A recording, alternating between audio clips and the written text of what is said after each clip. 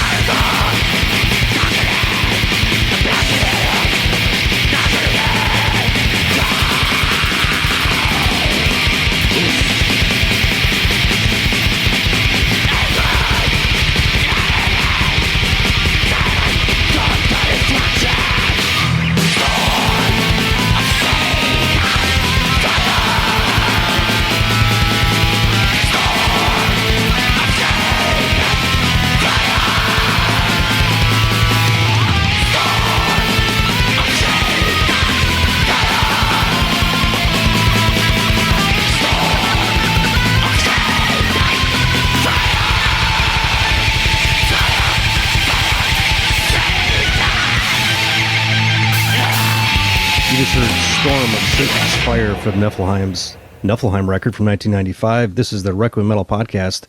I'm Mark. And I'm Jason. And We also heard them burning a Stryper album, little Stryper sacrifice there. It's true. From those guys. Fuck that white metal, man. Get it out of here. Yeah, man. Yeah. It's so funny. I mean, we're going to be talking a lot throughout this episode, but I thought that I was telling Mark before we recorded that I thought that would that encapsulates them in like 30 seconds, kind of their personalities and some Absolutely. of the stuff. And I think Sebastian from Necrophobic is actually talking to in that clip as well, because he's kind of with them in the newer incarnation and stuff. So yeah, it's been a bit, we'll do some kind of, catch ups and things like that in a second, but basically kind of what you heard there, just to, give you a little taste for people that maybe are unfamiliar or don't know a lot about Niflheim. Do you say Niflheim or Nifelheim? What do you have It's probably Niflheim, Okay. I guess, because Nifelheim, there's another, I don't know what the difference between the two spellings. Okay. Because there's like one that's like NEI or is another, I don't know if it's just like a regional thing or if this is like, there's already a band called that, so this is why they named it, or this is the correct way. I didn't really go that far into it. I should have reached out to Linus, one of our Swedish patrons, and asked him what the proper pronunciation is. But Storm of Satan's Fire. Yeah, I just wrote fierce, ripping, chaotic, yet musically pretty catchy. Kind of plays off sort of what Bathory sort of built with like a song like Woman of Dark Desires. It's got that kind of vibe to it. I said when the song kind of slows down into Swedish, tremolas like at the 2-minute mark. I kind of wrote, this is my profound statement of the day, Mark. So here it is right at the very beginning. All right. I wrote, at the 2-minute mark of Storm of Satan's Fire. That's why I wanted to say it now before, so where people will still remember the song they just heard. I said, you can hear the nerve center of Watain being formed, kind of like Dr. Manhattan. Whoa. I think I've never really listened. I listened to the first record when it came out. And it was one of those things where the drum beat, it was always just do, not blast, but like bludgeoning. And it all seemed with like Dissection and At the Gates and all these other more dynamic bands, I got where they were coming from. I didn't know anything about, Vulcano or Bulldozer or any of that kind of shit. But yeah, I definitely was well aware of, early Venom and Bathory and, that kind of, it didn't really fit into the modern idea of what black metal was. So I threw these guys kind of in that same thing of like Bewitched and Gehenna and this kind of like retro throwback thing. Gehenna with an H, not Gehenna with an A for people. Yes, the hard rocker King of the Sidewalk band. Yeah. So that was my kind of initial thing, and I didn't really give them a ton of. I don't know. There was more interesting things happening, so This was kind of interesting to go back, and I never listened to anything post the '95 record. No shit, that's funny. And that's where everything starts to get more interesting. Yeah. But these guys are like the big brothers of Watain. For what sure. Watain is doing, like as far as thematically, visually, stylistically, all of it is like this, brutality, primal kind of primal simplicity that like Dark Throne's been embracing in the last 10 or 15 years of their career. I was going to say this seems to be like the playbook for not just Watain on a melodic kind of level, but also like where Dark Throne has gone in terms of like really sort of wearing all their influences on their sleeve in such an overt way that they've almost sort of changed the DNA of Dark Throne, in a cool. Completely. Yeah. And this is the same Frederick Nostrum that recorded Slaughter of the Soul recorded this the same year. Friedman, which is kind of nuts. And Nodvite and Svetlut from Dissection are playing on the record. Yeah. Playing guitar. So it's kind of like a weird super group thing, and I don't think it hit because it was on a label that I don't know how much international kind of like visibility that they had. Necropolis. Yeah, we knew them because they were an American label, and you guys had connections with Necropolis, so they were always kind of out. Like I knew about Necropolis around the same time I was learning about like Nuclear Blast and Century Media from you guys. I guess I didn't realize they weren't as big of a deal until like probably a couple of years later when I was like, yeah, there's not much coming out on that label anymore, Yeah, I wasn't sure either because we were, I even did some freelance like ad design and stuff for Paul Find at Necropolis, but I didn't know it was kind of weird that they had because they were kind of putting out just random shit or tribute albums or like that Satanic Slaughter that I don't know like where, you know, if that was just like something that was in tape, and then, you know, that he made a big deal about a lot of this kind of cult stuff, but it didn't have the same kind of like penetration that, you know, Nuclear Blast did or E-Ray Cat or anything at the time. So I gotta imagine Witchery was probably about one of the few really kind of breakthroughs that came off in Necropolis there, you know, because that was true. A big record when it first came out, but it kind of seems like Necropolis kind of faded away pretty quick after that. So it was almost like it burnt bright with Witchery, and then there wasn't much after that I remember, you know. No, I think he blew through money, or there's some kind of financial issues. I think it was a real small time operation that, you know, in a true, you know, businessman sense, tried to make it look bigger than it really was. One of the things I've learned in teaching my rock history class and listening to a lot of podcasts about like especially 50s and 60s rock and roll is one of the worst things that can happen sometimes to a small label is for an album to blow up. Mm-hmm. Because sometimes they can't like meet the demand quick enough, and it like almost like ends up like just like cash strapping the whole label.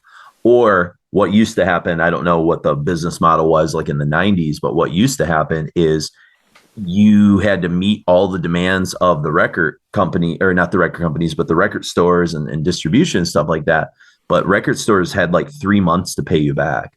So you were like usually like paying out of your ass and not reaping any of the rewards for like months. And if you didn't have the, you know, financial stability to like sustain that, like you could almost sink even if you had a hit record going, because you were spending so much money printing that record that, you know, the returns didn't get to you in time and stuff.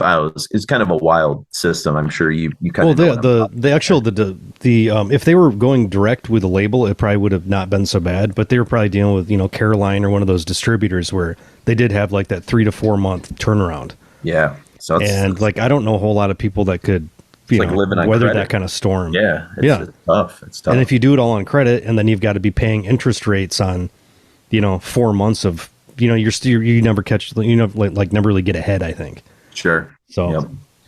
No, but I mean, like, you know, you can hear all over just in Storm of Satan's Fire there. I mean, Quorthon's presence kind of haunts, especially like the chaotic solo. It's kind of the stuff you'd hear like on Blood, Fire, Death a lot, you know. Mm-hmm. Tons of, and we're going to be getting into this, tons of German and Brazilian kind of death thrash stuff. And even like, you talked about the drums before. There's almost like a discharge kind of like simple quality to some of the like style of drumming that's kind of going on there, you know? Yeah, I think they're really aping that, especially the Brazilian. It's what my ear grabs immediately is the Brazilian kind of like percussion and rhythm section with like more of a German guitar and vocal delivery. Yeah. Yeah, I think that's the kind of the perfect Venn diagram almost, you know. And he starts, even a little bit later on, he really starts doing a lot of like the Milla kind of stuff, like very like his way of inflection. Yep. Yeah, and it's that the rhythm section just really feels like, especially in this early stuff, it's like teetering too, like it's like almost off the rails. So like a lot of that German thrash was somewhat that way too, you know? Yeah, I don't know if theirs is calculated or if it's, you know, something they're kind of putting on, but yeah, it feels like they're just going to like fuck up at any moment. Mm-hmm. It's so like chaotic. And I think this is the thing that, you know, and obviously we're going to get into the Blood, Fire, Death book, which is probably the best resource on understanding who these guys are a bit. And, you know, for those people that are familiar with that book, we'll talk more about it later, but, you know, if you're familiar with it, then this next comment isn't that strange. But for me, you know, if you didn't know any context about this record, there is this sort of weird cloud floating over even the chaos and the bad production. Well, it's not even bad production, just the production choices that they're making. Mm-hmm. But there is a little bit of that Nawabum melodies and ideas that are sort of floating through the chaos, you know, almost like a mist. And it's like, once you realize how much these guys worship Iron Maiden and Saxon and some of this stuff, you're like, okay, I wouldn't have thought of that before, but knowing that now I can actually hear some of those things where, you know, when you heard this in 95, you probably were not thinking like, oh, these guys must be fans of Iron Maiden. You know what I mean? Like, no, it's not the first thought that comes out. But like, if you know it's there, you actually kind of start to listen for it a little bit. And you're like, okay, that was like kind of an interesting choice, you know, even though it just seems like simple and retro or whatever. There's like a melodic ideas that are in there, in the same way that like Watain has an incredible sense of like melodicism in Dissection and some of those bands that like I think are connected to this band, you know. Well, I think like Dark Tranquility and At the Gates and Dissection were all pulling from No Album for sure, but they were like leaning on the melody. Yep. And I think Niflheim is leaning more on the chaos and the, I don't know, just like the most amount of notes possible, you know. Yeah. And there's so many fucking, like, especially when we go later on in the career, like the fucking hammer on leads, it becomes almost like the chasm. Like every fucking song has like this incredibly epic build, and then, you know, this mix of Slayer and Eddie Van Halen, all this other shit, just all over the place for this lead that kind of, you know, finishes out the tracks. Yeah. No, it's a weird amalgam. The whole thing is just like kind of a tribute, but yet it maintains its own identity, you know. And that's, and I think I really appreciate this more with, you know, 35 years of listening under my belt. Yeah. So I know what they're doing, and it's not as it doesn't seem as retro. Well, I think it wasn't an album made for people like us in '95. Not at all. It just wasn't. It just wasn't. You know, you and Chris were just fresh out of high school by a couple of years, and I was like right smack in the middle of high school, and it's like I didn't have the knowledge to be able to appreciate what they were doing. You know, it just sounded like a badly sounding album for '95 or something. You know, primitive production. I didn't really understand what that meant until, you know, like Blaze the Northern Sky, and, you know, where things are really like, it seemed I could get it. I could get the idea. Mm-hmm. But before that, the most like the earliest Bathory stuff I had was on that Jubileum. Where like You Don't Move Me, I Don't Give a Fuck, where it's a little bit more like speed metal-y 70s, you know, some Accept stuff thrown in there too. Mm-hmm. But I didn't know any of those touchstones at the time. I knew Venom and I knew Bathory, and really that was about it. Celtic Frost, but that was a totally different tool set than what Niflheim's pulling from. I was sort of I think you guys knew about Destruction a little because you had gotten those vinyls from the record store or from the radio station. But like, I remember standing next to you at the very first Metal Fest I went to in '97, and we both found the SPV Sodoms, and we were both like, oh, you know, and you're like, oh, we got to buy this. And you convinced me to buy it. And I was like, cool. And I only knew. But it was just the Obsessed by Cruelty? I thought it was the In the Sign of Evil. Because they did them as well there. Maybe I got that one at Relapse, where it was like two on one. Yeah, it was 2-on-1. That's what I bought at Metal Fest. Okay. And maybe you were like, you had just picked it up. You're like, you got to buy this. And I was like, cool. And I only knew Outbreak of Evil because that Vader cover record, you know, like that was the only Sodom song I knew at that point. It was just it was a weird time. Obviously, it's a pre-YouTube universe where like you know what you know, and that's all you can know, you know. So kind of strange times, but yeah. So again, for people just maybe joining us for the first time after that prolonged little intro on the opening song, you know, hopefully you discovered us maybe through Edge of Sanity or Bolt Thrower or something sort of recently. So but Mark and I haven't actually seen each other for almost a month now. It's been like, I think that like Labor Day weekend was like the last time, you know, you and I like kind of really saw each other. Yeah, because school started up for you, and I've been, you know, up to my eyeballs in projects and little vacations and things. Luckily, Zoom is it's an okay, you know, way to do it. I'd rather better do it alternative in person than the way we used to have to do it, where it was just like, you know, trying to, and we still will drive to each other's houses when it's convenient, but sometimes like today I was giving the SAT and just like I had to be there at 7, and it was already a long day. I was like, God damn. So to not have to drive is really nice. Let me tell you that. So because we drove 7 hours from, you know, Upper Peninsula, Michigan, and then, you know, unload the car and then try to. When did you guys get back? And, yesterday? Yeah, last night, probably about 8 o'clock or something.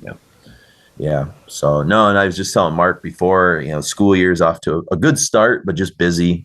Teaching a brand new class for Requiem fans, Rock History 2. So just got into some Stooges and some Velvet Underground and some other kind of weird stuff in the last. So I'm exposing high school kids to lots of weird shit. We're starting punk and indie rock next week, so I'm pretty pumped with that. And then I've got some time set aside for metal and then funk and hip hop. So should be fun. Nice. It's gonna be nice. But yeah, other than that, just coaching and doing stuff. I've picked up I've gotten quite a bit of music lately. I haven't really posted much because I've been kind of off the grid with like our little group chat that Mark and Chris and I sort of share. But yeah, I picked up, those like cool little like box set things that they sell where you get like the slim lines inside, where it's like 5 or 6 records. I don't know if you've seen that with the CDs. They do it for like full discography kind of box sets. Kind of, yeah, or like the first 5 records or whatever. But I picked up one for Samson. Nice, that's pretty cool. Raven, their first records. Love and Rockets, the Bauhaus guys. Mm-hmm.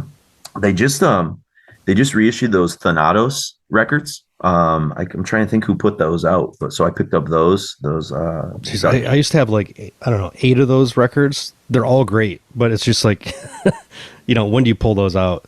Yeah, I usually go to Asphyx or something, but that's a really good band. Yeah, Thanatos. It's Kill Again Records. It's licensed through Century Media, so yeah, I don't know. Okay, but yeah, pretty cool. Because the originals, I've tried to track them down on eBay, and they're expensive. Like emerging from the netherworlds and stuff like that. But I did find, and Chris freaked out when I posted this. And this is a connection to our Bolt Thrower Part 3. I did find that Excruciate record on Thrash, the original. So I couldn't find the one that Dark Symphonies put out. Remember, you were like, dude, I think you bought that one. I went home and checked. I was like, no, I guess I didn't, but maybe I talked about it.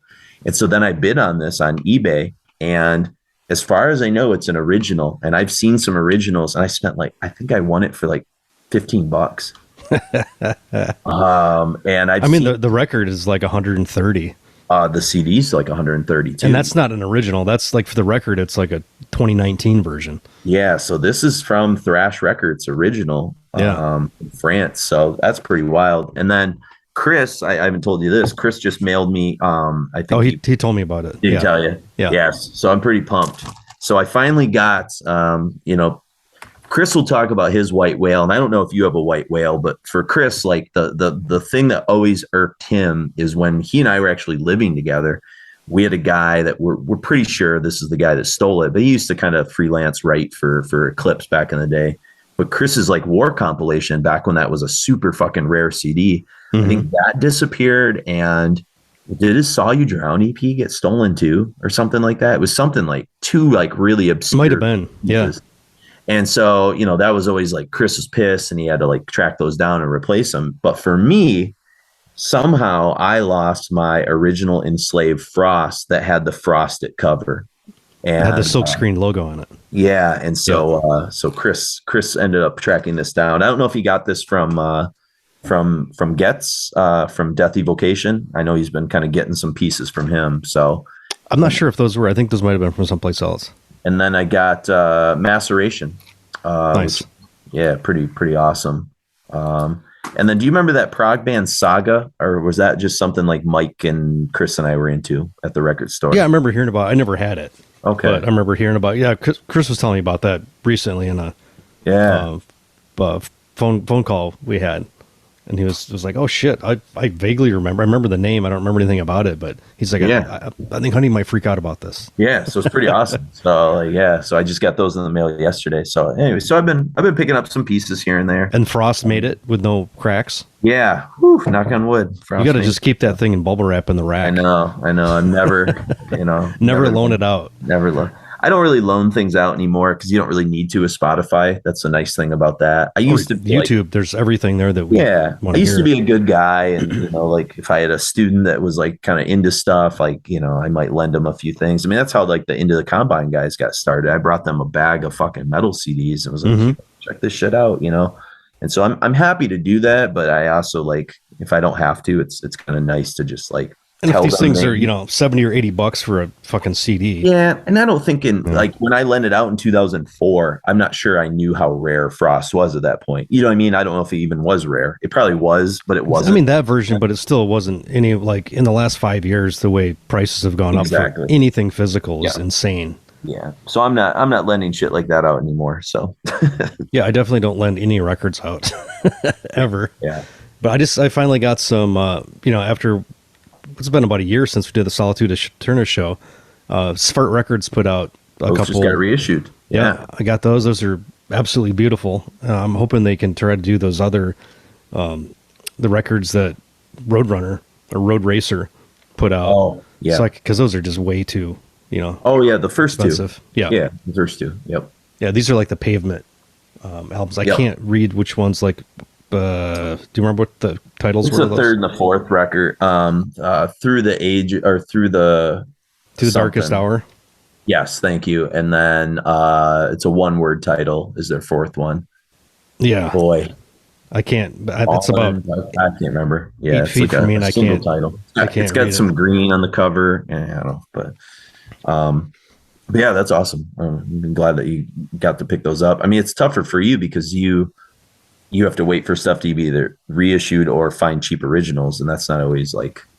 Yeah, the with pace eBay and of- Discogs, it's not really much of an option anymore. Yeah, I know. But luckily that I got that Bulldozer for $20 from Hell's Headbangers on vinyl, the reissue. Yeah, they just reissued that on CD. Yeah, and I'm sure probably on vinyl. I think it was Shadow Kingdom that put it out, but that's just a subsidiary of Hell's Headbangers. But yeah, I haven't got a whole lot of new records lately, but I've got 5 or 6 over there, and I can't read them from here. But those are at least 3 of them. Nice. Yeah, I've picked up a few new things too as well, but yeah. So, all right, but we're talking about old shit today, Mark, because True. this is a retro band, so we need to be talking about nothing but old metal. So Let's go back to 1984. How's that sound? yeah. But before we kind of talk about we'll build to their influences. I figure you might as well give a little backstory on these guys, the twins. Yes. Known Heavy as Metal Twins. The Broderna Hard Rock, or the Hard Rock Brothers, Tyrant and Hell Butcher. It's Eric and Per or Pelle Gustafsson. They formed the band in 1990 with the drummer Demon, also known as Martin Hansen. And then they picked up a second guitar player for a while named Morbid Slaughter, who played on their 1993 demo, Unholy Death. But he was kicked out for having a girlfriend. I mean, that's what it takes sometimes, Yeah, not being as dedicated as the others were. But Per goes by the term Hell Butcher, and he's the vocalist. And then Eric goes by Tyrant, and he's the bassist. Although he does play guitar on the demo, and he'll play guitar at times later on in the career. But for all intents and purposes, right now, he's the bass player, the main kind of songwriter guy, and then the main lyricist is his brother Per. So, and they're identical twins. Yeah. Do they still look? I feel like don't they have different hairstyles and stuff now, though? Well, they both got skullets and mustaches, which I deeply respect. Their that's a look that's very specific. But Hell Butcher's got he doesn't dye his hair. Tyrant still dyes his hair brown. But I was watching actually some of the songs from the playlist. I was listening to like the actual LP versions, and then some of the live versions from some of these festivals from the last couple of years, and they sound fucking killer live. Yeah, I bet they're so fucking they're putting like 150% into the whole delivery. Yeah, that would be a killer grab for some American metal festival to grab. I don't know if they've ever played here, to be honest. I don't know if they have either. I know that one of the guys, his girlfriend lives in Mexico, and I know they've played down there quite a few times because the guy that we talked about, the Requiem fan that I met up with in Vegas, his brother plays in some Mexican metal bands and is friends with, I don't know if it's Hell Butcher or Tyrant's girlfriend, but yeah, Keyword. And so he originally was going to try and hook us up with trying to interview these guys, but then it just didn't happen. And also, I think they've been playing a bunch of festivals all over the place, so they're pretty busy right now. I don't think they're if you look them up on YouTube, most of the first couple things that pop up are like 2021, 2022 festival settings, and like pro shot video, like right off the soundboard. Sounds pretty incredible. Sounds better than the records. Yeah, it's wild. I wonder. They must do all right with this band, or they do all right in their other careers, enough to. Well, they're also in a socialist country. They're from a small town. Yeah. They might have some type of like stipend as an artist. Yeah, that's true. Yeah. That's true. And if they're like single dudes or like they don't have like families with kids and responsibilities, like They can live pretty minimalist. Yeah. You know, I went a lot of years living incredibly minimal, being able to like stay doing, you know, fucking heavy metal art is a very small I just know like niche thing. They go and like follow like Iron Maiden around a lot too. So I don't know like what that costs. You know what I mean? You know, so well, like that documentary that was kind of infamous and kind of knocked them down. It made people like think they were kind of a joke, and they didn't realize how serious those guys were about all this shit.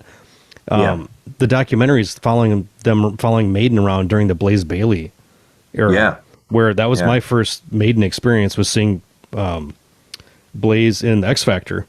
You know, I saw him at the Pine Knob here in Michigan with Monster Magnet and somebody else, I think. But it was so stripped down and weird, but I think it was kind of a neat way to see Maiden at their most, like, kind of their lowest, really. Oh yeah, and intimate a little bit too, because it's not big of a show. Nobody cared about in the 90s. Like, that was not what people gave a shit about. Yeah. They were still big enough to get there, but it was by no means sold out. Mm-hmm. I think I got tickets cheap enough to be fairly close, you know, maybe like 15, 20 rows back on the like the what is it, the gazebo or the covered area, pavilion. Yeah. So it was interesting that was where I first encountered them, and that's where I first saw this. I watched the entire documentary. It's maybe 20 minutes. It's all in Swedish. There's no subtitles, but you can kind of understand what's going on. They go through like their rehearsal space and all this, you know, this just Maiden shit everywhere. Yeah.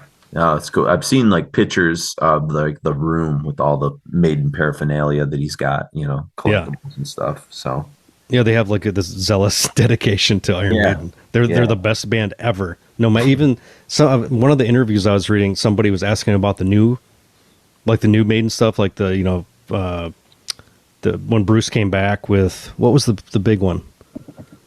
2001, Brave New World. Yeah. They're like, yeah, it's perfect. It's amazing. It's Iron Maiden. It's the best. Yeah. They're the best band in the world. Yeah. Okay, cool, dude. I think they're just, unabashedly, you know, and that's cool. I dig that. Yeah. You know? I mean, I'm up that way about certain bands. So for sure. Yeah.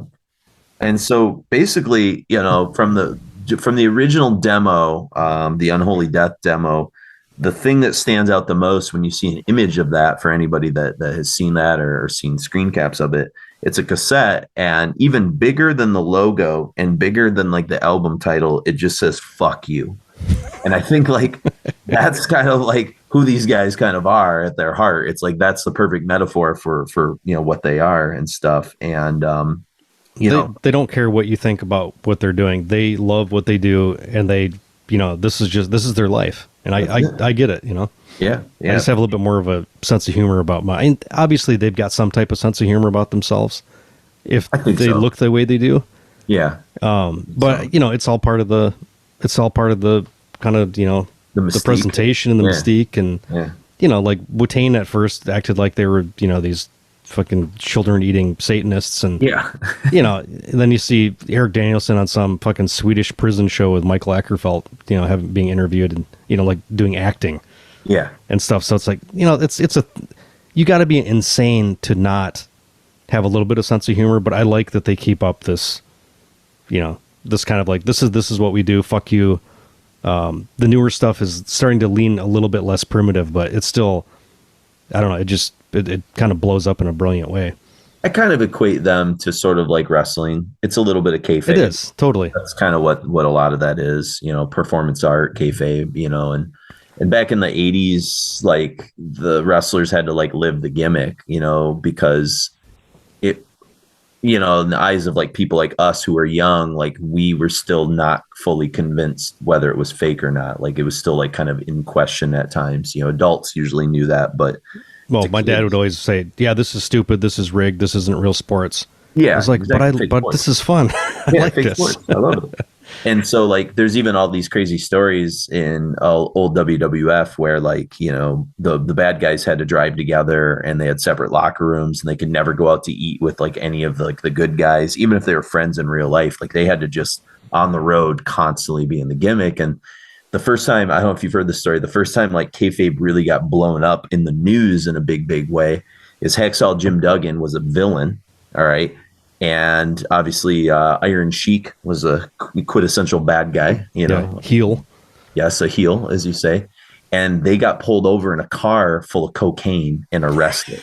It was like 1987. I have heard of this one. Like that. Yeah. And so like that, like all of a sudden news headlines and people were asking like, well, why are these guys hate each other? Why are they riding around in a car doing cocaine together? And it was like, oh shit, kayfabe's starting to erode. And then through the 90s, it just kind of, it went out the window, you know? Yeah, and it's something for the, you know, for the younger people to, you know, it's like a Santa Claus thing. Yeah, but exactly. it's there for fun, and you know the magic of believing is part of the whole thing. So for sure. But also I respect playing the game that hard too. Yeah. You know, if you're dedicated to the craft on that level, it kind of, and it fucks with you because, you know, like now even with wrestling, like because kayfabe is no longer exists now, when these like stories happen, like a lot of the promos that are cut are no longer like these kind of superhero promos. They're like, they almost blur the line between like, is this real life? Like, is he really serious what he's saying? Like about like, this guy said this about his family. Like, so now they've personalized it because that's the only way, you know, you can't sell the kayfabe anymore. So now you blur the line of whether or not it's a work or a shoot. And a shoot promo is something like where CM Punk was like really good at shoot promos where like, you didn't know if he's like, is he fucking serious? Like, I think he's like not, I think he's off script. You know what I mean? It was like one of those. And so you want to convince the audience that like a little bit of doubt, like some of this might be like real shit he's talking about, you know? And that's kind of how you do it now, because of course no one believes in the Iron Sheik anymore, you know? No, I mean, we have such social media, you kind of have to, you know, adjust that whole thing. But like everything was bigger and broader, you know, everything was more black and white in the 80s. And, you know, all we had for information on that stuff was like wrestling magazines and, you know, the interviews with Gene, you know, after a match or something. But, now the amount of information is so much broader, the ways we can get it too. Like, you know, there's probably hundreds, if not thousands of YouTube channels of people like talking, you know, pontificating about wrestling. They pontificate about fucking action figure, everything. Yeah. As like the subgenre. It's like they're basically contextualizing everything and picking apart and really going inside baseball and everything. And that's great for people like us that are diehard fans of. And for some stuff, it ruins I don't need to know everything about a fucking television show to enjoy it anymore. Like nothing is that deep that I need somebody to explain for 45 minutes about a 45-minute show that's like something on HBO. Yeah. Like some of this, it depends on what it is for sure. Yeah. Sometimes I just like to hear people talk about things I'm into, and sometimes it can just be driving around in my car. It's like the same as like listening to a news story. It's like I'm not always listening to everything they're saying, but like I hone in on a couple of different things here and there. But yeah, it kind of. I mean, I guess that's what we're doing to some degree too. But we're not breaking down every decision. About every, like, you know, here's why this character did this, and like everything. Yeah. Like after a while, I remember writing in a journal, like if people use 10% of this like stupid energy for something good and like real reflection on themselves or in society, like, man, we'd be in a different place. But I think most of us are avoiding that, right? I think it's like almost like pop culture is like a form of like escape, so we don't have to like face the mirror of like. It's the opiate of the masses. It's the religion of, you know, bread and circuses, the like modern day. Yeah. You know? So totally. But I think what, you know, we were hinting at the very beginning is, you know, when these guys came out, obviously they were different black metal than what most of Scandinavia was kind of pumping out at that point. You know, it wasn't completely necro or cult like the way sort of like, you know, those Dark Throne records were. It wasn't symphonic or atmospheric. It wasn't hyper blast, hyper speed like what Immortal or other bands were doing. I would say it's still atmospheric, but not in the ways that we were used to atmosphere in the 90s. And I meant like atmosphere, like is what like Emperor or Over, those bands were kind of doing, you know, like a natural atmosphere maybe, or symphonic atmospheres. But yeah, it has an atmosphere. I'm not going to take that away from it, but I just mean that for me, when you go back and kind of look at what they were doing, they were a lot more rooted in songwriting influences from the past. And at times they were kind of tagged as a retro band, kind of the way like Bewitched was. But like, I don't know if they really were a retro band. I think they were just doing exactly who they were, but it came off as sounding retro because that's the only compartmentalization we could do with them. Maybe, I guess, I don't know. Well, yeah, I mean, what they said after 1989, we didn't listen to anything except for Iron Maiden. I just read in Terrorizer. Like so it's like, yeah. Says I have no clue. I stopped my clock in 1989, and I think that's just who these guys were, except for Iron Maiden. Like they're gonna kind of follow the pathway with Maiden all the way through. But I think with the first wave of black metal with Bathory and Venom and Hellhammer and all that kind of shit, like there was so much of a variety of sound, and we got so used to black metal being this specific kind of sound. It's one thing, and then it branched out into the more symphonic stuff and the more necro shit, and it became all these camps. But it was a certain type of sound with its tremolo picking, and this is much more new album, hard rock, 70s hard rock, 80s hard rock kind of vibes, but like raw.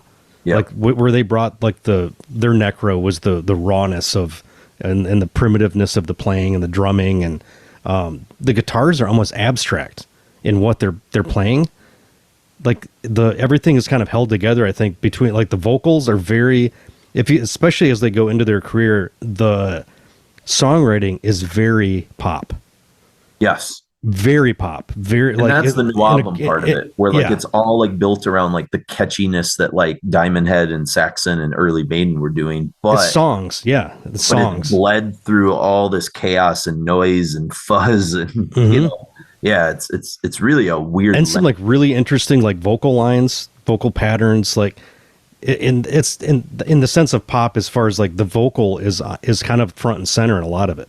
Mm-hmm. The vocal and the rhythm section, which is kind of big for pop. That's kind of how we're used to hearing like 80s pop radio, at least, is the vocals up front, rhythms behind it, the guitar is kind of like an accenting thing, and that's kind of what they do. Yeah.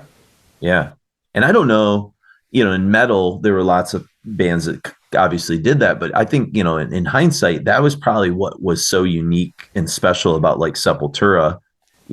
Because Sepultura had like a pop sensibility in terms of how they constructed and wrote songs, which is why they broke through. And I think they drew on like that necro, like old Sepultura and Sarcofago and Vulcano a little bit. And even like Sodom did that. Like Sodom and was like sloppy as fuck. And so was Creator. But there's really catchy like vocal hooks and melodies that are in there, buried in the chaos. And obviously Sodom eventually sort of came out of that chaos and became very catchy, throughout the 90s and stuff like that. I think they were always catchy, but they got tight as fuck. Yeah, they were sloppy as hell at the beginning in a cool way, and that was just sort of their appeal. But it's weird. Like I said, like they were all built on songwriting more than some of those other subgenres of black metal were. And I'm not saying that the black metal didn't write good songs, but like these guys are just, like you said, they're based in like 70s and 80s, like hard rock writing, And they're picking up directly. They don't have any interest in, the modern black metal sound of the 90s. Yeah. It was all, okay, we're just continuing this arc of the weird shit, from the 80s. And I think the other weird factor we got to throw in, and this will come up in the Blood, Fire, Death passages that we'll sort of look at, is they were also really, really big fans of the stuff that was happening like in Eastern Europe. Root and Master's Hammer, Tormentor, and I think to some extent probably like even a little bit of like the Southern stuff. We're gonna play Bulldozer, but I'm sure Rotting Christ and some of like the weird Greek kind of sensibilities were in there too, because those were always like a little not traditional black metal, but yet still black metal. I think the Vader demos were. Vader. Fenner always talks about how those early Vader demos were like incredibly a big deal to a lot of people. I bet. Yep. And again, Eastern Europe, Poland. There you go. Yep. Yeah. And more influenced by 70s and 80s hard rock than, contemporary influences. And I think there's probably an elephant in the room that came to me here and it hit me. And I'm sure I'm wondering if it hit you too, as I was kind of putting this together and thinking of who is another band of this era that was doing this. And it wasn't Bewitched. It was Deceased. Yeah.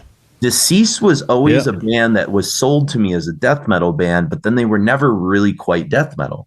And I couldn't really figure out what they were until years later. And then I understood what King's whole thesis was, is that he was a guy that just loved early 80s fucking metal and hard rock. And that sensibility carried over through his like death metal vocals and his, gory lyrics and things like that. But it was like through the guise of hard rock songwriting in an extreme metal world, and I think Deceased was sort of doing like almost a parallel path here in the States of what like Niflheim was maybe trying to do over in like Sweden, I guess. I don't know. Yeah, no, I could see that. They're definitely not, they don't have the cult of personality that the Niflheim does, but as far as where they're going, that makes nothing but sense to me. Yeah, that was kind of like the light bulb. I was like, oh, you know what? Like, I've always struggled to figure out where to fit Deceased, but they fit in the same weird place that Niflheim does, which is nowhere. Like there's kind of exist outside of time, And they're one of those bands that like, when I worked at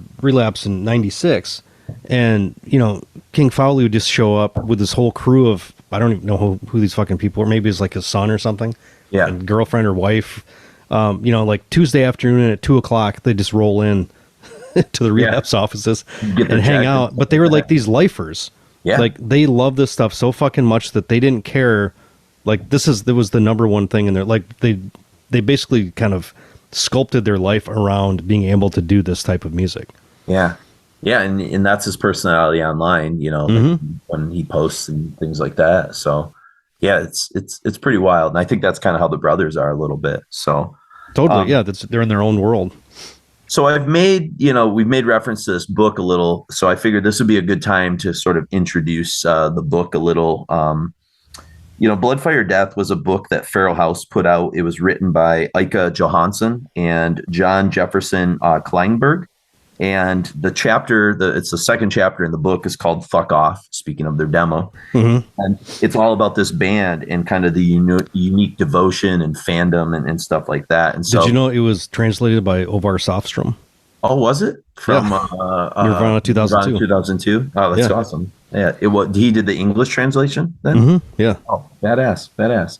So, and by the way, interrupt me at any time because some of these passages are a little bit longer, but I just thought I kind of dissected parts of this chapter up throughout the episode just to kind of share vignettes and things. But just before you start, this is probably one of my favorite death metal related books. It's a great book. Just the way it's set up, like the kind of conceit of the whole thing. It's really like just Swedish metal, right? It's Swedish metal. Some black metal. There's a little bit of everything in it, which is like the Swedish extreme side. Yeah, and just the way they kind of like introduce. It's more. I think it could really appeal to like more of a layperson. Mm-hmm. But I thought it was great. I really got a lot out of it. I read it in probably 3 sittings. Kind of reminds me of the way in which I think Metal Headbangers Journey is a really cool way to give somebody a metal documentary. I think this is like a cool way to give somebody a metal book, right? In a Swedish metal, specifically Swedish. Has a narrative to it that's like, it's not just a compendium of history. I think it would be a great documentary, like framework, really. Absolutely. So he says the identical twins, Eric and Pelle Gustafsson, were born in Longd, a small village in the province of Dalsland. So I apologize, Swedish people. It's going to be a bloodbath. All right. With a population of 1,700, mostly known for the art school, Stenby, and Sweden's only horseshoe nail factory. That's pretty exciting. Very important. Yeah. Eric came into this world 6 minutes before his brother, a fact he brings up every chance he gets. Their father was an antique dealer and their mother a teacher. There was a little interest in music at home and no record stores in the area. Their first album was bought at an auction when the brothers were still in preschool. Artists like Steppenwolf, Alice Cooper, and Jimi Hendrix was the first that stuck. I was obsessed with Kiss and AC/DC for a while, says Eric. After this, we got down to serious business. The first time I heard Iron Maiden was like opening a new chapter, so to speak. It must have been peace of mind. It was like finding the way home. Besides Iron Maiden, the brothers soon discovered increasingly harder music. Their family often traveled around Sweden. Each time they arrived in a new town, the brothers immediately sought out the local record store and went looking for the albums with the rawest cover artwork. That's how they discovered Show No Mercy by Slayer and Sodom's Obsessed by Cruelty. Around the same time, the twins took up playing music themselves. Eric insists that he began before his brother. I started playing bass. I'm assuming everyone realizes why. He rolls his eyes. Because of Steve Harris, of course. With his fingers, by the way. Yes. And does I haven't seen the videos. Does he play with his fingers too, like Steve? Yeah, he totally does. Yep. Okay, I figured that. I didn't. And he does the machine gun too. Does he? Which is one of the best base moves ever. Yeah. Explain the machine gun for people that maybe don't know. Well, you pick up the base almost where the neck is eye level, and you pretend like the headstock is the front of a machine gun, and then you're using your fingers to play, and then going back and forth shooting the crowd. Just blast them down. Yeah, look up. Yeah, do a Google image search of Steve Harris machine gun, and you'll get some cool pictures. It's his go-to move. It's pretty classic. And actually, the dude from UFO, I can't think of his name, the bass player. That's where Steve got it. That's where Steve got it from. So. Yep. At age 15, keen to leave Dalsland, the brothers moved to the city of Uddevalla to attend a high school program with an advertising angle. This was just prior to the computer revolution, at a time when Letterset letter transfer sheets were still in use. The class spent 16 hours a week painstakingly lettering by hand. So what's the context of that? Do you know what they're talking about there? Yeah, I did it. They're actually a year younger than me. So all of their stuff is very, when I was doing graphics classes in high school, when you're doing hand lettering, you would be doing it in a drafting class where you want what it used to happen on blueprints is that instead of using any type of actual font, you learn how to letter in this specific it's very similar to comic book lettering, how that used to be. So you'd have exercises in class where you'd have graph paper and you'd have to write, here's a sample alphabet. Try to not nail that. So it's like a very readable, all uppercase kind of thing. And you'd sit there and you'd go, back and forth day after day, honing that kind of, that font for, before there was fonts. But it was all based on drafting. And that's how all the old letterers for comics, it was all based on using drafting tools as well before they really had typesetting. Okay. So kind of like comic lettering would be something comparable to a lot of people. Yeah, in a hand done sense. Gotcha. Okay.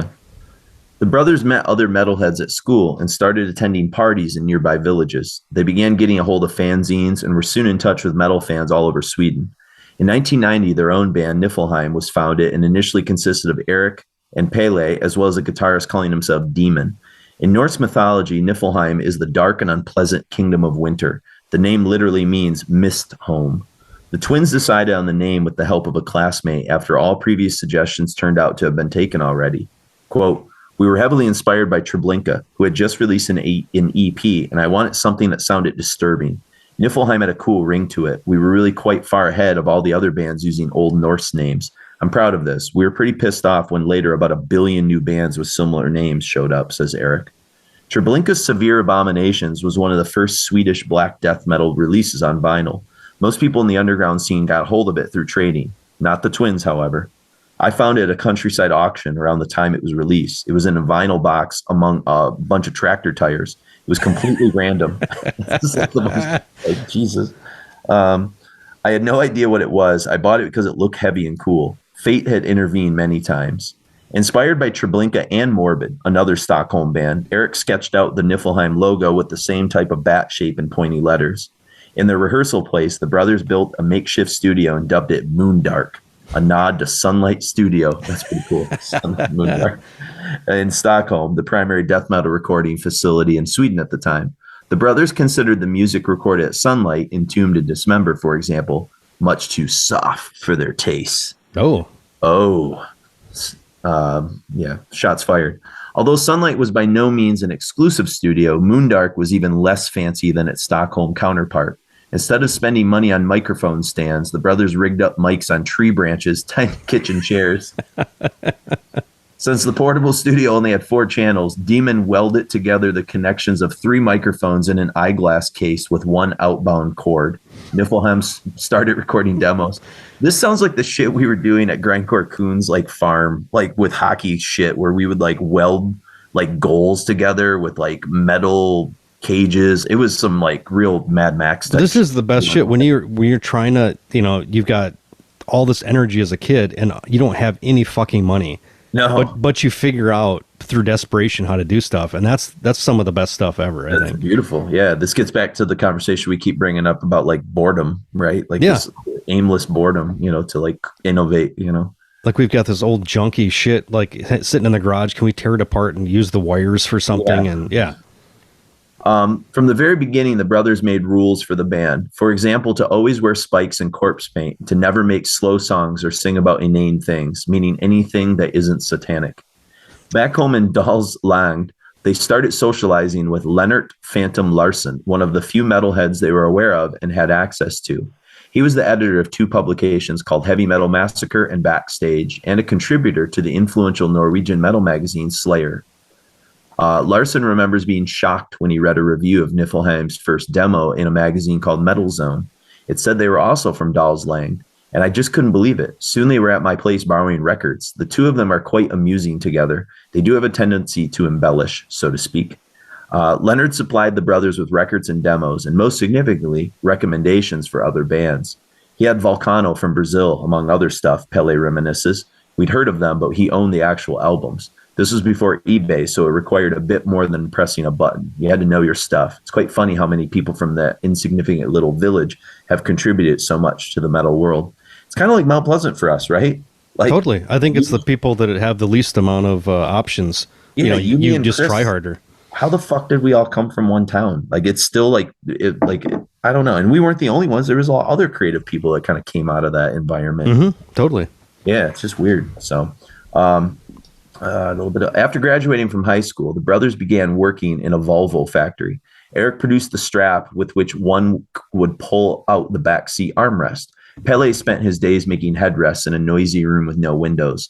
Lunch was the only interruption during work days. It was incredibly monotonous. I turned into a robot. One day I thought, fucking hell, I'm tired. I suppose I better go get some more material and get started. Then I glanced up and noticed a pile of finished headrests next to me.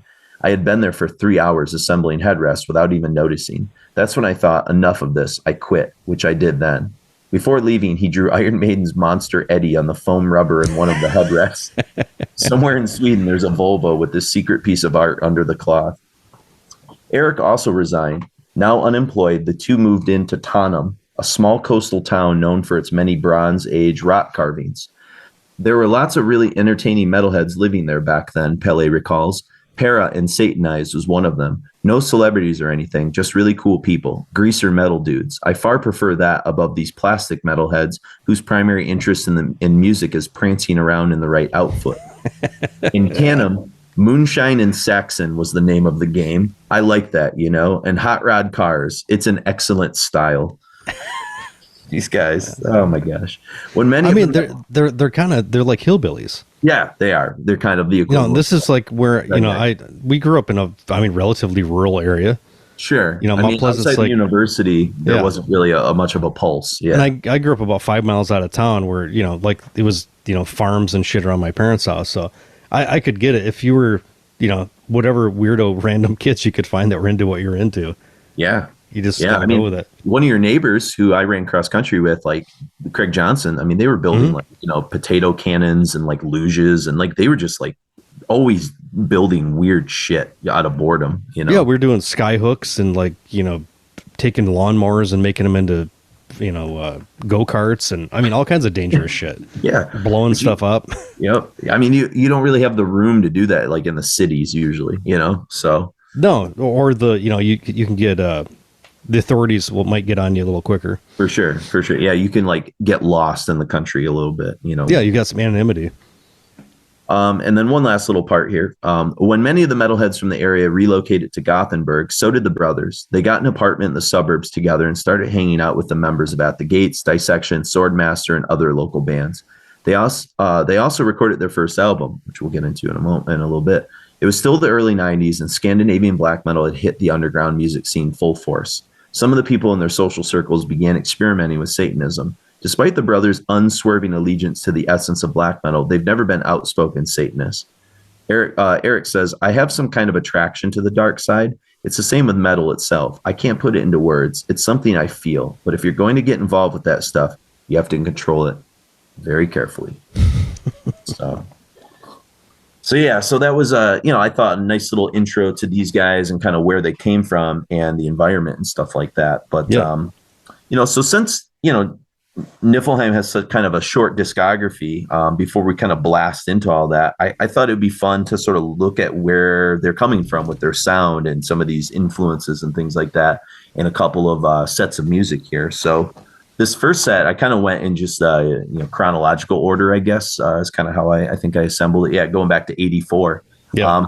The first Bathory, it's been a while since we've done our Bathory show, but I think it goes without saying that there's not a lot, outside of maybe Venom's, eponymous black metal. These were like the two pivotal records, Bathory and black metal, that were kind of the building blocks of what, grew into black metal. I mean, you got Hellhammer and Slayer and some other bands that kind of were in there, but I think Hellhammer was, I get it. Sonically, I would say they're similar, but I don't think more of an influence on death metal, in my opinion. I think so too.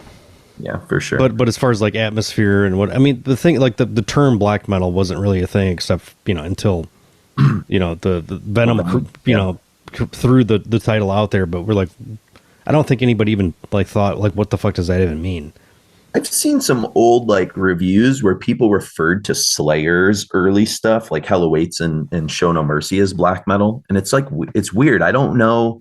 I don't think it means what it means to us now, but like, no, I think it meant anything dark and satanic and occultish. Like a lot of that stuff would kind of make it into there. But, in the 90s, Chris hung up with some people that anything that was at all occult was, Danzig was black metal and Slayer is black metal. I was like, It's ultimately it's a term that, the journalists came up with to try to compartmentalize stuff so people could understand it easier. Yep. I think it's for these guys, it's more of an aesthetic and a kind of an ideal. Sure. It's not as much as a sound. It's about being primitive and ugly, I think, really. Yep. Yeah. The lifestyle and a sound. Yep. Mm-hmm. Right. For sure. And, the song we kind of going to pull off, Necromancy. This one seems a little bit more, it's got some more of those Nawabum melodies kind of buried within the sort of Venom crust and obviously extreme vocals. This, but still the thing about Bathory is even though it was pretty lo-fi for its time, there's like this incessant musicality and catchiness that's sort of there. And that's also inside of all of what Niflheim does too, right? I think it's every Swedish band. Yeah. It's just like innate, Mm-hmm. And I think like it's kind of modeled with a song like Necromancy here. And especially even like the way I think Korthon approached solos is one of the things I think Niflheim really like captures, the sort of chaos, but also like beautiful and melodious at the same time, Totally. Yeah. So that's, there, you could go with a ton of different songs, but I'm not sure we played Necromancy on our Bathory show. So I was like, that's kind of I don't remember when we did the Bathory show. Yeah. It was, I have no memory of that. It was some years. I do remember it because the only reason I remember it's probably year one, isn't it? Year one or two. It's in the first like 100 episodes. I know that. We could definitely revisit that at some point. I remember skiing to a bunch of Bathory stuff. So I think it was in 2009. It was winter of 2009 because that's when I was skiing a whole bunch. And maybe it was winter of 2010. So maybe it was 2010 when we did it. But I just remember preparing for the episode, and my ski helmet has like speakers built into it. So I'd be like, listening to like Blood, Fire, Death on like the slopes and Women of Dark Desire and shit. And it was kind of perfect. Like that's exactly what you would be listening to, So, when I had my first ski lesson, it was more Living on a Prayer, but indeed. That was around the time I took my first ski lesson as well, 3rd grade. So, then we go right from there a year later to In the Sign of Evil from the aforementioned Sodom, Germany's, thrash titans. And the thing, Witching Metal is the song we kind of picked here. And I think like, for me, it's Witch Hunter, his percussive sort of energy. It's just like off the rails, and it's really baked into the kind of the DNA, not only of Sodom, but like even like a band like Niflheim is kind of using that, as kind of an influence. The guitars are what's keeping time on Sodom. The drums are almost completely like losing it at every second. Yeah, it's like punk rock sloppy and glorious. It's like some of it reminds me of just like throwing a tire down the stairs with a bunch of crap inside of it. The way it's like it's kind of rhythmic, but it's not always the same. And I guess what I also hear in a song like Witching Metal, which I guess it should be obvious, but maybe I never made the connection until I started doing notes for this, is like as fierce as like early Sodom was, like the innate songwriting qualities of like Motorhead, like a song like Iron Fist or even Ace of Spades, it's inside Witching Metal, right? It's like totally kind of right there, And I think like the same is true of like of Niflheim, right? There's always great songs buried in the cacophony of what they're doing, and I think that's a good way of Sodom's like a great indicator of some of that, Well, I think Sodom was just kind of unreal at coming up with them, and Celtic Frost in particular. I think came up with those primitive riffs like that witching metal's that dan and it's like 2 notes, Yeah. It's like something you come up with as like the first time you pick up a guitar, you try to play that riff. And that's kind of what like, Motorhead almost just like built their whole career on primitive riff, it was like the same primitive riff. And yet it was like, I think because of the primitive quality in it, I think it taps into like something that's inside like all our like DNA because of the primitiveness of it. And it's like attractive to us, like, in my class, we were just learning about krautrock, and we watched a really cool krautrock documentary that I'd never seen until I kind of found it this summer. And one of the things they really talked about with krautrock, which I think I knew kind of, but it never was really articulated that way, is that they were always with krautrock, especially like Noi and Can and some of the that like specific like krautrock kind of rhythmic beat. It was like trying to get back to like tribal primitivism.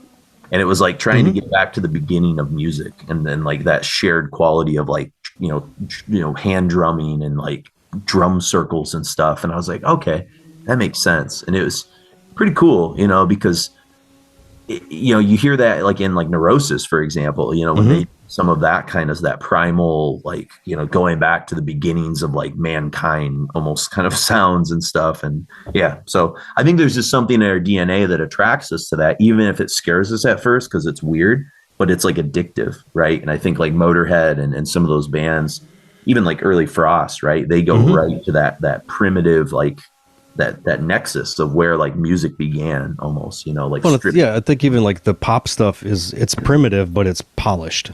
It's primitive in the sense that it's like the only notes you need. It's like breaking this down to, the Swedish stuff, that maybe the melody comes from Swedish folk music originally, or, they're trying to have something more bright in a dim, in an area where there's like a lot of darkness in the winter, very short days and no light. Moondark. Yeah. Moondark Studios. Moondark Studios, baby. And then we go from Sodom to a pair of tunes from a band that is kind of newish to me. I know I've heard of them. I know they were in the countdown that I put together, the History Heavy Metal, but I didn't really know a lot about them until... Stuff was real hard to find until, you could listen to it on YouTube. Yeah, and it was kind of relatively recently, but, and that's Bulldozer. And they hailed from Milan, Italy, which I was just there this summer. It's a very nice place. Did you see any of the guys? Or I did not, no, unfortunately. Okay. I should have looked for him if I had known we were doing this episode. I would track them down to an interview. And they're clearly bathed in Venom worship, but formed in 1980, Day of Wrath is their debut, and we're going to play a pair of tunes, Cutthroat and Insurrection of the Living Damned, from that record. And I think what kind of drew attention to these guys originally wasn't just the Venom stuff, but the fact that they got Algie Ward from Tank to produce the record. And I think that kind of put them on the map a little bit. And I think that's a good... like that's another band too. Tank was kind of doing like really great, like Motorhead primitive riffery stuff in this time period. And I thought it'd be kind of fun to present a pair of tunes, in case Requiem fans were maybe unfamiliar with them, whereas most Requiem people probably know Bathory and Sodom, I'm guessing. But yeah, Andy Panagata, his riff work is very like awesome on guitar. It's very Venom-esque. You'd swear it's, Mantis at times, some of the types of riffs he's doing. I think they're pulling from the same kind of well of creative things. And there's a lot of Show No Mercy, like Die by the Sword type riffing too. I said, hell, even Insurrection of the Living Damned made its way onto the legendary Speed Kills comp that had Exodus, Slayer, and Metallica on it too. So people knew about Bulldozer back in the day, but I think maybe the fact that they were from Italy and outside of like Death SS or Paul Chain, there wasn't like a lot of metal attention coming from Italy in the early 80s. No, I mean Goblin to some extent, but they're more metal adjacent for sure. Yep. But I just thought the energy and the genre blend of Bulldozer was really kind of similar to the kind of template that Niflheim kind of put together, and definitely a band that they sort of drew influence from. And then, check it out this November, they're going to be doing a U.S. tour. So they're actually going to be 3 blocks from my house, and they're hitting the East Coast, and I think they're doing a fairly decent tour. Yeah, we're gonna go. Maybe we'll tell them about this episode, get them pumped up. Maybe we can talk to them. So. There we go. And then last but not least in this set, aforementioned in Bloodfire Death, they talked about Vulcano. And this is from the notorious Bloody Vengeance album from 1986. The spellings on this song, is it Dominoes of Death, Dominios of Death? I've seen it spelled a ton of different ways. So is it Latin or is it Spanish? I don't know if it's lost in the translation. the band name is spelled like 2 or 3 different ways too. Exactly. I've seen it with an O and with a U and you name it. But they're from Sao Paulo, Black Death thrash outfit, definitely, built on kind of hyper speed brutality. Dominoes, is a pretty short burst, but it gives you kind of a taste of that formula, I guess. I think what's interesting about Vulcano is like the solos are less rooted in like maybe the Slayer kind of creator kind of chaos and more in like traditional hard rock and heavy metal, which I think is really weird. Yeah. And I think that's like a weird dichotomy that they also share with Niflheim, right? The Niflheim, they zigged sometimes when you thought they were going to zag. And that's, I think, one of the cool qualities to them that I think is pretty neat. So, and even vocally, this reminds me of a lot of like later on Nocturnal Culto vocal delivery stuff. Yeah, I could, and we're kind of planning to do something on Brazil soon down the road. And so I don't want to talk too much about these guys now, but I just think there's, the more I go back and like think about like Sarcofago and Vulcano and early Sepultura, kind of like you were talking earlier, like those Vader demos. I think those albums had more of an impact globally than maybe we give them credit for. And we're just now than we ever understood. Yeah, than what we knew before. So, but cool. So let's get into it. We got some palate cleanse before we get right back into Niflheim stuff. Here's some stuff that really influenced them and kind of gave them, I think, a guideline to how they want to put their stuff together. So we've got Necromancy from Bathory's Bathory, Witching Metal from Sodom's In the Sign of Evil, Cutthroat from Bulldozer's Day of Wrath, also Insurrection of the Living Damned from Bulldozer, and then Dominios of Death from Vulcano's Bloody Vengeance.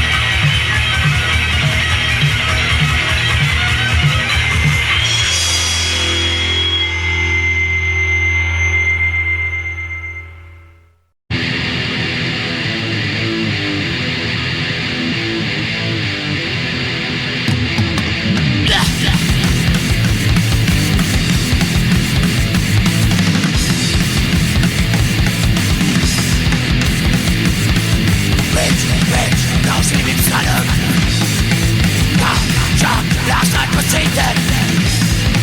Hell, hell, this body's blind. No, will walk. Target, by fire. Target, black loss. Target, instrumental.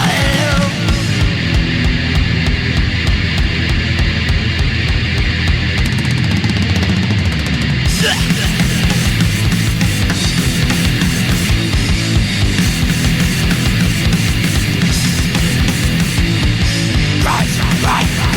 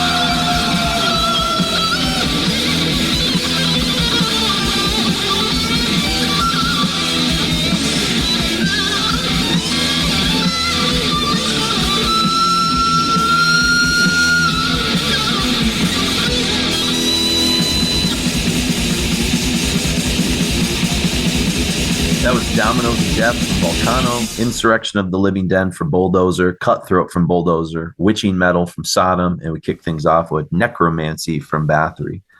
So we're kind of back quick to catch our breath after that flurry of foundational sort of influences, I guess. I thought before we sort of jumped into this like next little mini set of influences, I'd share a piece from the first ever Niflheim interview, to my knowledge, as far as I saw them reference, from Metallion Slayer, and it was issue 10, and it's a guy named Shadow who's doing the interview, and this is kind of getting to where Shadow Stevens, or yeah, Shadow Stevens for sure. Yeah, it's either that or Casey Kasem. We know they were deep into the throes of 80s black metal influences, but they ask, your song titles and lyrics are very raw and brutal, just like in the old days of black metal. What kind of stuff are you influenced by?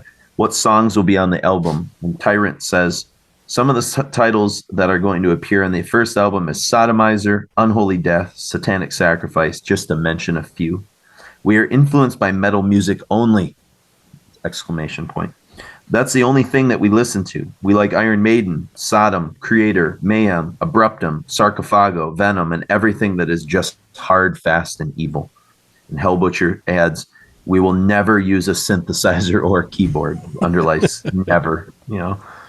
I've got a quote too from about lyrics, is that yeah, go he's ahead. talking about lyrics are always written in a state of pure hatred.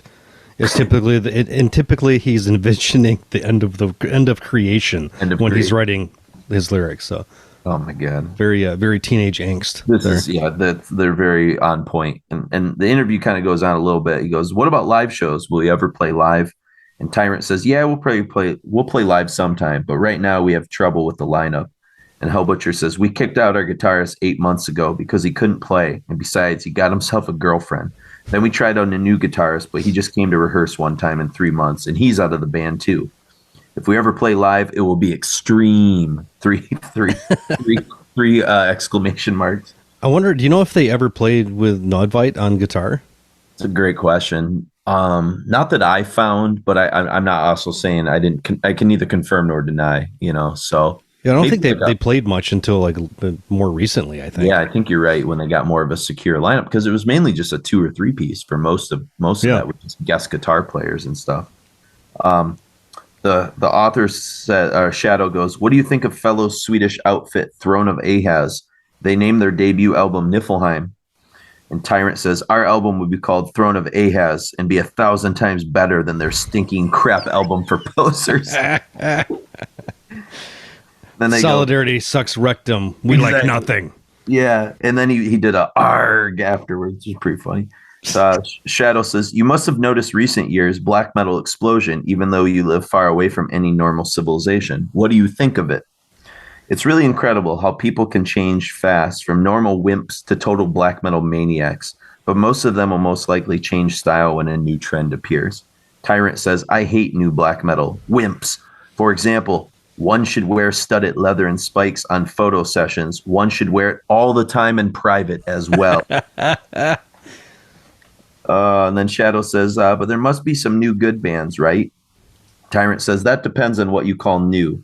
I don't believe that there are any great bands that started after, let's say, 1992, when black metal was really getting big again. I like bands like Dissection, Emperor, and Master's Hammer, if you would call these bands new." And then he says, "What about your band name? Are you totally into Northern mythology or what?" And Hellbutcher says, "No, but we are from Sweden and the name fits our music. Our lyrics are not about Vikings and that kind of stuff, but the meaning of the name is great and really cruel. Total disaster." And then the last question is, "What do you do in your spare time?" And Hellbutcher says, "I drink home booze called Goja and bang my head to black metal." And Tyrant says, oh God, here we go. Sorry. "I drink booze and I rape virgins." And any closing comments? And Tyrant and Hellbutcher say, "Fuck off." So that's the first interview with these guys ever from. That's most of the stuff I've got too. It's just all very not positive about the scene. No.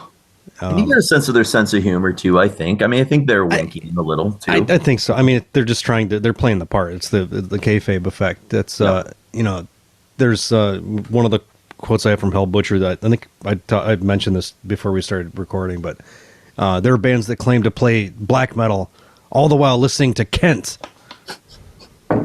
Fuck them. I laughed at that quote because I kind of love Kent, but that's you know who Mark and I are. We have diverse palates, but I get it.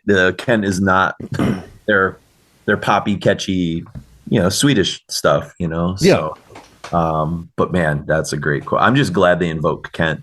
It's sort of like the old photos of Messiah wearing the Joey Tempest shirt. Well, I mean, most people. I don't even know how many people even know who the fuck Kent are. But yeah, we were like real into him for a couple years in the 90s. Yeah, in the 90s and early, because I think Michael and Jonas and all the Catatonia guys were way into him, and it fit with that aesthetic of like the. Was it that Hegnista Hill record? Is that the one that was the big? That's a big one. There were a few of them actually, because I got about 4 or 5 Kent records, and they're all really. If you like good, let's put it this way, if you want like Last Fear Deal Gone Catatonia, but you want it like poppier, go get some Kent. It's got those same kind of vocal hooks. It's poppy, but it's like really morose and yeah. It's like a way better like Coldplay.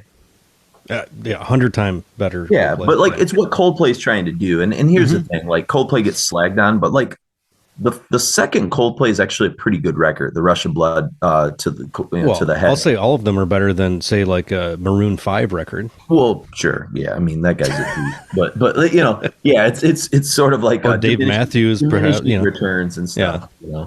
But it's kind of in that sort of. It's like people that were like, hey, we kind of like Radiohead, but we don't want to be as weird as Radiohead, but we'll do like some of the things there, but we'll also mix with some like, I don't know, U2 like hooks and stuff like, it's just that. I don't know. It's indie, I guess, but it's also pretty poppy. But yeah, anyways, let's get back to these influences. We'll make this kind of a short talk set so we can kind of get through the influences and get kind of going with Niflheim. But they mentioned we talked about Vulcano being part of this Brazilian scene. So the first thing that we're going to kind of open up with is, speaking of Brazil, the infamous Sarcofago from the I.N.R.I album from 1987. And I guess I had forgotten what the I.N.R.I was. It's on the Jesus crucifix. Yeah, it's Latin for the crucifix and stuff like that. But it's their legendary debut. Very full of blackened blasphemy. Obviously, Wagner, Antichrist, had been the original vocalist for Sepultura before he kind of left to form Sarcofago. And Deathrash is this bulldozer. I said pun intended. To the brain, full of catchy elements and kind of really uncomfortably extreme moments that really synthesize, I think, Niflheim's debut too. That there's these moments on that first Niflheim that are just like too fast, and you're like, Jesus, it's like assaulting, but in a cool way. It's like just when you get like comfortable with some of like the melodic hooks, they just like come at you a little, and it's kind of brilliant. What's the timeline with Death Crush? Is that 88? Well, I was going to say this song sounds like this. The fucking refrain is the same thing. It's Death Crush, yeah, exactly. Yeah. Deathrash, and I know Mayhem were into all this, so I'm sure that Mayhem was taking it from Sarcofago, and that's what a lot of these guys were doing, but just tweaking it a little bit. And they definitely Mayhem had their own energy and stuff to it, but I definitely it's pretty extreme shit. I put Death Crush ? I mean, the production almost hurts on this record, it's not easy listening. Yeah. So then we go from there back to the homeland. We started with Bathory in the last set, and we're kind of back in Sweden with Morbid. Speaking of Mayhem, from their December Moon demo from 1987. And I said, not only did Niflheim borrow the logo design from Sweden's, legendary Morbid. One of my favorite all-time logos is Morbid. Great logo. Yep. And also Treblinka. They kind of take both and merge them together. But they sort of blend that melodic Nawabum thrash and black and brutality also, which was pretty crucial to the sound of Morbid, For people that maybe don't know, and I'm sure it's not a lot of you, but just in case, obviously featuring Dead on vocals before he went off to join Mayhem. Before and passing away. Became Dead. Yeah, then became Dead. And also Ulf Sederland on guitars, who went on to also help form Nihilist and Entombed. So For a short period of time, LG Petrov played drums for Morbid. did you really? Okay. Yep. Yeah, actually, I knew that. Yep. I don't know if it was ever recorded or if it's just demo or if it was. I just remember reading some interview because I've got a Subway poster for Wolverine Blues, and LG's wearing a Morbid shirt, and I remember hearing like a interview with him talking about how he used to play drums for. He was playing drums for Morbid before he was in Entombed or Nihilist. So, I mean, clearly those guys had to be incestuous in that scene, right? Totally. They were all hanging out with each other. Very few bands early on too. So it's just weird. You kind of think like, would Dead's fate have been different if he had stayed in Sweden and joined some of those like early death metal bands, or was he always kind of predestined to this sort of destructive lifestyle? It's like a thought experiment, really. I mean, I think he was a deeply depressive guy. Yeah. Probably, I think he wouldn't have been remembered if he was just in Morbid, even if they did like 3 or 4 records. I think you're right. He's got the notoriety of, like the way he ended things is pretty like adds a lot to the whole story as far as him being remembered by people. And he's definitely an interesting, kind of iconoclastic vocalist, but I don't think if he wouldn't have, shot himself in the head with a shotgun, we still probably wouldn't be talking about him. Yeah. I mean, he'd be never joining Mayhem. He would just been kind of a footnote. Yep. Yeah. So interesting, but it's a cool song. Morbid doesn't get enough credit. They don't get talked about maybe as much as they maybe should, but great Evil Dead sample at the beginning. There's this awesome mosh breakdown at the 2-minute mark. It's just, this is a song I think I knew about Morbid, but like their stuff until that box set came out a few years ago was kind of hard to get a hold of. And then this originally, I think, appeared in that Swedish metal comp that came along with the Daniel Eckerrath book. Yeah, right? Swedish death metal. You can still find it pretty cheap. It was, I don't remember who put it out, but man, there was a lot of volume of that thing. It was a nice find. Yeah, it was like 3 discs, I think. It was in like a little, it's like in that little Discharge Society's Victim kind of cardboard box thing. And then if you really get into either the Morbid or the Treblinka that we're going to talk about, Century Media put out these really nice kind of like almost like long box kind of box set things with like little books and different stuff for both the Morbid and for Treblinka. I got the Treblinka vinyl box set at MDF because I was talking to somebody at the booth and they're like, it was the last day and they were trying to get rid of the shit. I get it for $30. I remember you telling me that. That's crazy because they didn't want to haul it back with them, right? Yeah, and I think they were selling for at least 80 or more. And those things have to be rare now. I would think so. I still have the shrink wrap on mine. I slid it open to pull the stuff out, but it's got a book and I have 4 records or something on my Treblinka box set for CDs too. That's really funny. Yeah, it's a really cool thing. I don't know how many people care about it, but I was just like blown away when I saw it. I was like, shit, how much is that? Like $30. It's like, are you fucking kidding me? Yeah, I'll take it. For vinyl, that's a great deal. Indeed. Yeah, I was driving back, so it wasn't a big deal. Yeah. So speaking of legendary Mayhem vocalists, I think this was serendipity. I didn't even think I did this on purpose. It was just kind of like chronological order. But we go from Wings of Funeral from Morbid to Tormentor featuring Attila from Hungary. And, back to back. Were they back to back or was there somebody in between? I forget. No, it was after Attila Maniac came in. Well, I guess Maniac was there before, but I don't think he ever recorded. Yeah, and then there was one other guy that I thought sang on something. I don't know. There's a weird the Mayhem timeline is like weird because there's so many members that were kind of in and out at different times and stuff. I kind of lose track of it. So for like Death Crush, you've got the original drummer. And then you've got maybe Maniac was the first, or somebody. It started with an M. It was another name, Magus or something like that. Magnus.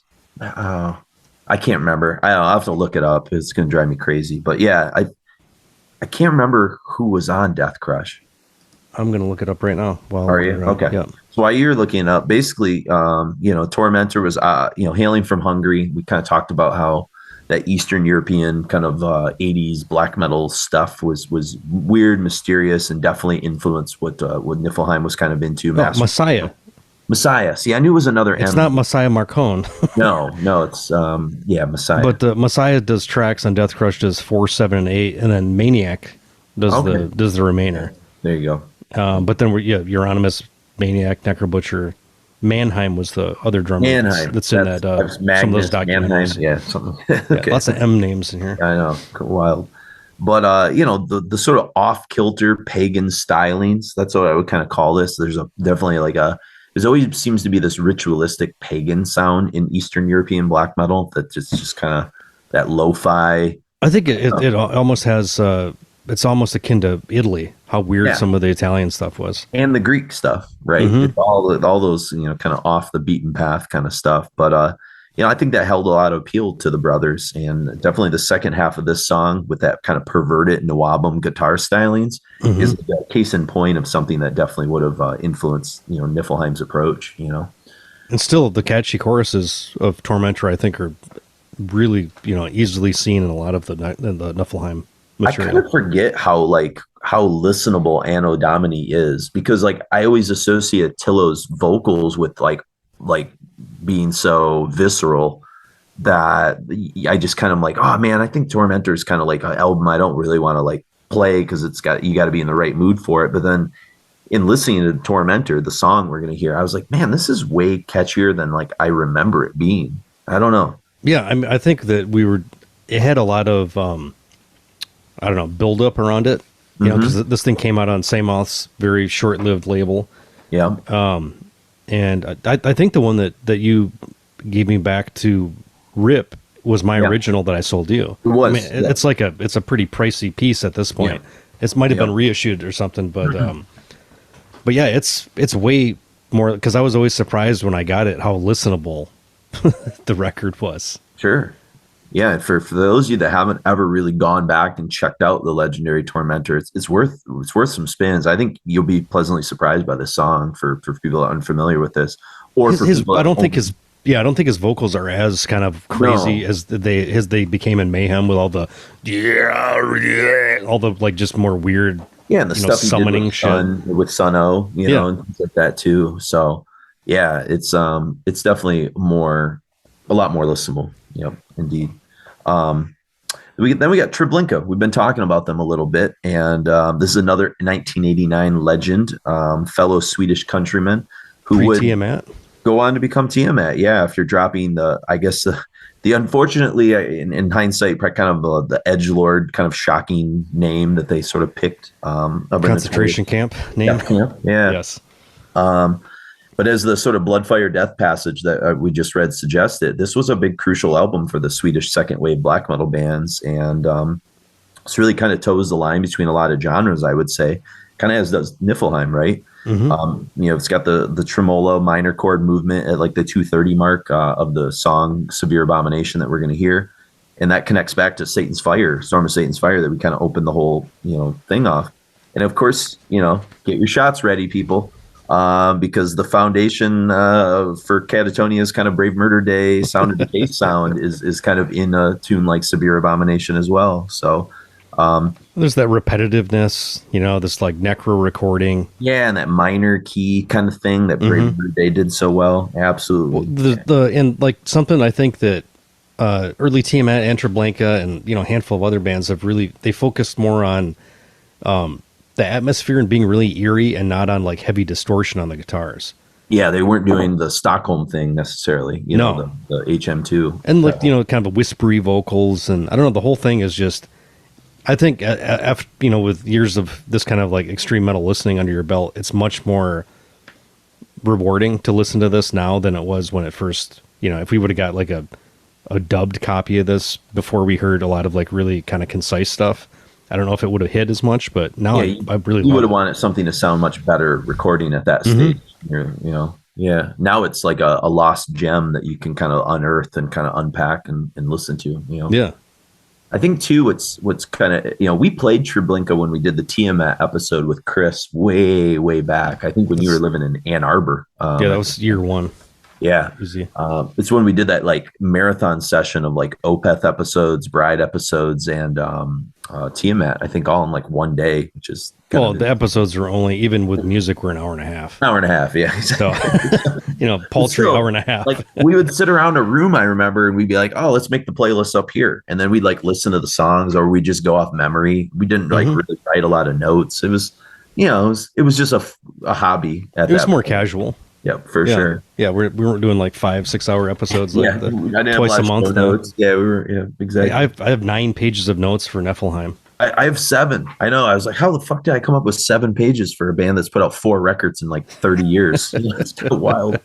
But I think one of the interesting things about Treblinka, speaking of the influence they had on Niflheim, is Treblinka reformed for the release party for that Swedish death metal book in 2008. And I don't think Johan was in it though. And Tiamat's Johan Edlund didn't want to come. And he was quoted as saying, Treblinka is an extremely bad name, and I don't really want anything to do with it. So he sort of distanced himself from that. So who'd they get to replace Johan, Mark? Do you know? Hellbutcher. And Tyrant. Yeah. Nice. So the 2 Niflheim guys joined Treblinka for their like one-off show in 2008. And I was like, I'm pretty sure that's on YouTube. Perfect marriage. To watch. What's that? I'm pretty sure that show's on YouTube to watch. I think it is. Yeah. So check it out for sure. But that's really cool. And kind of a nice little fitting kind of come circle, full circle. There you go. I can't talk. Come Circle's a different thing. Come Circle. That's the name of Limp Bizkit's 3rd record, Come Circle. So yes, it's the level past a circle jerk is a come circle. Yeah. But let's get into it. So this is our last non-Niflheim set to sort of whet the appetite and set the foundation for where we're going to go with these guys. So we've got Deathrash from Sarcofago from 1987, Wings of Funeral from Morbid's December Moon demos, basically EP, Tormentor from Tormentor's Anno Domini, and Severe Abomination from Treblinka's Severe Abomination EP.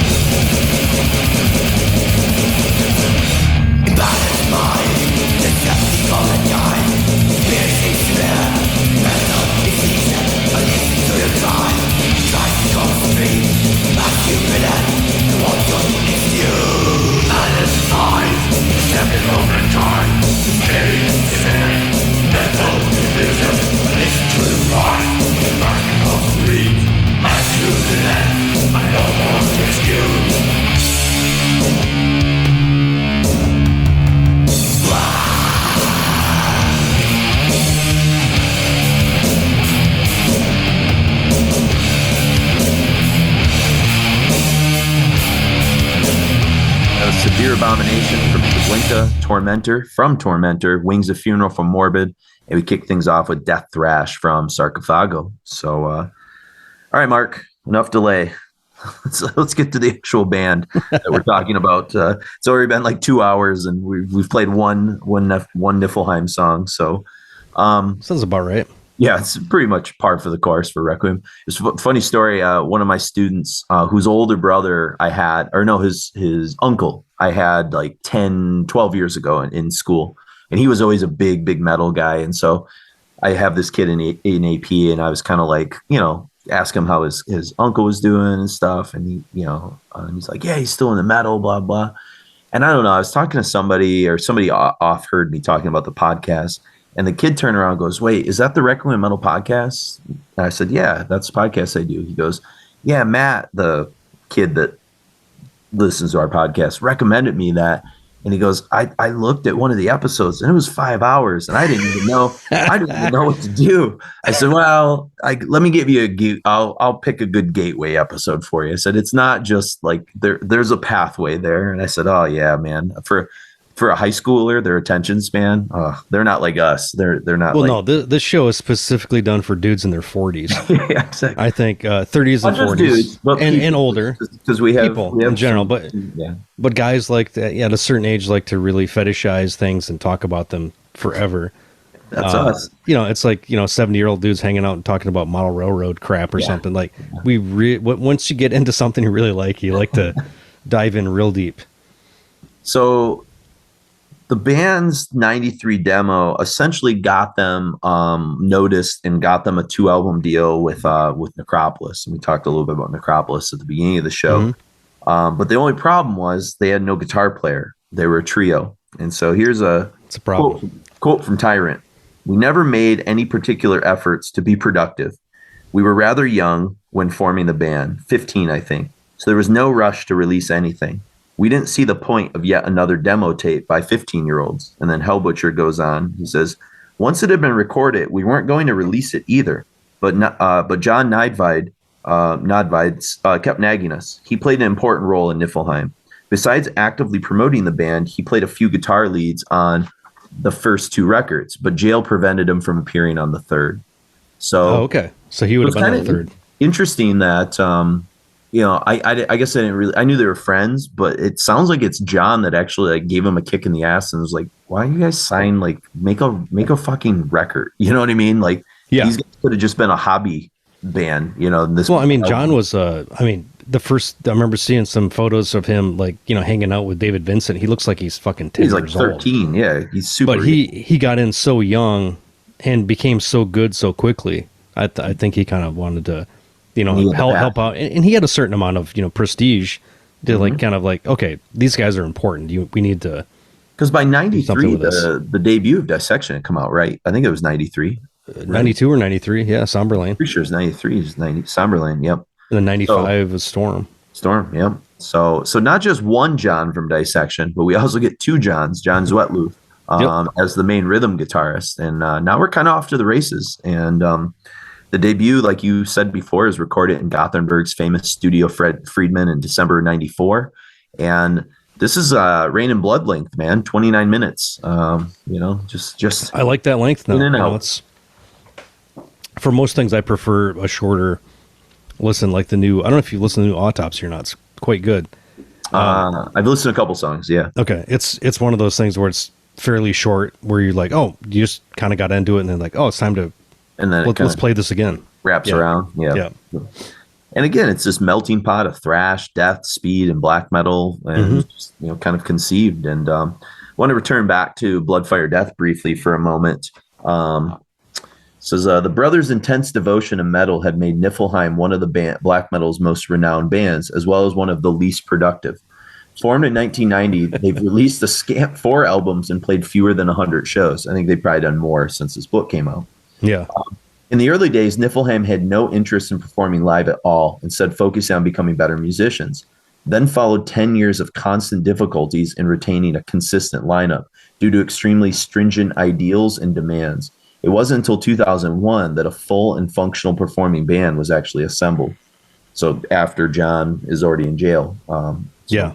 he's obviously not going to play live shows probably with them. I think there's something about, the commitment you have between two brothers compared to anybody else is going to be different. Because it's competitive too. There's a natural sort of, one-upsmanship, But also you can like hate each other's guts and then you're fine the next day. Yeah. It's like probably that kind of volatility. I don't think everybody is, unless you're related to somebody. Sometimes that's not something you want to deal with. Yeah. I mean, it's kind of like the miracle of like how Van Halen like survived all of like, Diamond Dave and just all the it was the two brothers just kind of kept it moving, Yeah. It wasn't until 2001 that a full functioning performing band was assembled. The brothers' exacting attitude means that when Niflheim finally do something, be it a concert or an album, it's always done with the greatest dedication and care possible.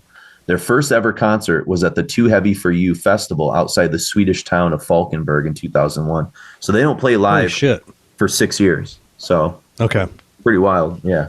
Niflheim would only agree to take the stage on a bill that, hang on, flipping the page here, that they insisted included Russian band Koravia Metala. The Russians canceled, unfortunately, but were replaced with Root from the Czech Republic, which the brothers were equally satisfied with. That'll do. Since they'd put off playing live for so long, they prepared an elaborate show with pyrotechnics, carefully painted backdrops, and plenty of animal cadavers. We broke into a meat container at a slaughterhouse. One of our roadies had a few connections and set the whole thing up. We had the full spines of several cows and all kinds of things, Eric says. Maggots were raining all over us during the whole gig. Pele recalls the event as somewhat stressful. We'd spoken to the promoter beforehand, and he told us it was a big stage, so we'd loaded up a ton of stuff, pyro here and coffins there. When we arrived, we found a tiny outdoor stage, primarily used for dance orchestras, with a huge pillar in the middle. We were forced to change our plans somewhat, to put it mildly. After the first song, Eric smashed his bass. The plan was to break something during each song. His spare bass had a rusty barbed wire for a strap. The wire had been procured from a nearby grazing pen using a bolt cutter. The brothers also brought homemade explosives. This is just like a shit show, man. Yeah, they're hillbillies. It's like fucking Trailer Park Boys playing black metal. This is it. Once we had connected all the bombs, some drunk fucker tripped all the cables attached to the ignition control, says Pele. So when we tried firing them during the show, not a single one went off. So that was hundreds of dollars of fireworks for nothing. They're still packed away at home somewhere. As the band began hurling slaughterhouse waste from the stage, the show took a more dramatic turn than initially anticipated. The rotting spine of a cow caught an audience member right in the face, splitting open his forehead and leaving him with a gushing wound. Eric mentions this was John Necromancer Woodring from American death metal band Usurper, who had traveled to Sweden specifically to see the gig. He was fucking stoked. We also threw out lots of meat. Some of the crowd barbecued it and ate it later. The whole thing was hilarious. We were egging them on quite a bit. We always do. When we toured Finland recently, someone broke his leg on the first night, and then at the second show, someone had a heart attack. Jesus Christ. So I thought it would be kind of worth reading that story just about their very first gig. Again, just to give you a sense of the fact that they didn't want to make albums and they didn't want to play live. They just kind of were guys that were like, we're just making music. And had it not been maybe for Notvide, we don't get this record. Maybe, it's hard to say. So yeah, pretty wild. So I guess this first set's going to be a pretty healthy, getting into this debut record. And it starts off with the Devastation. Opens with this really great chaotic feedback, kind of feels on point for the band. So right way to open an album up, I suppose. And then, of course, they just sort of merged Venom, Bathory, Slayer, and Sodom into this really tense 3-minute sort of fist in your face, I guess. And there's it's finally kind of a release moment around the 120 mark. It's kind of a catchy breakdown. And, you're kind of you're in for something unique compared to, I guess, the rest of what 1995 black metal climate was. And it's just a different song, like you said, from the very moment you hear it. And I'm sure this is the first song you heard from them if you got the demo, because it's track 1. And I don't know how I would have placed this next to like what Emperor was doing and all these other bands. I wouldn't have known what to do with it, because it's not as melodic as Dissection. Not as it's not any of those things. It's a little of everything kind of all merged together, but it doesn't really commit to one thing because it's just Niflheim. It's just doing what it is, you know. It's like simple, barbaric, repetitive pummeling. The bass playing is very nice. Yeah, that was like a standout. Yeah, like kind of like an old style Bathory guitar tone. Mm-hmm. I'm not exactly sure how to describe that, but when you hear it, you know exactly what, kind of what I'm talking about. Yeah. And then it goes right from Devastation. We go to Black Curse, and this is kind of the 1-2 punch that opens the whole album. I really love the minor chord, tremolos. That's obviously people who are longtime Requiem listeners know that we're suckers for those at that, like, kind of about the 50-second mark, and how they kind of bounce into this sort of beyond catchy kind of blackened Nawabum sequence. It's a really weird transition, but it works, Yeah. And they kind of sneak in like a proggy, almost Iron Maiden part in from like 150 to 2. It starts to make its way a little bit, it's like more and more each record. Like a little 10-second thing that, it's like something from like Phantom of the Opera or something, one of those weird little proggy things. And then a weird atmospheric guitar lead from John from Dissection, I assume, into this really cool final section that feels really Tormentor-like. We just heard Tormentor in the last set, and it kind of has that same type of feel in this. Then we go from there into Possessed by Evil. And this is where Demon gets to shine, I think, a little on the drums. He has this really killer kind of Motorhead, Bathory kind of drum intro that's pretty fun and thrashy. Yeah, very Sodom accept. Yeah. I think the thing that I wrote with Possessed by Evil is I said the songs are really never allowed to settle into anything comfortable. Mm-hmm. Maybe that's why this, like, listen, the first couple of times I listened to it, and I think you listened to it and others, you just didn't really know what to do with it. And like, none of the songs are like, I guess, what maybe it reminds me of? Maybe the only band that was sort of doing something like as uncomfortable is those first couple R&Rs before they where they're almost like produced wrong and like it hurts a little bit. It's like too trebly in places and stuff, but it's like thrashy and catchy, but it's not produced right. And so you're not really ever comfortable listening to it. But because they mentioned Abruptum earlier too. And Abruptum is just hard to listen to in general. Yeah. There's not a whole lot of releases on those records of like where, finally we get like the catchy part. It's just all kind of grating. And I think they kind of, did they do an episode on that? They just dropped one on Abruptum like a week ago, and I'm like, okay. I'm kind of curious to see what they approached, because that's a band I've just never spent much time with. I've had the stuff for years. I just I grabbed it because it was one of the weird kind of essential things around there. And I've listened to it here and there, but I think the last thing I heard was their what's the book that Jeff just dropped? The Fates Warning one? Fates Warning, but yeah, I finally listened to the Fates Warning episode. Oh, got it. Okay, cool. Yeah.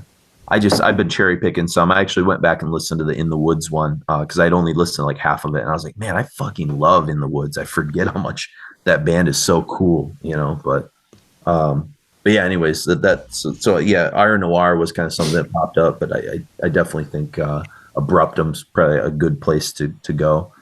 And then I think what's interesting about Possessed by Evil, and I'm not sure if you noticed this, but it was something that really stood out to me, is, I talked about how the songs don't really ever settle. They're always kind of ready to shift to the next part, kind of like, they're going to whiplash into some tremolas or into some ugly riffs or whatever. Mm-hmm. But there's a real nice tip of the hat in the last 20 seconds of this song to Iron Maiden's Hallowed Be Thy Name, with like about 20 seconds left. They end the song kind of similar to how Hallowed Be Thy Name ends. And it's like, it's in the midst of the chaos. I kind of noticed it. And again, you have to know that you're looking for Iron Maiden references in order to like hear them, because they're not going to like shout themselves out to you, but they're sort of there. It's cool. Yeah, it's not. Yeah, it's definitely not on the surface. You've got to. Yeah, but so next time you listen to that song, the very end of Possessed by Evil has like a real weird Hallowed Be Thy Name kind of ode to it, and then we end with Sodomizer, which is just a funny, not just a hilarious name, but one of my favorite songs. It's got an anthemic chorus, real rollicking kind of melodies that are really cool. The first, it actually almost falls into that Tormentor song we played, Tormentor 1 riff and vocal bit. Yeah, no, and the Dissection lads are on point. You know, they're great propulsion from the two guitar players, and Hellbutcher's vocals are really fucking twisted on the song. It's cool. Yeah, and the breakdown in solo, it's almost the exact same one as was on Black Curse. It's like the same solo. It's like John just sort of came in and was like, "Look, I'm gonna give you guys like." I gotta save some of my best riffs for Storm, but like I've got a few things I can throw your way. And he's like, I'll just play the same thing I did for Black Curse, but fuck it, sounds good, you know. Yeah. But it's pretty amazing. It's fun stuff. So, anything that you wrote on any of those last couple songs? I know I kind of just sort of took all the time there. Jesus, I got so many goddamn pages of notes. Let me flip back to this one. Possessed by Evil or Sodomizer? Possessed by Evil, Sodom Accept. Accept. There you go. I said it's like, what is it? I don't understand what I'm saying here. Like 3 to 4 Bathory, Sodom, Venom, Creator, all Hallmark bits. Yeah, it's sort of like they're taking the best, best little parts of all those bands and stitching them together. Yeah. Again, it's like they never settle. They're just always on to the next idea in a weird way. Yeah, what is that? For Sodomizer, which is raw and primitive, about memory and speed on raw epic nature of Dark Throne, great, I don't know what I'm saying here. Great life in this track. Maybe this is one of the ones I watched one of the live versions of, and it was almost like a better live version of the track than what the recording was, because they're just so fucking nuts. It's nuts. Yeah. I'd be curious what these old primitive sounding songs sound like now, because they obviously have a lot more melody naturally in kind of how they approach their music today, you know? Yeah, I mean, everything that I was listening to sounded pretty fucking killer. Like, I'd listen to the original recorded track, and then the live stuff sounded great. The vocals were way more expressive. Okay. Yeah, I think Hellbutcher's just a better vocalist now, you know? Yeah, and he's really got a lot more range than you'd think just listening to those early records. Like, he's putting his all into it. Sure. Cool. All right. Well, let's get into it. We've kept you long enough, people. Let's get into an actual set of Niflheim here. So these are all from their debut record from 1995. We got the Devastation, Black Curse, Possessed by Evil, and Sodomizer.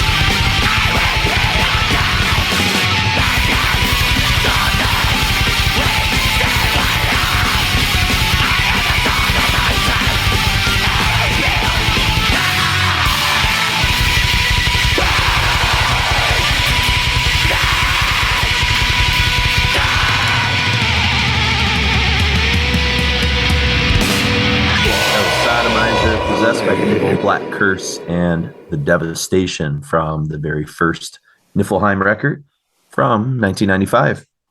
And speaking of that very first debut, cool cover. The little character on the front, the sort of like, I don't know, was he wearing a Baphomet helmet of some sort? Yeah, it's kind of like a little muscle man sitting on a throne. Yeah, it's a Christian Wallen, Necrolord. Is that a Necrolord cover? Okay, Mm-hmm. That makes sense. Yeah. I gotta say, my favorite record cover they did is Devil's Force. That's a pretty fun one. Fucking incredible. That's my favorite record they did too.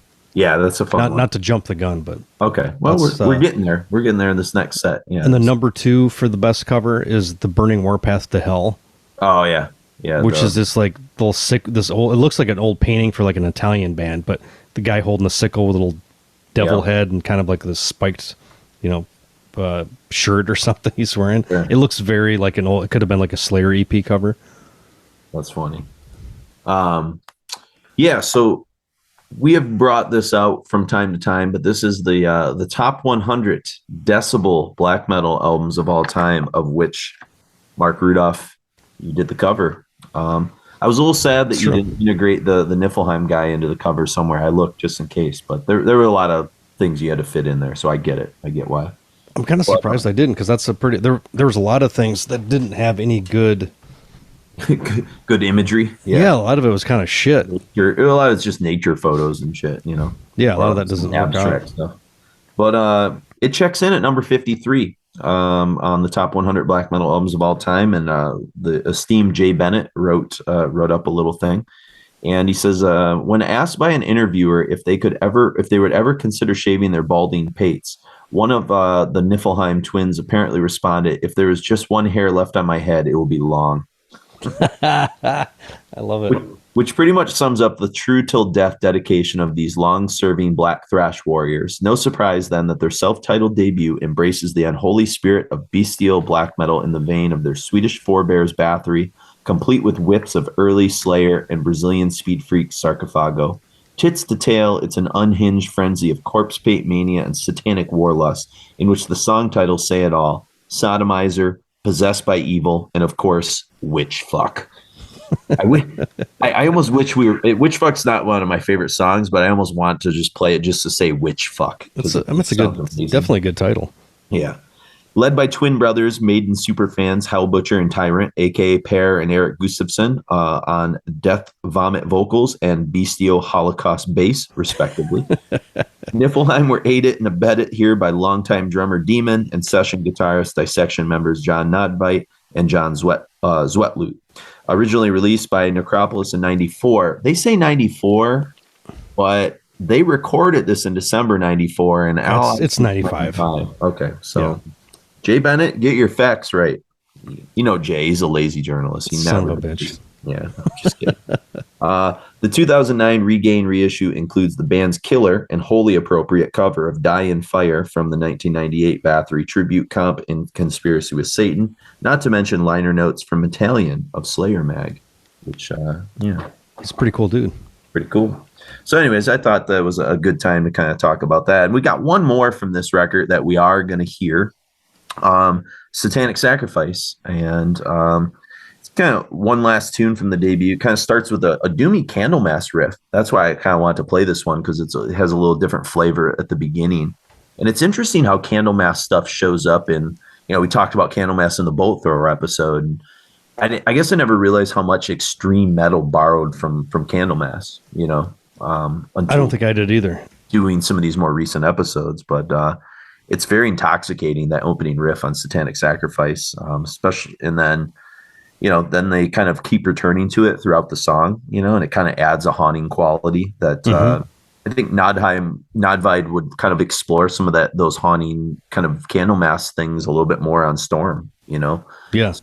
So it's, when you think of the fact that it's the dudes from Dissection playing the guitar on this, it makes a little bit more sense, like why they might occasionally drift into kind of doomier melodies, because that made up so much of the atmosphere of Dissection, Mm-hmm. And anyways, I thought it was kind of interesting. And then Demon's drum fill at the halfway mark is stupid. I fucking love it. It's just like this ridiculous drum fill. So, But yeah, so we got one more song from that record. And before we kind of get into the stuff that we're going to play after, including Mark's favorite Devil's Force and a cover, I wanted to return one time back to Bloodfire Death. And this kind of just talks a little bit about the living quarters. And we were talking about the sort of simple living. And I think this description of where Eric lives gives you a sense of like you said, like how he lives the kayfabe. You know, it's always there, you know.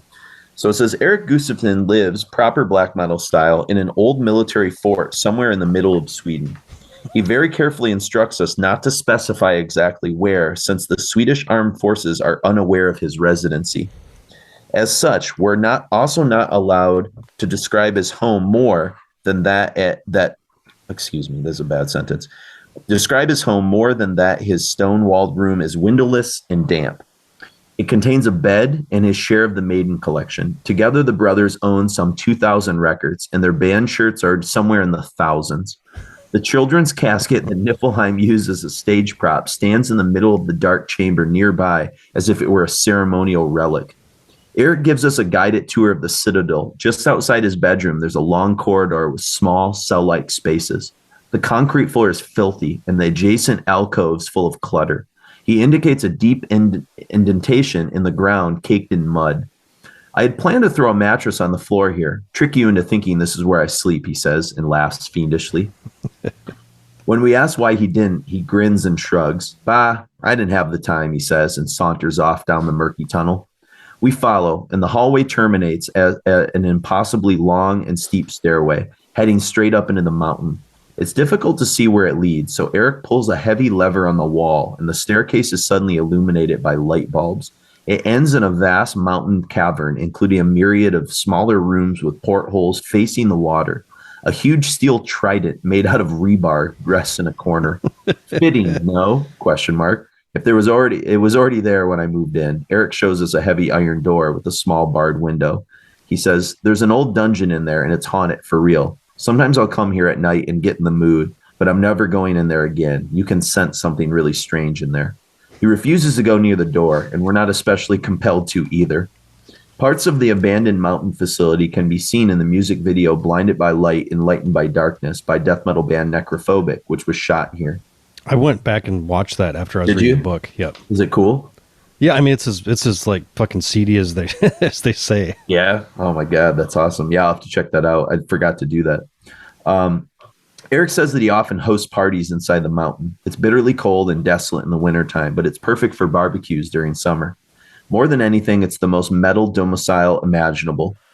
Eric muses, the true dedication of metal has to be something innate. I must have been 3 or 4 years old when I first heard metal. I remember my parents hating how I wanted to listen to it all the time. So, you know, he's just a guy that like you said, it's in his DNA more than even like guys like us, you know, like we've always been metalheads and we always will be, but we've always had a desire to sort of like get out of our comfort zones. And I'm not saying there's anything wrong with not doing that, but, or doing it vice versa, but it's just, that's who he is. And that's where the place he wants to be.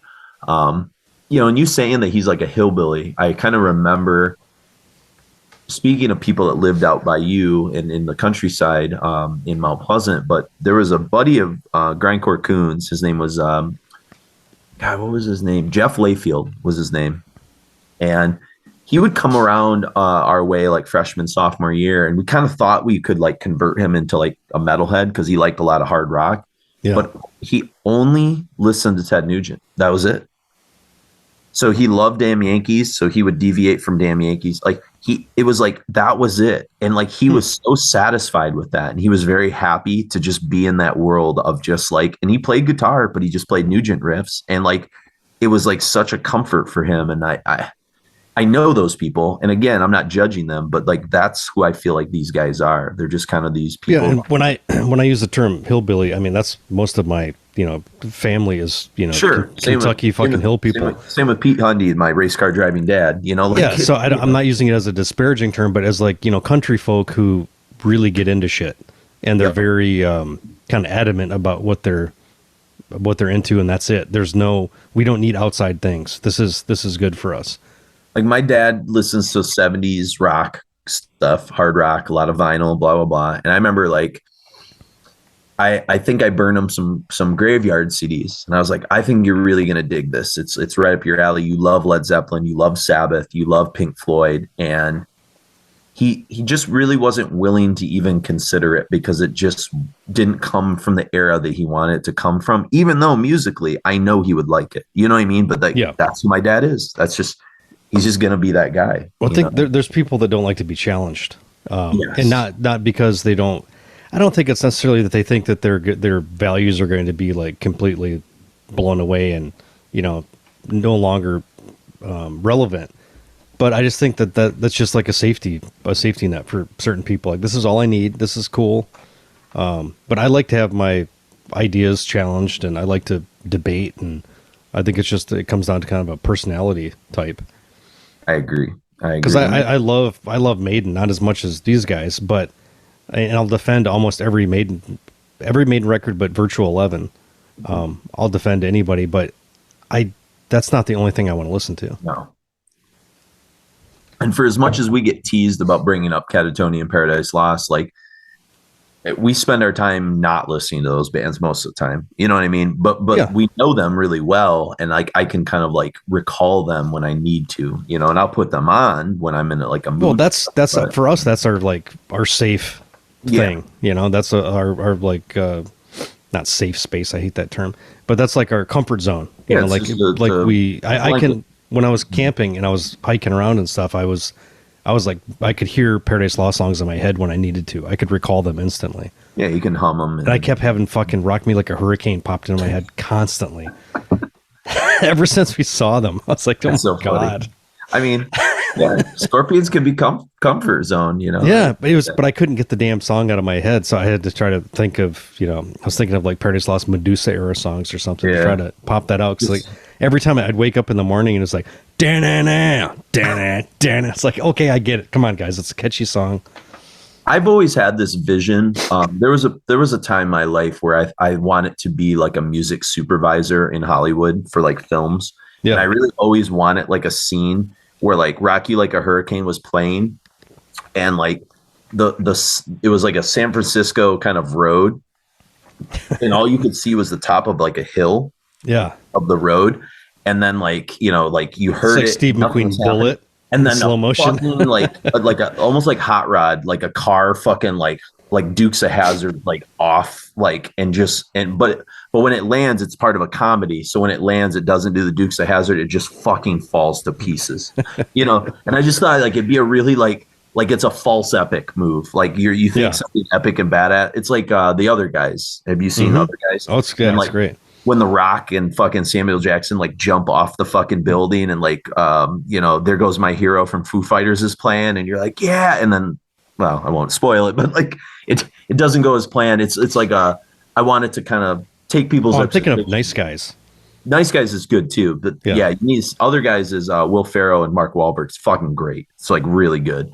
And you need to see it. We'll watch it sometime. But anyways, you take people's like expectations of like action tropes and fuck with it. And it was always in my head scored to like Rock You Like a Hurricane, because that was like the perfect badass song for a car to like be doing badass shit, and then it goes wrong. So yeah, I mean, that sounds like a MacGruber kind of thing too. Yes, it's exactly that's exactly what it is.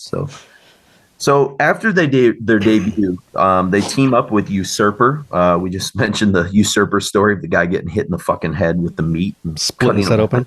And a band called Unpure, and for a compilation called Headbangers Against Disco Volume 2, that was kind of a split for Primitive Arts Records back in 1997. And they do a pretty ripping cover of the Brazilian proto-metal black metal band Vulcano that we've already sort of talked about. And aren't they a Swedish band?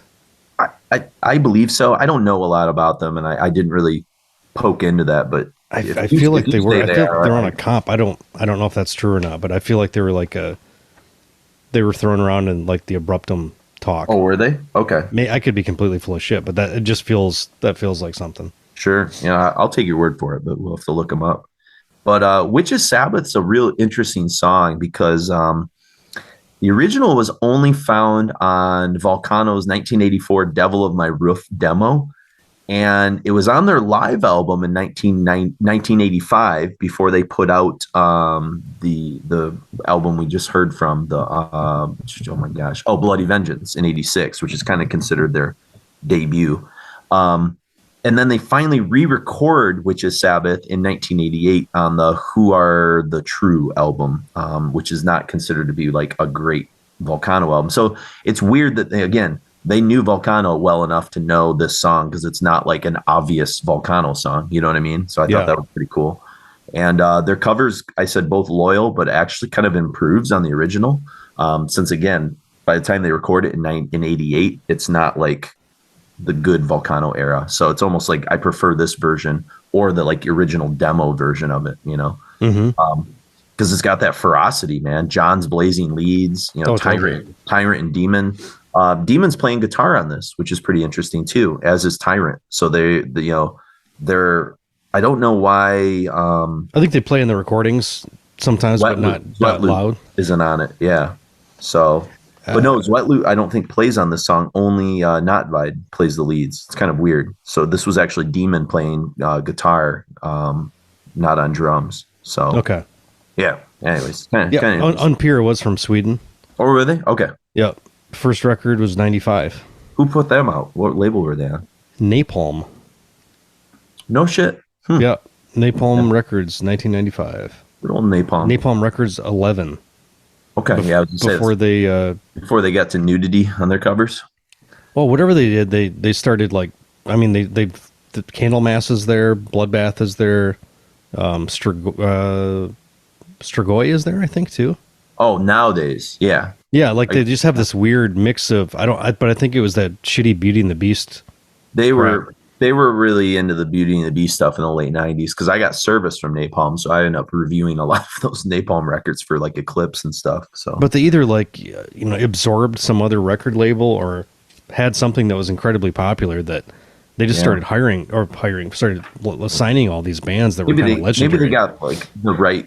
Some of the right people in the office to actually like start getting different stuff. Satiricon's on there. They reissued like the first couple Satyricon records in the last couple of years. Oh, those were put out by Napalm? Yeah. Okay. Yeah. Huh, that's cool.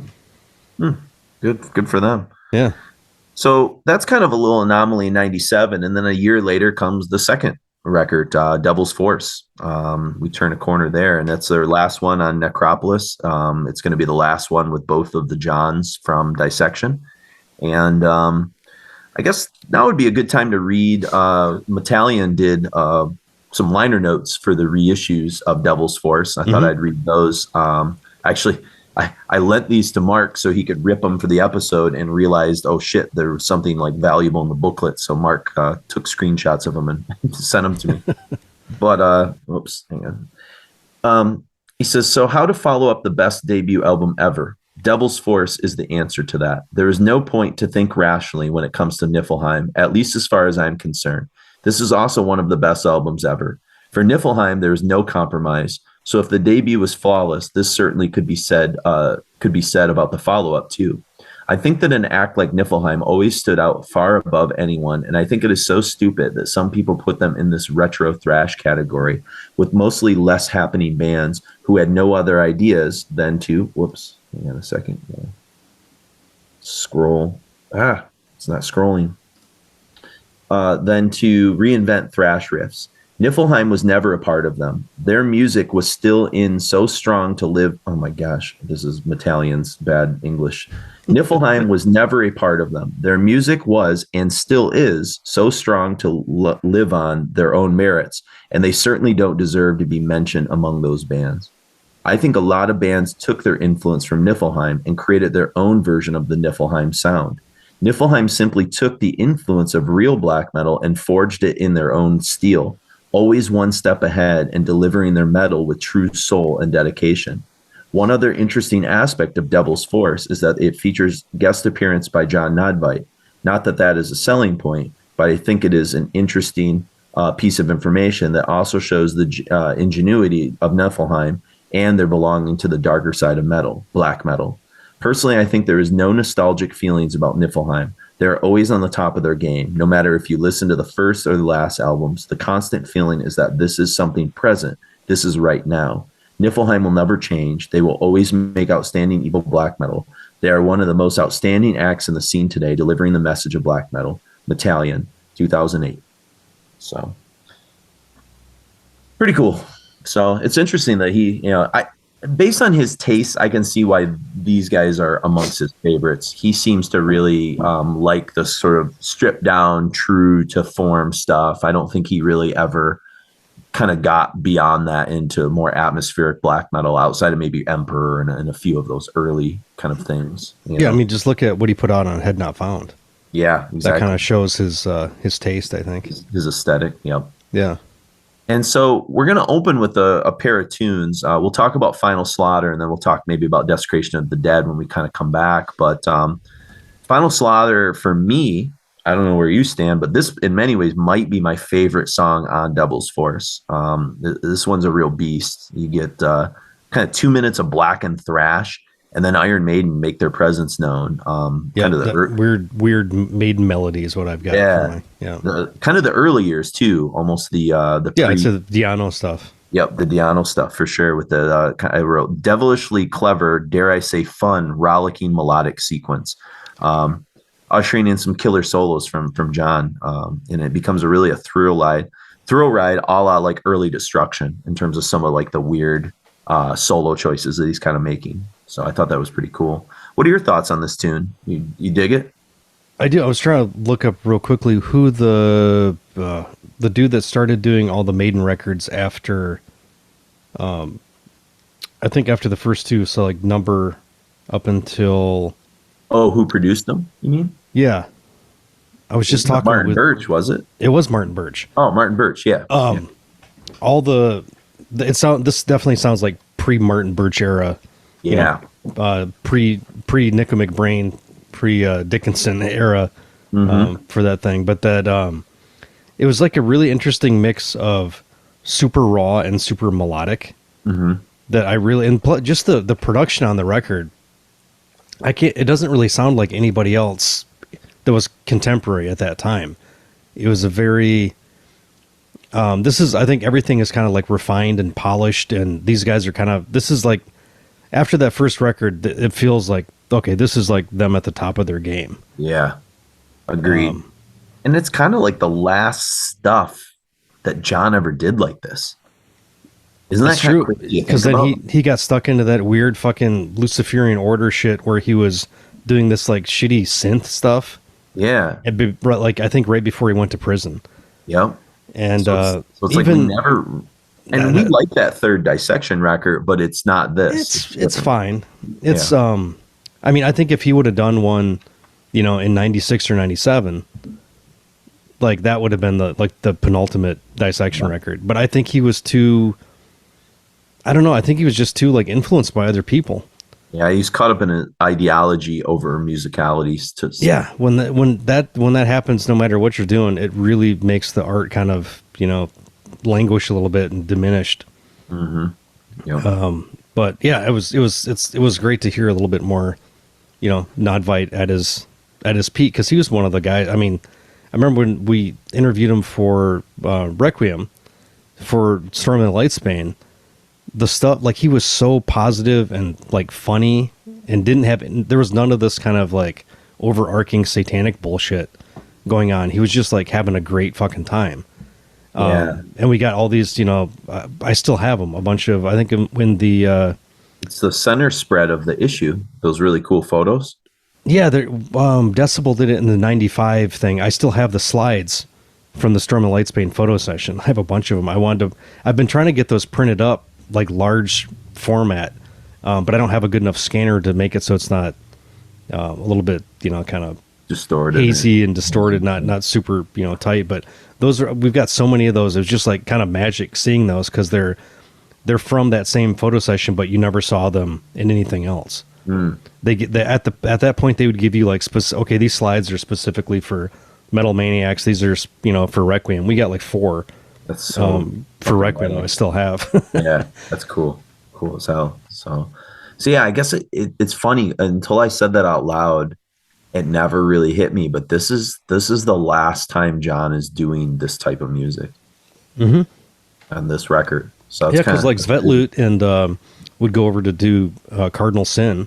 Yeah, he did Cardinal Sin, and then I don't know what he did after Cardinal Sin, but I don't know if he did really. I think he might have just kind of got out of it. yeah. But that whole classic Dissection lineup of Oli Oman and Svetlut and what was the Peter Palmstale? Was that the bass Peter player? Palmstale. Yep. It's such a fucking good band, man. Yeah. So good. I mean, Johan was a great replacement. He was still pretty awesome on Storm, but yeah. Something kind of classic about that Somberlane lineup, Mm-hmm. But anyway, so let's get into it. And well, like I said, we've got Satanic Sacrifice from their debut record, the last tune from 95. Then the Vulcano cover, which is Sabbath from 97, and then a pair of tunes from Devil's Force from 1998, Final Slaughter, and then Desecration of the Dead.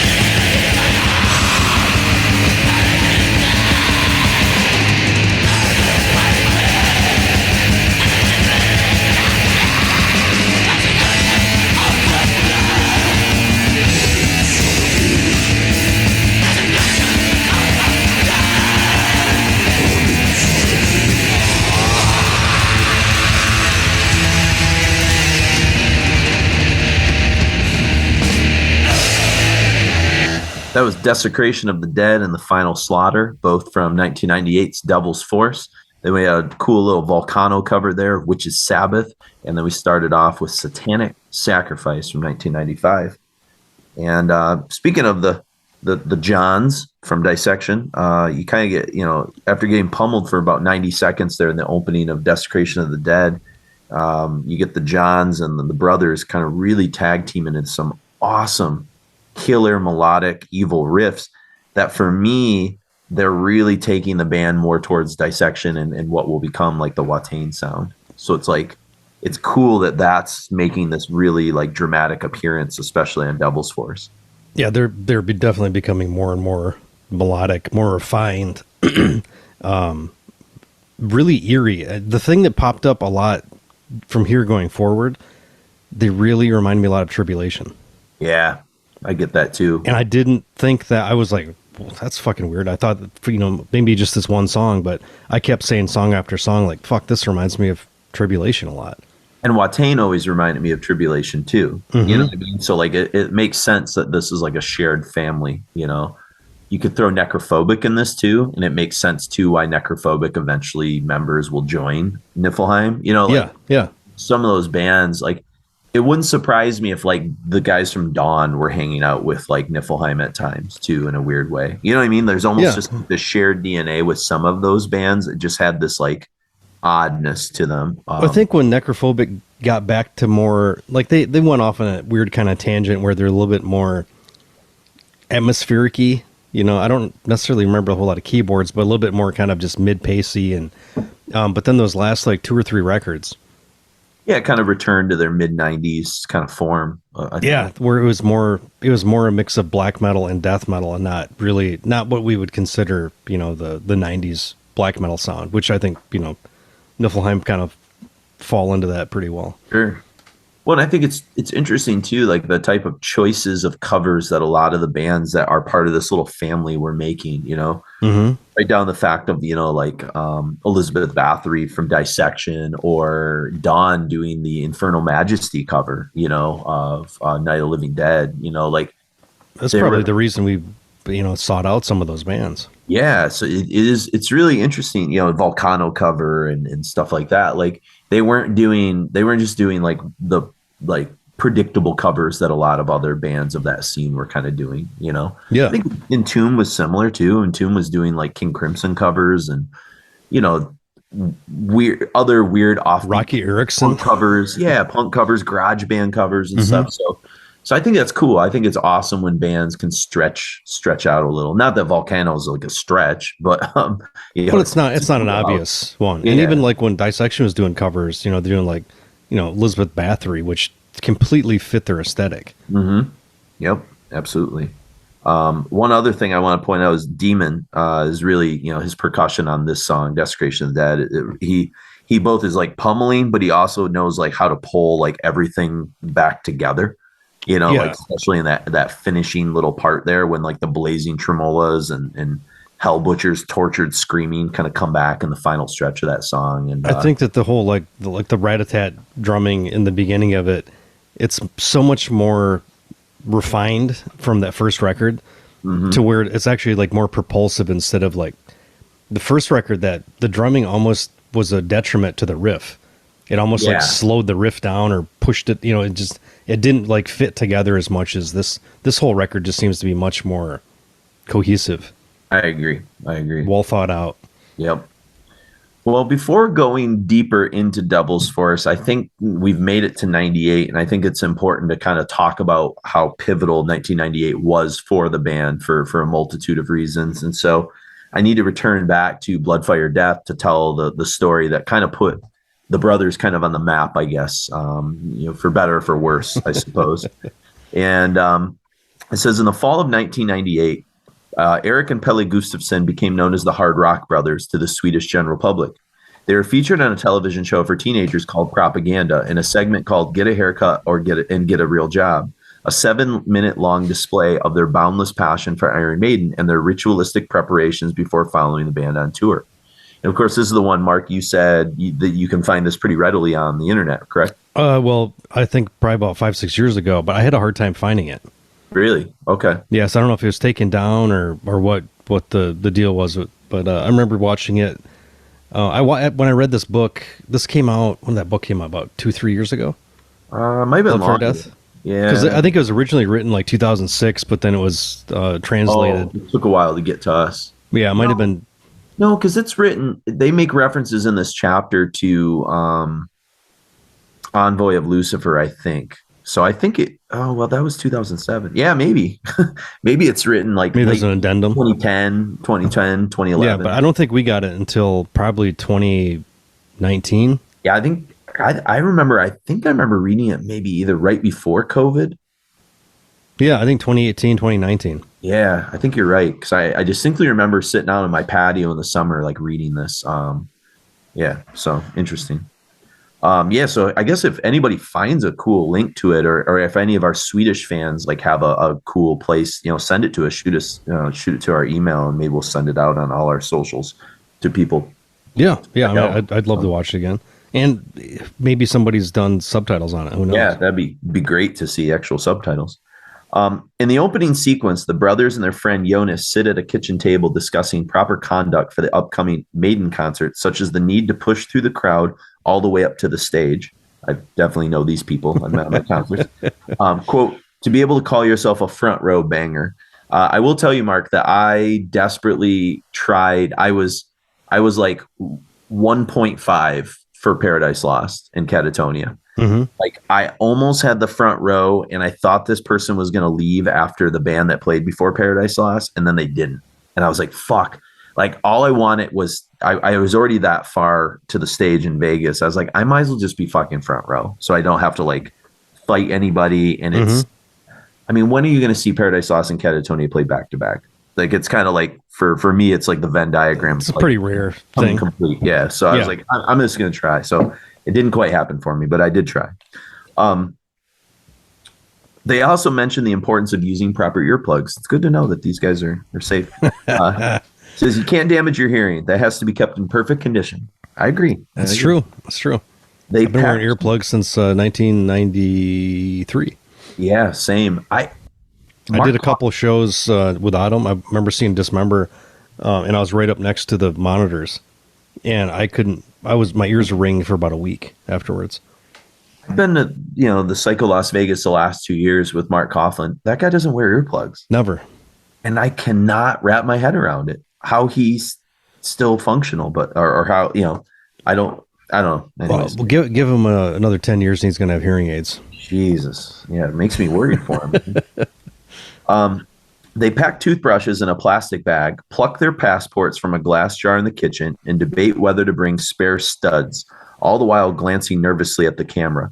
Speaking over the phone, Pele attempts to convince a friend that the new Maiden record is amazing. I think they're talking about probably Virtual 9, right? If it's 98. Yeah. Or Virtual 11. Virtual 11, yeah. Have you heard the new album? Oh, no, you have to hear it. It's the best thing ever recorded. The brothers are the biggest Iron Maiden swag collectors in Sweden, and literally hundreds of posters, patches, t-shirts, albums, and scars filled the modest apartment they shared at the time. Eric points to a poster on the wall, trying to put words to his feelings for the cover art of the Live After Death album. All right, Mark, I'm going to put you on the spot. Okay. Favorite Iron Maiden album cover of the 80s. Let's just say of the 80s? Yeah. Somewhere in Time. Okay, that's your favorite. Okay. Yeah. Live After Death's pretty close for me. I used to be a Power Slave guy. Yeah, I'm a history. But, I go back and forth. I love Peace of Mind as well. It's good. It's a tough question. It's like it depends on There's no wrong answer. Depends on the year. The question, right? Yes. I mean, even Killers and the purity of Killers is so iconic. So I think Seventh Son is a weak cover. I like the colors. The colors, but if you open up the gatefold, the back's a little kind of like woo woo for me. It seems like a little like adult new age or something. Yeah, I kind of well, yeah, it's kind of the era too. Yeah, I love that record though. I just found it's amazing. I just found out that Derek Riggs had to edit the cover to No Prayer for the Dying because oh God, one of the Maiden management guys didn't like the original cover to No Prayer. Because like No Prayer is just Eddie popping out of a coffin. But the original is him grabbing a guy's neck out of the coffin. The Crypt Keeper. Yeah. Okay.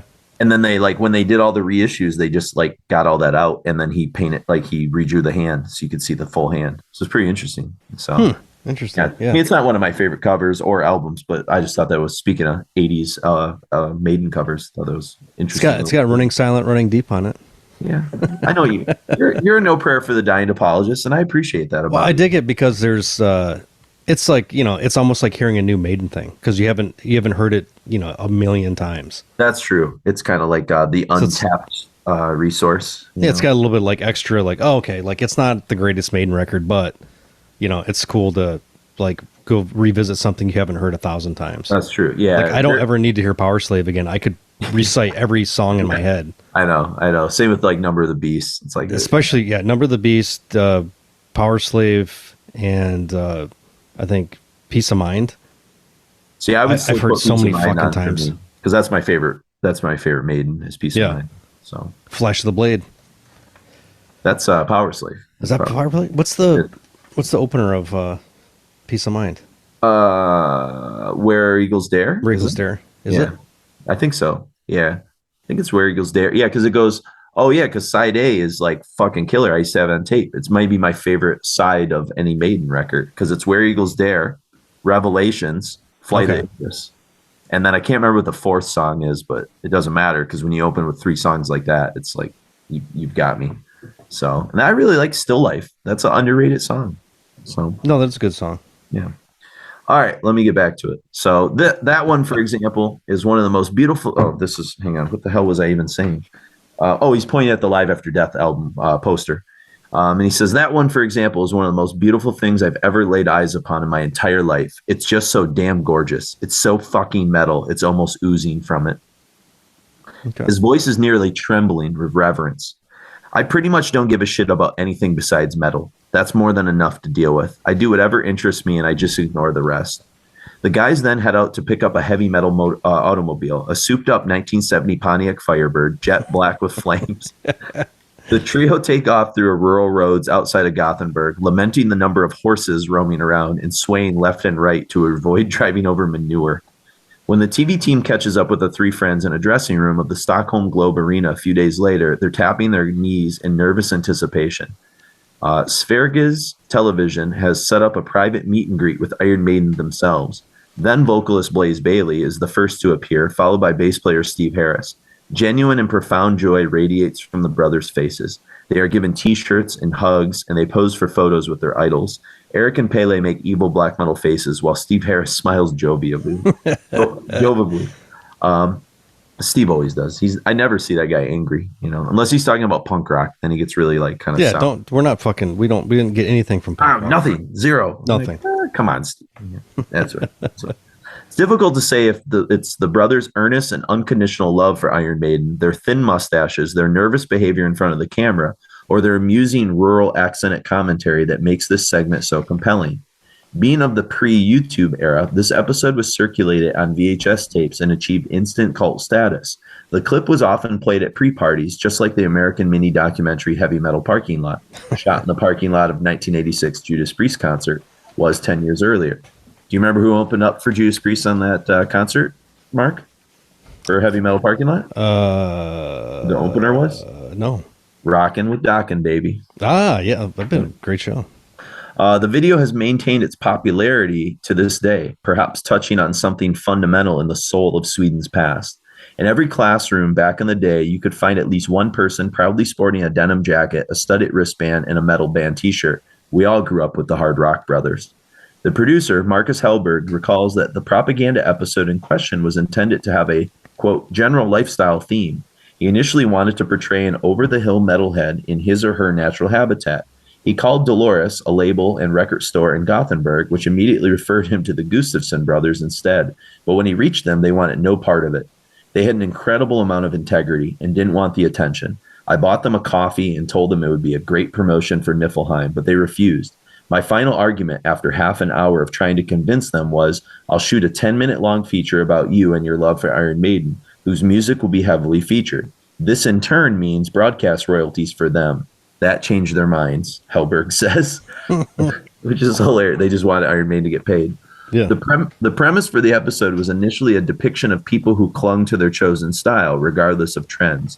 The program also included interviews with a girl who was a full-time Salvation Army soldier and an older punk rocker. But the brothers somehow stole the show, says Hellberg. When speaking about Iron Maiden, they're never putting on an act. They are always being completely true to themselves. There is a continuity with Iron Maiden that they appreciate. The band never abandoned their ideals, their clothes, or their studs, regardless of which way the wind was blowing in the music industry. They practice what they preach. I agree. I think that that's something pretty cool. You know, even more so than probably like a Priest. You know, I mean, Priest. Well, Priest definitely they like kind of went whichever way the wind was blowing to a certain degree. Yeah, they were much more interested in. I mean, you know, Maiden fucked with synthesizers and stuff, but like the way that I think Priest is always more pop centric. Yeah, Maiden was definitely always an outlier. They've never been popular in the sense of mass market, you know, popularity. But they're bigger now than they've ever been ever. Because they played by their own rules. Exactly. Yeah. That's people are drawn to integrity now more than, you know, whatever the biggest hit is or something. Goes back to the bolt thrower argument, right? Exactly. You know, why is bolt thrower bigger now than they were 20 years ago? You know, in a world of compromise, some don't, and no compromises is something often spouted by the brothers. Yep. And "Die with Your Boots On" was the fourth song. Oh, there it is. Yeah. Yeah. Then side 2 is "The Trooper," "Still Life," "Quest for Fire," "Sun and Steel," and "To Tame a Land." It's a pretty great record. I mean, "Quest for Fire" is the only one there that is like, but we used to laugh at that song because it was just so like Bruce was so into the chorus. Well, it's a Steve Harris song, and Steve Harris would do. He'd always do a movie related, "Running Silent, Running Deep." Like he'd always do one about a movie. Like he did even on X Factor. He did one about that Michael Douglas falling down movie. Oh, falling down. Yeah, I remember. So he always had, it was like an emotional thing that he would pull out of like a movie and just, you know, throw it in. But, and then the cool thing is the bonus discs on that, which were the B-sides to the singles. I've got "The Fire," the Montrose cover they did, and then "Cross-Eyed Mary," the Jethro Tull cover. Yeah. Were those on the those were the double disc ones. Yeah, those are all the Castle reissues, which are basically just the B-sides to all the singles that had come out. I only have the Power Slave one of those. All the rest, I got the later ones. I had all of them, and a couple years ago, they were going for a shitload on Discogs, and I sold them all. All those ones in the late 90s had like the Real Media clip things on them or whatever. That was the one after the Castle ones came out in 96, I think. Yep. 95, 96. So I wish I had bought more of those Castle ones in hindsight, but oh well, live and learn. Yeah. Eric and Pele say it was a conscious decision to not mention Niflheim in the program. The band and their veneration of Iron Maiden are two entirely different things. Also, they had no idea it was going to generate any noticeable reaction. They'd already been interviewed about their collection in both radio and newspapers without anyone paying much attention. Suddenly, they couldn't leave their apartment without being reminded about the television spot. I just assumed people didn't watch a lot of TV anymore, says Eric. Turns out they did. It was as if I had become Michael Jackson.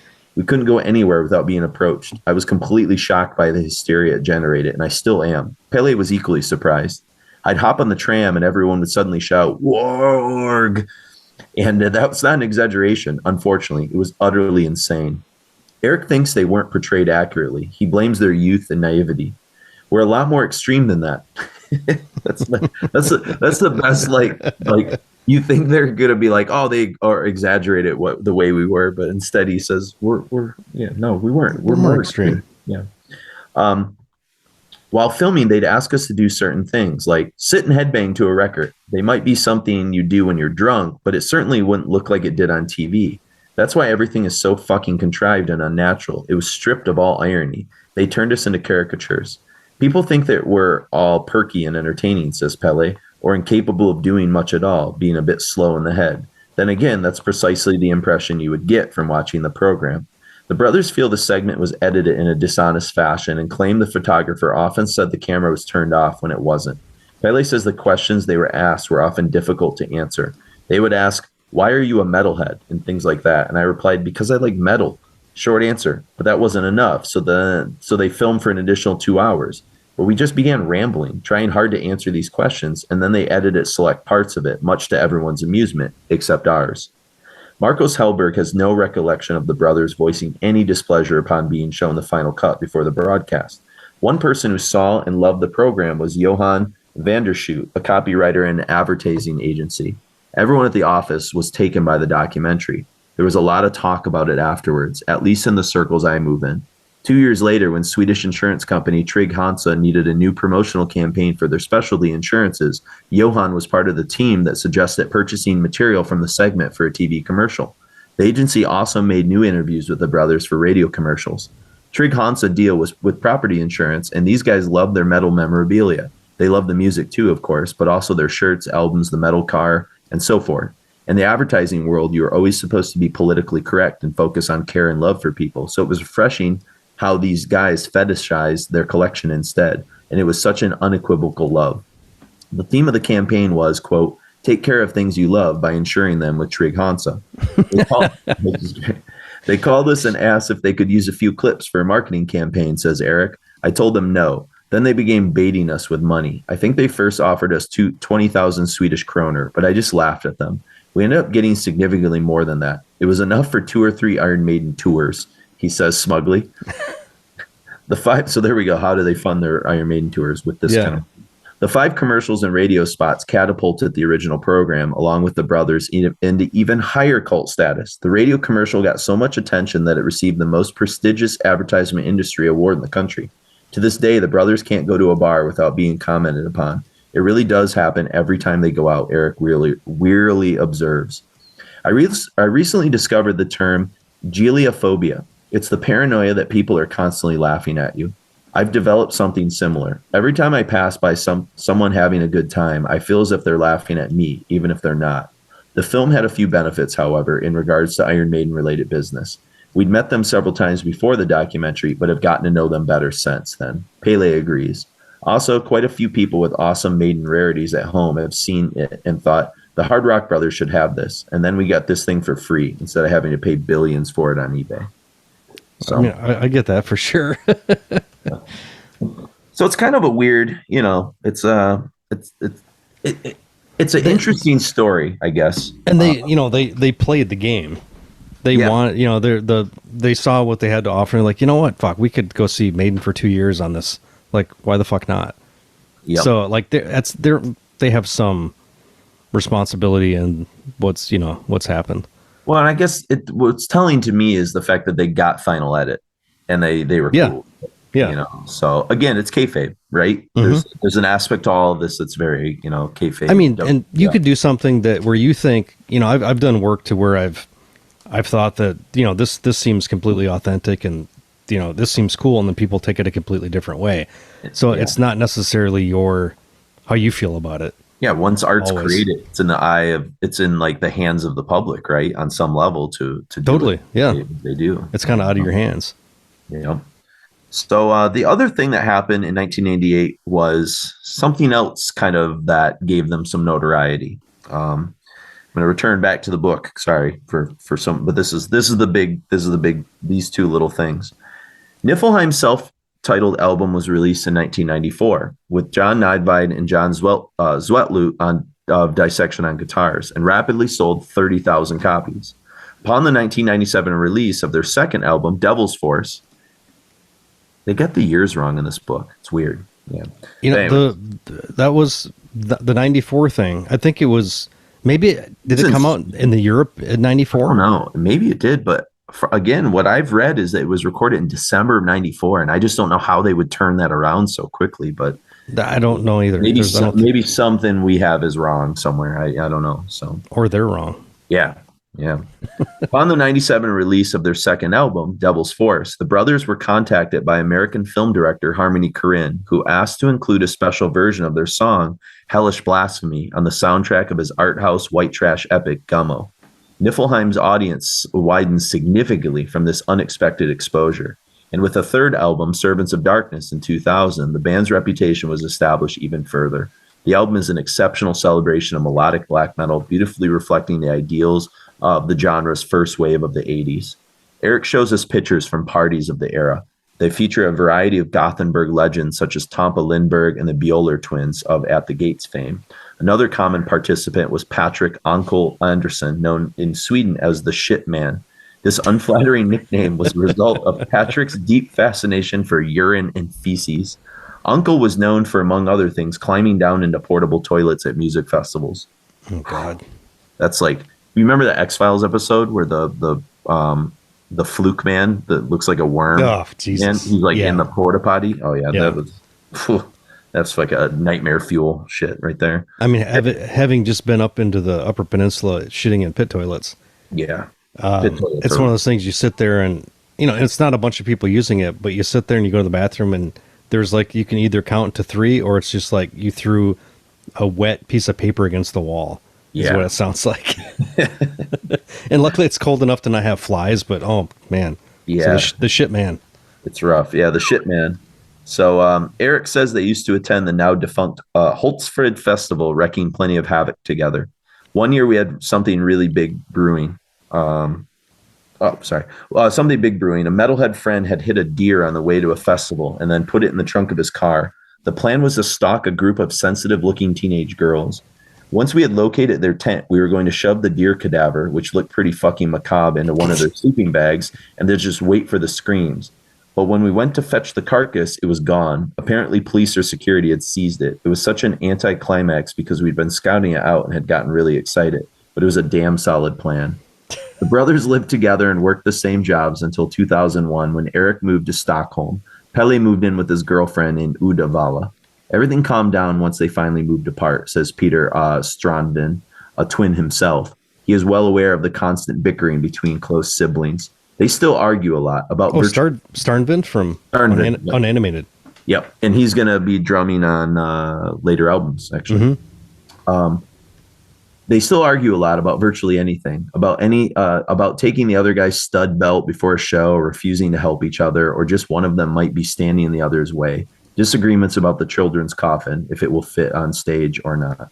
So, but I just thought it was kind of interesting that they kind of simultaneously get blown up from this thing. And we've of course already talked about the Gummo soundtrack when we did our 3-part soundtracks of the 90s episode. We played. Mm-hmm. I don't think we played the Hellish tune on there. I think we just talked about it. I know we played Mystifier from that. I think we played Sleep. And I'm trying to remember what else we played from the Gummo soundtrack. There was one more. But yeah, we definitely talked about it. I don't remember if we played it or not. Yeah, so it's pretty wild. So basically for this next set, we're going to go back to this Devil's Force record that we kind of set up and talked about and read the Metallian kind of quote from. And then we'll also hear a pair of tunes from the 2000 record that they were just talking about, The Servants of Darkness. So we get in these last 2 tunes from Devil's Force. We got Deathstrike from Hell first, and Demon's a Beast on this one is what I said. I love the almost early, kind of like an early like death, like almost like Scream Bloody Gore with some of the melodies, especially in the middle of the song. And it's just a nice epic feel in this, and it's a great album opener. And I think that's the thing that starts to appear a little bit more on Devil's Force and really gets fleshed out on Servants and Envoy, which is that their atmospheric melodic qualities we talked about, but that epic feel that maybe they're getting it from Maiden or their other interests, but it's definitely making more of an appearance. Whereas the debut just seemed to be kind of more like scattershot, like, it's 29 minutes. It doesn't breathe. It just sort of goes and then it's done, Yeah. Almost like Slayer did with South to Heaven, right? Mm-hmm. After Rain of Blood, where they open things up and get a little bit more eerie, epic feel to some stuff. So, yeah, the second half of the song is definitely, that's where the epicness, I know it's kind of comes through. But yeah, great, catchy, jerky, fast riffs, some almost proggy, complicated bits, and I'll say it again, that Necrolord covers, I fucking love it. Yeah, it looks like some weird, like 70s thing. I don't know. There's just something about, I've never seen him render anything quite the same way. Yeah, usually he's much more of a landscape guy. It's surprising that this is his cover. Like I knew that the debut was after you said it. I was like, oh yeah, I knew that. But like when you said that this was also him, I was like, really? He did Devil's Force? Huh?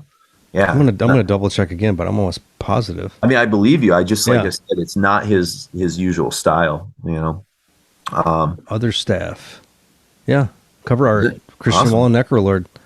But yeah, there's just it looks like you know what it reminds me of is almost like the Satanic Vermocht Slayer T-shirt designs from the 80s.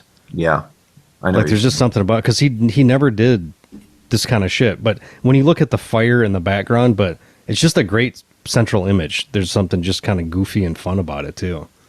Yeah, it has definitely an 80s feel to it. And how they like incorporate the logo like kind of into the horns of this thing. Yeah. Yep. It's it's definitely it's my favorite cover of theirs by far. That's cool. I'll have to give it a second look. You have I mine. looked to tried to, you know, see what I could buy it for on LP and I just stopped looking. Oh, it's pretty ridiculous. It's stupid. Yeah. I mean, some of these CDs took a while for me to track down. They weren't as readily available. Yeah, I mean, I don't know if they've ever reissued the first CD. The first two, really, have they? Well, they did with the liner notes. So the one I have is a reissue because it's got the Metallian kind of. Oh, that's right. Was that Indie Recordings that did that? I think so, but I don't have the original Devil's Force. I don't know. Okay. I don't know if I've ever seen it. So, and I've had that original Niflheim for a long time, the debut. I don't know what it goes for these days, you know? So, yeah. Were you able to see, was that available on vinyl? Have they reissued that? The stuff I saw, there was a reissue, but I couldn't afford it. Oh, okay. I mean, I could, but it would be stupid for me to spend that kind of money. Yeah. So then we go to our last tune from Devil's Force, which is Satanic Mass, and lots of old Sepultura, old Slayer, kind of merging with some Tormentor into this ritualistic kind of cauldron. It's got really cool, great kind of stop-start breakdown. That's pretty fun. And the ending guitar melody flurry. This is like a merging of like Dissection, Iron Maiden, Destruction, like all like just spitting out notes at you in a cool fucking way. It's I had another. I don't think it was revelatory to me. But on the hillbilly front, the guitar playing is almost like fucking banjo playing. The way the notes are being hammered on and like the way the guitar riffs are played is like fucking banjo. It's like Devil Went Down to Georgia, like, you know, dueling with the devil kind of weirdness to like a rockabilly, like country style, but like channeled through black metal almost. Yeah, like you almost imagine them having like picks on their fingers as they're playing some of this shit because they're not like the typical, what do you call it? Like power chord kind of riffs. Like there's not a whole lot of palm muting. This is all like this. It just feels very like fucking Steve Martin banjo picking. Yeah. In a weird way. But that was something I picked up, and then and I was like, oh duh. Midnight pulled so much from these guys. Yes. Yeah. Like holy shit. Yeah. Midnight bathes in it. I didn't even think about that. And then as you were saying that, I was like, oh God, you're right. Yeah. Yeah. Everything like about it. The equivalent of these guys. Yep. I wonder if I'm going back to the banjo thing. I wonder if like Panopticon, if there's like if that guy has ever thought this stuff too, if he's like a big fan of these guys, because he can kind of hear like at the center of their chaos is like those organic kind of roots rock kind of stuff. Well, because like folk music in all countries, you know, it's more, you know, rural kind of shit. So I don't know. That was just something I kind of picked up.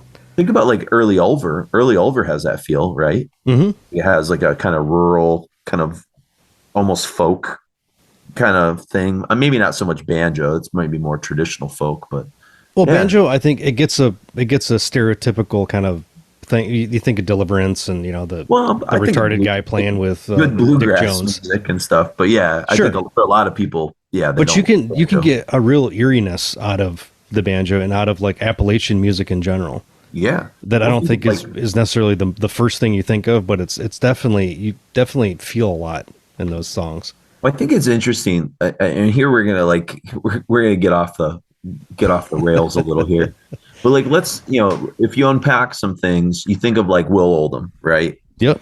And the stuff that like Will Oldham and Palace Music and Palace Brothers were doing. And for people that don't know what we're talking about, if you're not like into like the 90s indie scene, it's very lo-fi, really utterly depressing.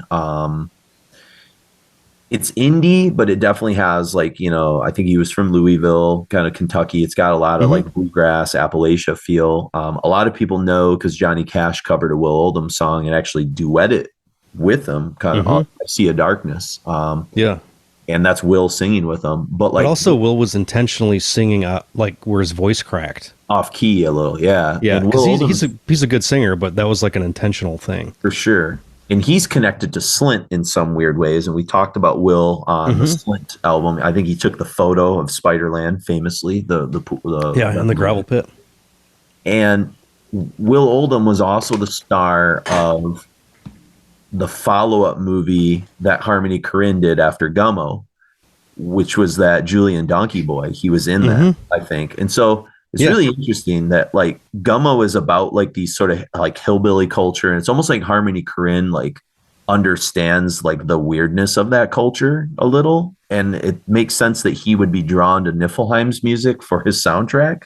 Yeah. So like, again, I'm pulling at some weird threads there, but I just think there's like a convergence of ideas that's pretty fascinating when you brought that up, you know. Well, I think also for me, the situations I've felt the most fear in my life have been rural rednecky situations. 1,000%. Yeah, way more. Like I live in the inner city of Detroit.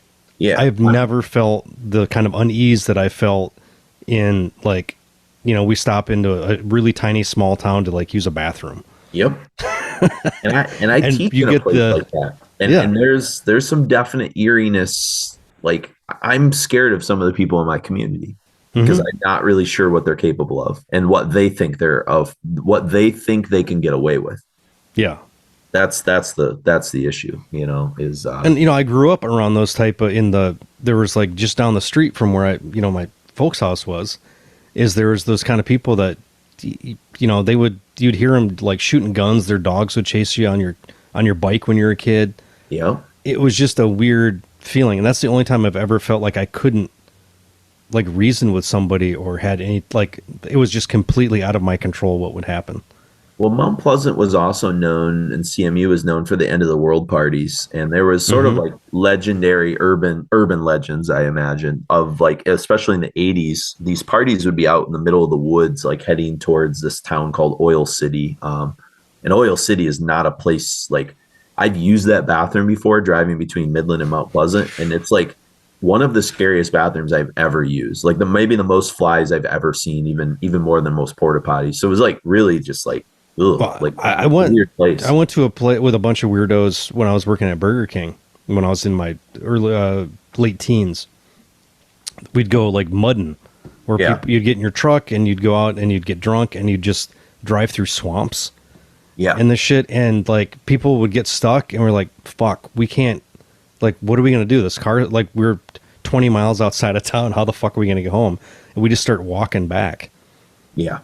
And just like, just like, it was just such a weird, I don't know, because we grew up in like, you know, it was a college town, but a very small college town. But as soon as you got outside just a little bit, like the Native American reservation, I didn't have those vibes. You go to Oil City and it was just like, you'd see, you know, trailers and, you know, 40 cars out front.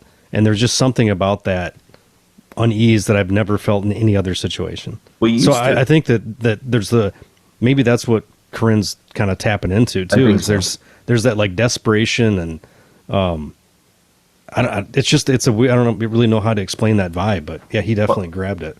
I think the thing too about what I used to hear, and I don't know if you heard the same rumors, and again, it was like playground talk, but when people used to, when I was younger, talk about the end of the world parties, they would talk about, and maybe it was part of the Satanic Panic in the 80s, but that they found like weird things out in the woods, and like supposedly like, and no one got murdered or anything like that, but that there was just like ritualistic kind of things, and maybe kids were just doing funny shit just to like cause rumors. But it almost had like a true, you know, like True Detective, like kind of vibes or something like that. Like that was like the feeling I always heard about those parties. And then like they weren't really around in the 90s by the time I got to college. It wasn't like something people did anymore, but it was like something that was talked about like on the playground when I was a kid in the 80s, like going out into the woods way out towards Oil City where the end of the world parties were and weird shit happened there. And I was like, ugh, you know, like just kind of freaked me out a little. But well, even when, you know, in the 80s, you know, my dad worked at the university in Mount Pleasant for 30 years. And after they would also have like these epic fucking, you know, it was the rival was Michigan State.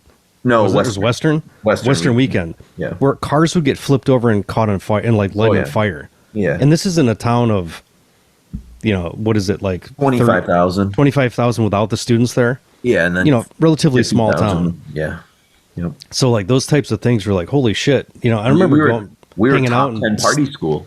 Yeah. For a reason, you know, I remember we were in Playboy magazine for I remember when I was working in the student newspaper, that was one of the things that we covered. Like, oh, cool. We're, you know, the top 5 party schools in the country. Because we flip open cars and light fires and shit like that. I remember riding my bike through the left, because Tweed, one of my best friends in high school, he lived right at the edge of campus in a house on Washington Street near High Street. Yeah. And we would ride from there to the malt shop. We'd ride bikes and we rode through and they were like smoking. It was like after a riot had happened. Like we were riding to go play like Double Dragon or something like that. And like fucking like smoke was coming off of like couches and shit. And we're like, what the fuck's going on? And it's not like today where you just check your phone and like you would know on the internet that there had been a riot. Like I didn't know because I didn't watch the news. I mean, you'd see something like the front page of the paper the next morning, but I had a handful of friends that lived downtown and we'd be riding our bikes around and kind of stay at the periphery and see people like rocking a car till it flips over. We're like, what in the fuck is going on? You know, we're probably, I don't know, 12, 13 years old or something seeing this shit. Yeah, it was pretty wild. So, but yeah, I kind of get I mean, that's one of the things that has appealed to me about like the Panopticon sound is this sort of merging of like the eeriness of like Will Oldham Appalachia with kind of like, you know, in the middle of the woods, Kentucky black metal. I think that's kind of a cool aesthetic. And well, and there's this whole thing about, you know, like the hardworking, you know, people of that era and then just completely left behind by society, you know, like, you know, they worked generationally in coal mines and like, all right, fuck you. We're done. All these, you know, different like industrial towns are just falling apart and, you know, ridden with meth. And I think it's crazy. Coolest like subtext of like a show like Justified, which I love. Yeah. It's a great show. You know, and then there's also a movie. I was thinking of you. I don't know if you've ever seen it. I was actually talking to Stavros, I think, about it. It's a movie that came out in like the late 70s, I believe, called Southern Comfort. Have you ever seen that? With Fred Ward and Powers Booth is in it and Keith Carradine. And it's about like these Army National Guard people who go on a drill weekend in the swamps of Louisiana and they end up like being hunted by like Cajun swamp people. You know what? That was I think that was talked about in one of the Tarantino does a podcast. Oh, I'm sure he's a fan of it. And I think they were talking about it on it, but also there was a whole kind of like mystique around the Cajun clans. Yeah. In the 80s, even like from G.I. Joe, the character Gung Ho had like, you know, 115 immediate cousins. And like Cobra wouldn't fuck with his family because they were so fucking wild, you know. Even like Zartan was kind of a swamp. He was a swamp guy, yeah. Yeah, you know. So yeah, it's interesting. But yeah, that's a movie I think you would fucking love. It's like right up your alley. And I watched it. It was. I mean, the cast sounds great. Yeah, it's fun. I think it got talked about a little bit when didn't Fred Ward die at the end of the summer or like middle of summer? It might have been last year. I thought it was more recent, but that's when I heard about it. Is they were talking about his like you know his discography, his filmography. So but my favorite movie of his is Remo Williams. That's great. That's a fun one. So, I also like the noir movie he made in like the late 80s. I can't remember it right now. I'll have to look it up. But we watched it. Oh, we watched it in Swanstrom's class, that film noir class he taught. We watched that in The Grifters. Yeah, I can't with Angelica Houston and yeah, that movie. Yeah. I know that one. But I try. Isn't that a John Huston movie? Yeah. Okay. Yeah, it is. Okay, yeah, but it's like one of his last. Yeah, but it's based off of oh God, one of the famous noir guys. I think it's the guy that wrote son of a bitch. Speaking of Justified, it's that same guy. Son of a bitch. It's not Spillane, but it's like one of the newer guys that is like famous for writing a lot of noir novels and shit. Jackie Brown might have been based off of one of his. Oh, Elmore Leonard. I think it's an Elmore Leonard, Grifters. It's written by someone like that, like someone of that esteem. But anyways, yeah, I can't remember what that Fred Ward noir movie is. But anyways, back to the task at hand.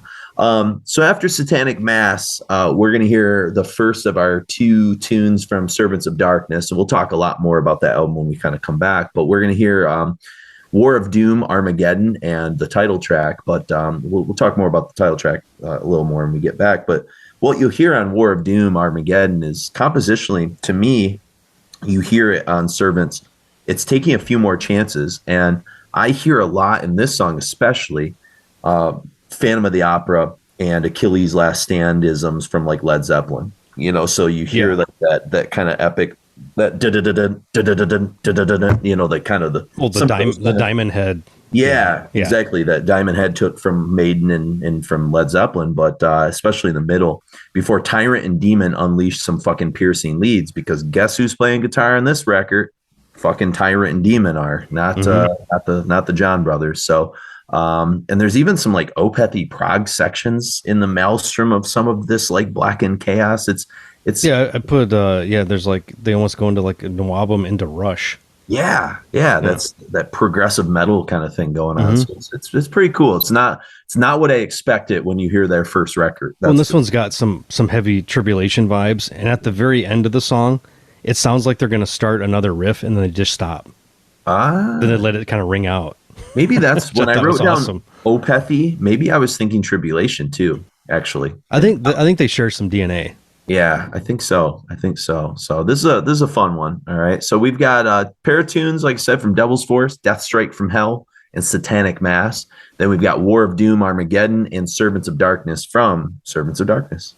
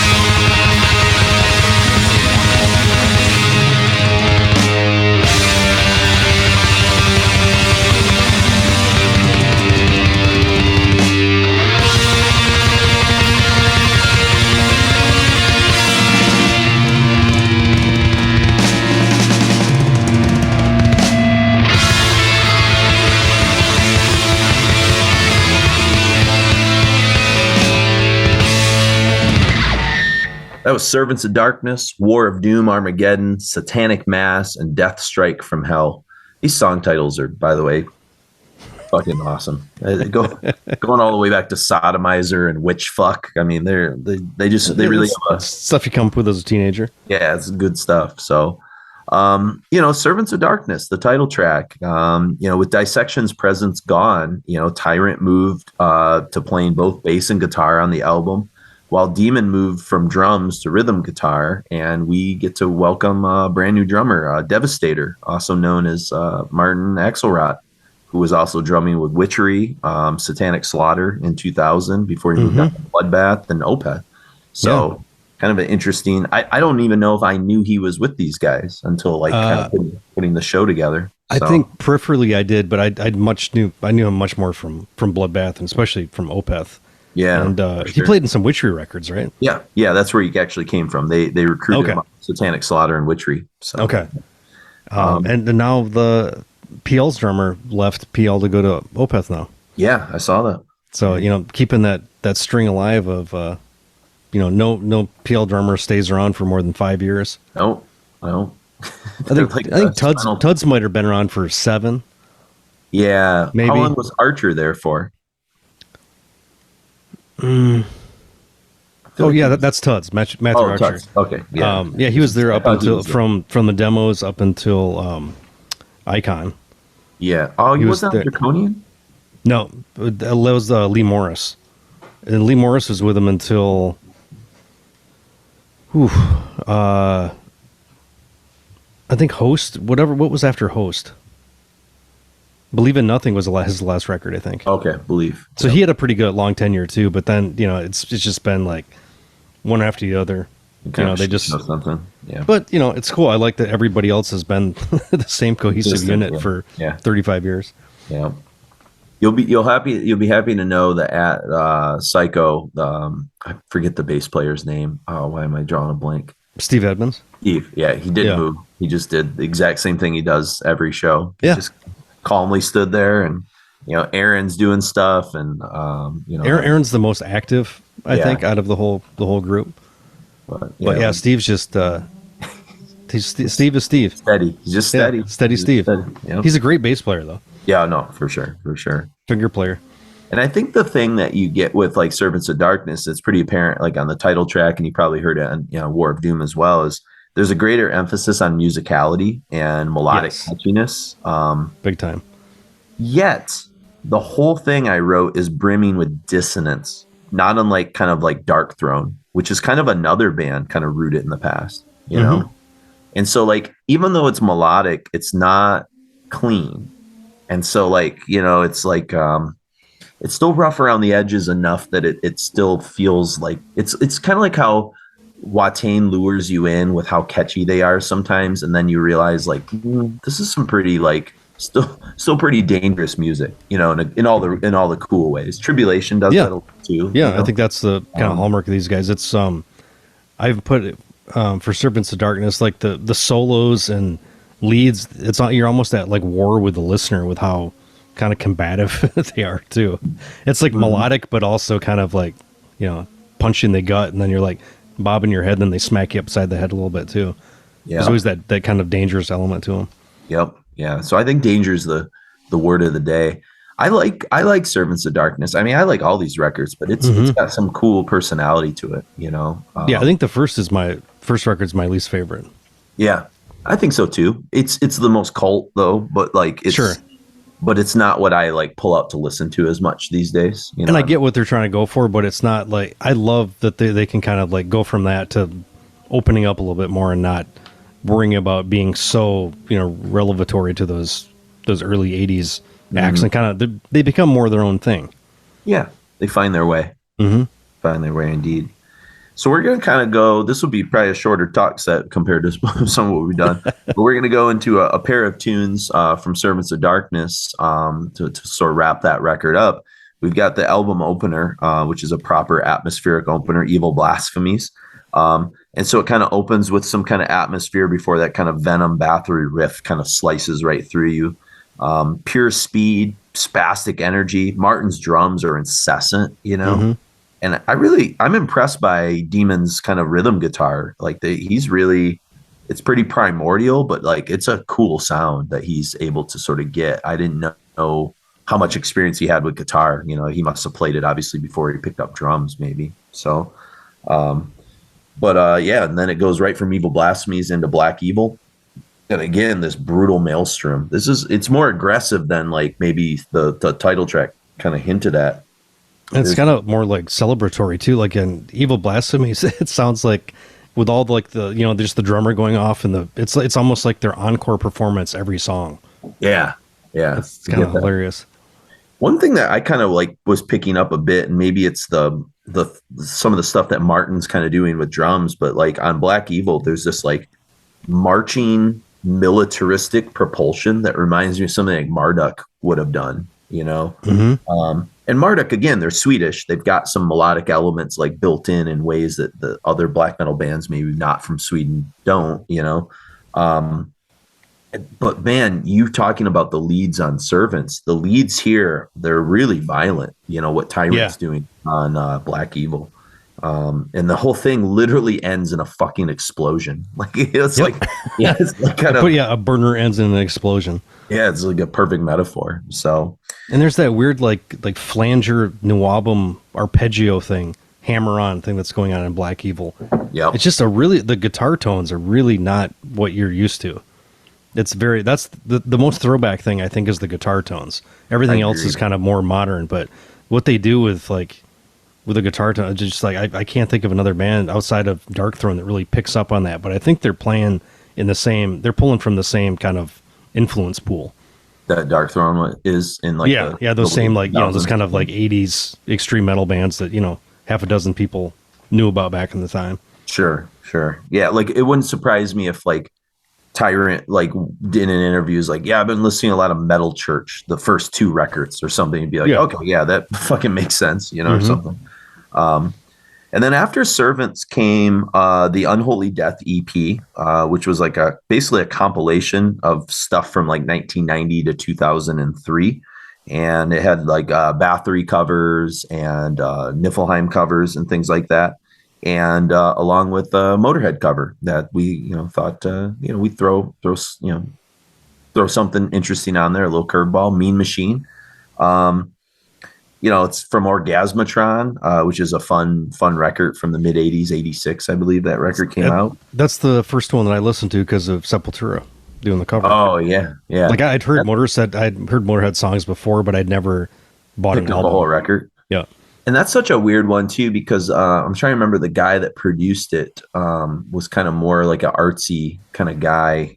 He was in, he came from the band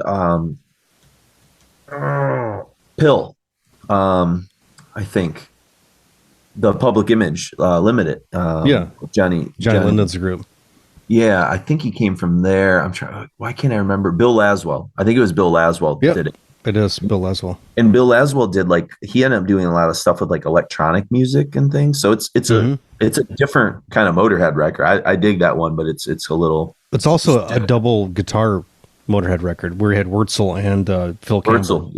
Phil. Yep.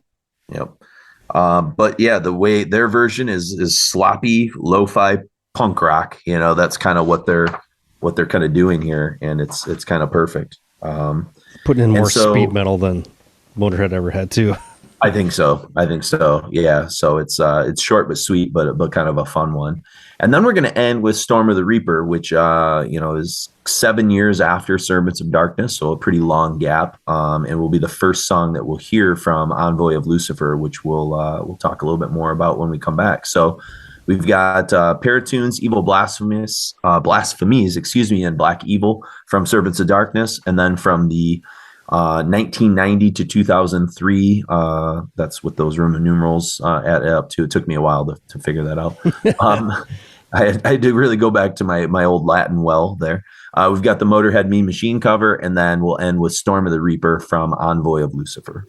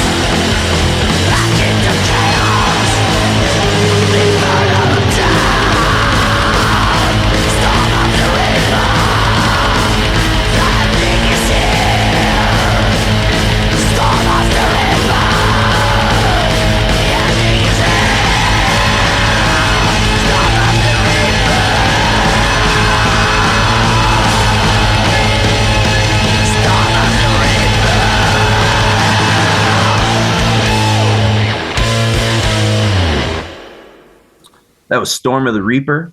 Then we had a cover of Motorhead's Mean Machine. Then we had a pair of tunes from Servants of Darkness, Evil Blasphemies, and Black Evil. So before we talk about Storm of Reaper, just to kind of catch everybody up on speed, because it's kind of a big gap there from 2000 to 2007. And basically what you had in that gap of time is the band released 2 more splits, including a tribute to Slayer Mag that they did a split with Australia's Sadistic Execution. Mm-hmm. And then they released a Thunder Metal 7-inch split with Vulcano. So it's kind of interesting. So in 2006. And then they put out what's been so far their last full-length record, 2007's Envoy of Lucifer on Regain Records. And of course, we just heard Storm of the Reaper there. So it's interesting too that they keep working with their heroes, right? Like they end up like joining up with Treblinka, and they do a split with Vulcano. It's cool, you know. I mean, like I think those bands recognize like how honest and endearing and like true what Niflheim's kind of trying to do with their sound, and rewarding them with that, which is pretty awesome. So well, that seems to be like what they've wanted to do their entire career, you know. Yeah. So this is like staying true to their mission from the get-go. Yeah, for sure. But Storm of the Reaper, man, that last tune, it's kind of based around this really haunting, foreboding guitar riff, courtesy of Necrophobic guitar duo and Hell Butchers, perhaps best vocal performance. I think one of his best on that. Yeah, and I mean, it sounds like a fucking AC/DC song. Yeah, it's got this toe tapping like Motorhead rhythmic pulse is what I wrote, and there's that killer punk riff in the chorus. The opening riff totally sounds like a AC/DC riff to me. Yeah, I really dig the guitar tone too. I mean, the whole album was actually recorded in analog, which I think is that makes sense. Pretty awesome. And Tyrant's bass is taking on, I guess, I would say more of a melodic Steve Harris kind of vibe. You can actually kind of start to hear it doing some of those. It's not as busy and noodly as Harris, but it's definitely got some of those tones to it a little bit more. Especially now he can concentrate on bass only because he's not doing both things. You know? Yeah, I think the vocals are what add the brutality to the song. Otherwise, it's pretty kind of measured. Yeah. Lyrics written by Eric Danielson. Yeah. Okay. So there's again that weird. He wrote 2 songs on this record, not the music, just the lyrics. So it's and I didn't really read the lyrics to know. I mean the black metal. The choruses sound like like a Bathory song. So exactly. Storm of the Reaper. Yeah, I just thought that was a cool connection. So I mean, Niflheim's connected intimately to Dissection. They've got this connection to Necrophobic now. They've got this connection, so they're just kind of right in the heart of all these different little things happening. Martin Axelrod was drumming with them at one point. So Watain was so intimately connected with Dissection as well. Too. Like even Set Titan, who played with them live. Well, and Set was on the last Dissection record. Yeah, and Set played also. Set had something to do. He did like guitars on one track or something on this record. Yeah, maybe he was on one of those splits that I just kind of mentioned too. But okay, yeah. So speaking of guitars, lots of lineup changes on Envoy of Lucifer. You've got the Necrophobic guitar duo, who go by Vengeance from Beyond, which is Sebastian Ramstead, and you heard Sebastian in the opening of the Stryper bit. That was him and.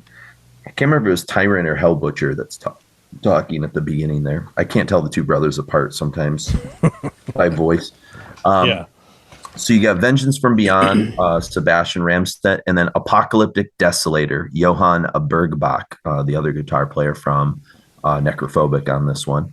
And then you bring in a new drummer, Insulter of Jesus Christ, ! And that, of course, and I can't pronounce his name as well as you can, but that's Peter Starnvind. How do you say it? Starnvind. Okay, good. And he's, of course, Unanimated, Entombed, Murder Squad, Regurgitate. He's been in a ton of different bands. He was in Dismember for a while, I think. Oh, is he? Okay. Yeah. For like some live shit, I believe. Done the gamut there. Yeah. He actually just played with them when Entombed played one of these like larger festivals recently. Oh, Peter.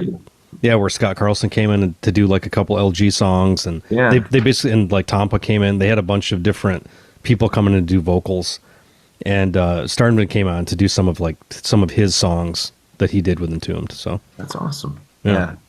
Yeah. Was it like more of like a tribute to LG kind of thing? yeah, they were doing like an LG beer that had come out that year, and it's just kind of a tribute to the whole. They were very referential to anybody that kind of, I think, they were big fans of Scott. Who else came? I'm trying to think who else came out that was kind of. It was kind of like a who's who of, vocalists, and I think Peter was the only other drummer that came out. It's him and Nikki were doing it, but Cool. yeah, that's all on YouTube. You can check it out. It's pretty fun. Yeah, awesome. So it's right around this time too that the Terrorizer issue that I have, I've picked up quite a few like used ones in the last few years.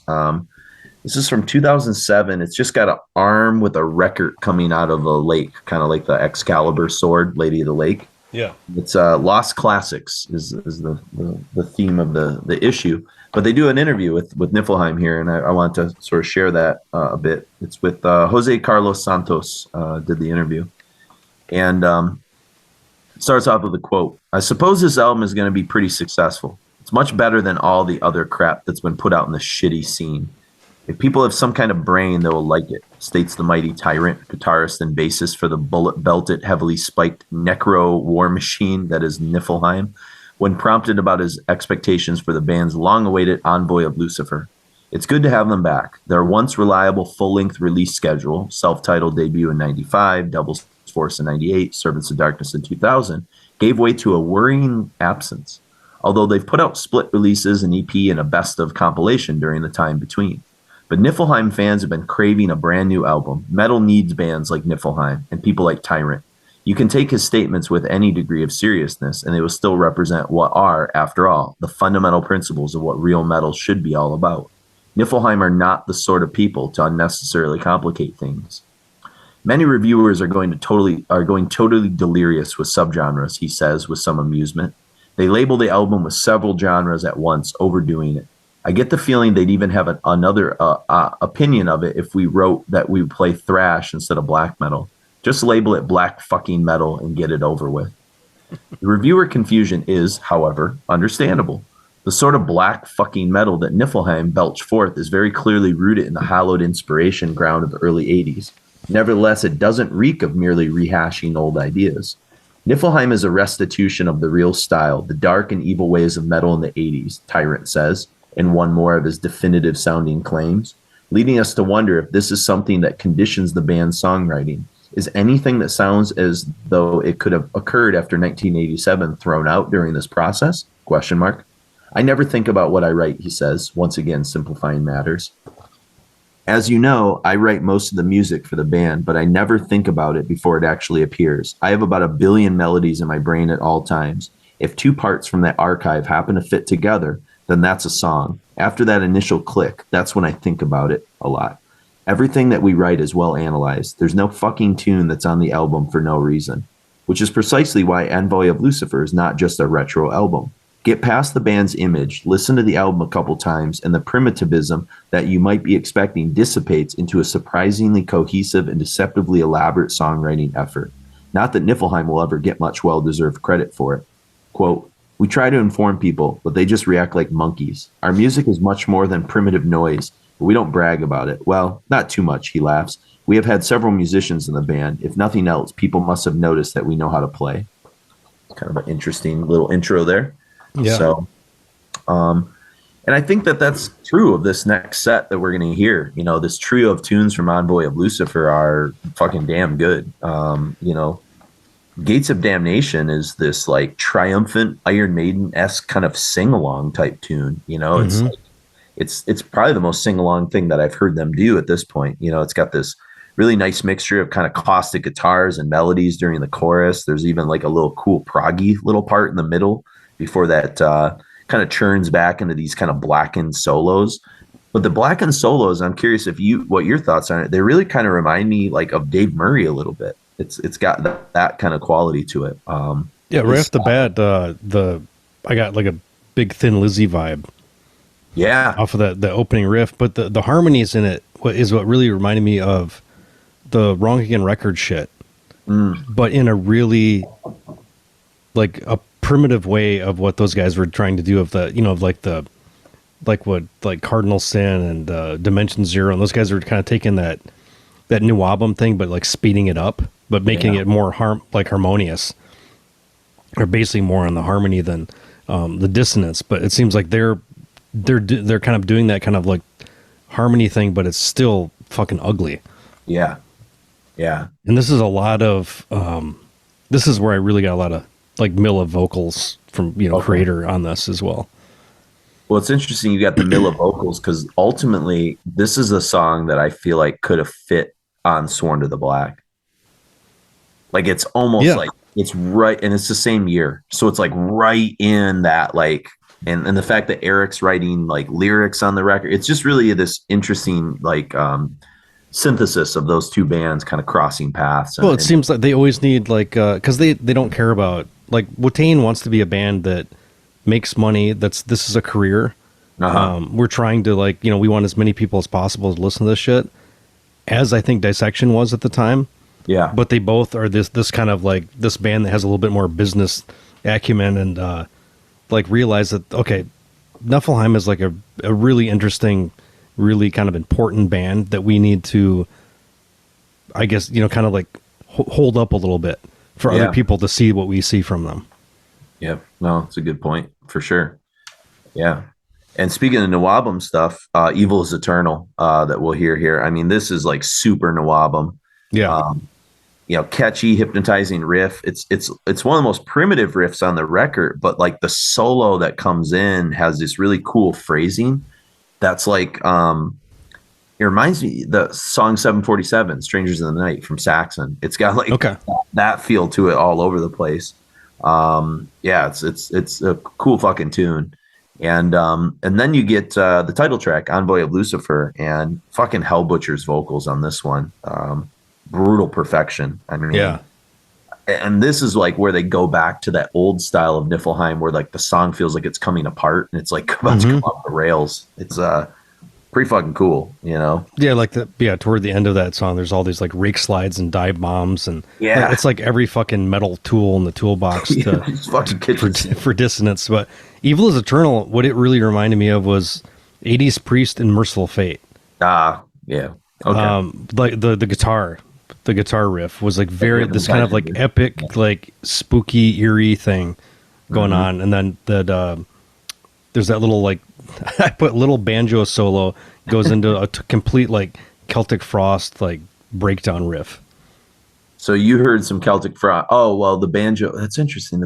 I wonder if the Saxon solo has some kind of banjo. Maybe that's what I was thinking. I'm not as familiar with Saxon outside of, Denim and Leather and a handful of other. Yeah. 747 might be my favorite song from them. Strangers in the Night. It's cool. That's a good one. So check that out afterwards and see if it reminds you of this. But, so it's interesting flavors all over the place with Envoy. I want to go back to the Terrorizer part 2 a little bit before we kind of move to the final song of the set here. And it says, Tyrant's confidence and enthusiasm regarding the new album are palpable. So why have the band taken so long to produce a follow-up to Servants of Darkness? He says, in the meanwhile, we got drunk, booms Tyrant, prompting another one of his characteristically raucous laughs. Well, that and a few other things. We have had a different lineup and lots of changes. John Zwetzlut was supposed to play on the album, but he disappeared. So I had to find 2 guitar players and a drummer. The drummer that we got, Martin Axelrod, was fucked up to the point that I couldn't even find him to kick him out of the band. Apart from that, we have been drinking booze and headbanging as usual. We never went away. The band has been active all the time, and now the lineup is as stable as it gets. All of us have been around for at least 4 years now. With some songs written in a number of years ago, just sitting around waiting for the album to be recorded, surely there must have been a temptation to fiddle with them and add or remove certain elements. The first song, this is him talking again, the first song, Infernal Flame of Destruction, I messed with it very much, he confirms. I messed with it for almost 7 years, in fact. Some other songs didn't really need it, as they capture the atmosphere that we want it perfectly. Evil is Eternal is one such song, and it's very special to us. If you listen to it carefully, it's bad, it stinks, it's rotten. It's what you feel when you're mentally dead. It's gray. That's fucking really interesting way of describing that song. Yeah. It's curious to hear Tyrant talking about his songs very openly like this, something that is not entirely usual for the hardened black metaler, and hardened Niflheim surely are. Having formed in 1990, they're already veterans of the scene, so even if the 6 and 4 stringer is not really a man to philosophize about the band's career, it's interesting to prompt him about what he feels are able to offer after an already relatively long existence. He says, that's a pretty good question. I guess things are just how they are. We are still holding on our roots after 18 years, but everything works quite spontaneously. I don't try to do stuff, as I've told you before. Things more or less come to me, but I don't expect my mind to change completely. So we'll be around, and we'll be Niflheim. What if the ideas that come up aren't exactly Niflheim material, the guy asks. That happens a lot, absolutely. I come up with a lot of stuff, and I keep it in my brain. Sometimes I record some stuff on some old tape. I have a few recordings of heavy rock kind of material, different stuff that I haven't really put together as songs. Sometimes when I'm a bit tired of preconceptions, I come up with even more complex and obscure stuff. I have some interesting friends with whom I might make something one day. It'd be cool to hear. A little side project there. And then the last thing, they talk about the lyrics. And he says, the lyrics are mostly hell butchers, explains Tyrant, giving the credit for all his darkness to his twin brother. He wrote more than half of them. We have a vision about total death and Armageddon. When people read them, they will understand. They are more evil than you will ever imagine. The way Tyrant speaks about the new album and the band in general seems to indicate that things are finally running smoothly in Camp Niflheim. With these lineup troubles at an end, it will be hard to stop the Swedish black metal attack. And he says, we have 2 gigs confirmed playing Vakken. We're getting offers all the time, so we want to find some way to play around. I do not want to play live. He says, I'm sorry, I do want to play live, but not in some shitty club in Germany to 100 people. I'm too old for that. But we have proper gigs coming up very soon, and we're going back to England. I just hate this whole business side before we finally get to go, which gets into what you were saying about the business acumen of Watain and some other stuff. He says, finally, with 2007 having just expired, it seems appropriate to ask the man of the 80s to list his favorite records of the past year. Here we go. Is 2007 what this is, he laughs? I have no clue. I stopped my clock in 1989, but maybe the Watain album. They're the only other Swedish black metal band that live up to the lifestyle. To all the goths and new metalers, remember this. The goat of Mendes will ravish your soul.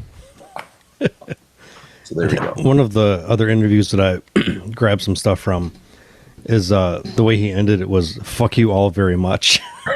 It was like "thank you very much," but "fuck you all very much." Yeah, they're keeping their they're stoked to be doing this shit, but it's still they gotta keep up appearances. Exactly. So cool. So let's hear this trio of tunes from Anve Lucifer, and we're gonna hear Gates of Damnation, Evil is Eternal, and then the title track. And at the end, you're gonna hear a tune 7 years after from the Satanatus. I don't know. I can't pronounce that. 7-inch, and it's a tune called "From the Hell's Vast Plains." We'll talk more about that when we come back.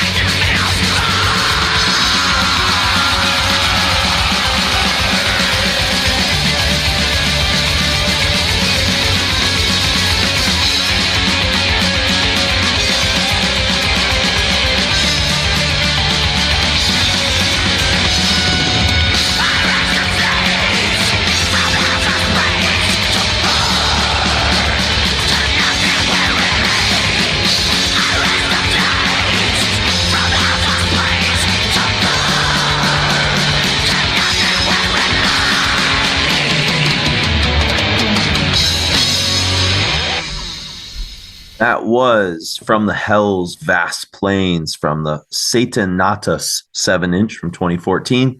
Then a trio of tunes from Envoy of Lucifer. We started the whole set with Gates of Damnation, then Evil is Eternal. Then we heard Envoy of Lucifer. And again, 7 years apart now between Envoy and the last song you just heard there. And, you know, from where he said everything was stable in the Terrorizer interview, well, things are, you know.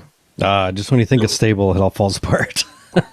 Things are still evolving a bit. So yeah, now you've got a new drummer, Eric Lejeune on drums as Disintegrator. And I believe he was, I believe he's also the bassist and vocalist in Destroyer 666. Okay. And he is playing the drums on this record, I believe. Yeah, I think that's how I my notes are a little tenuous.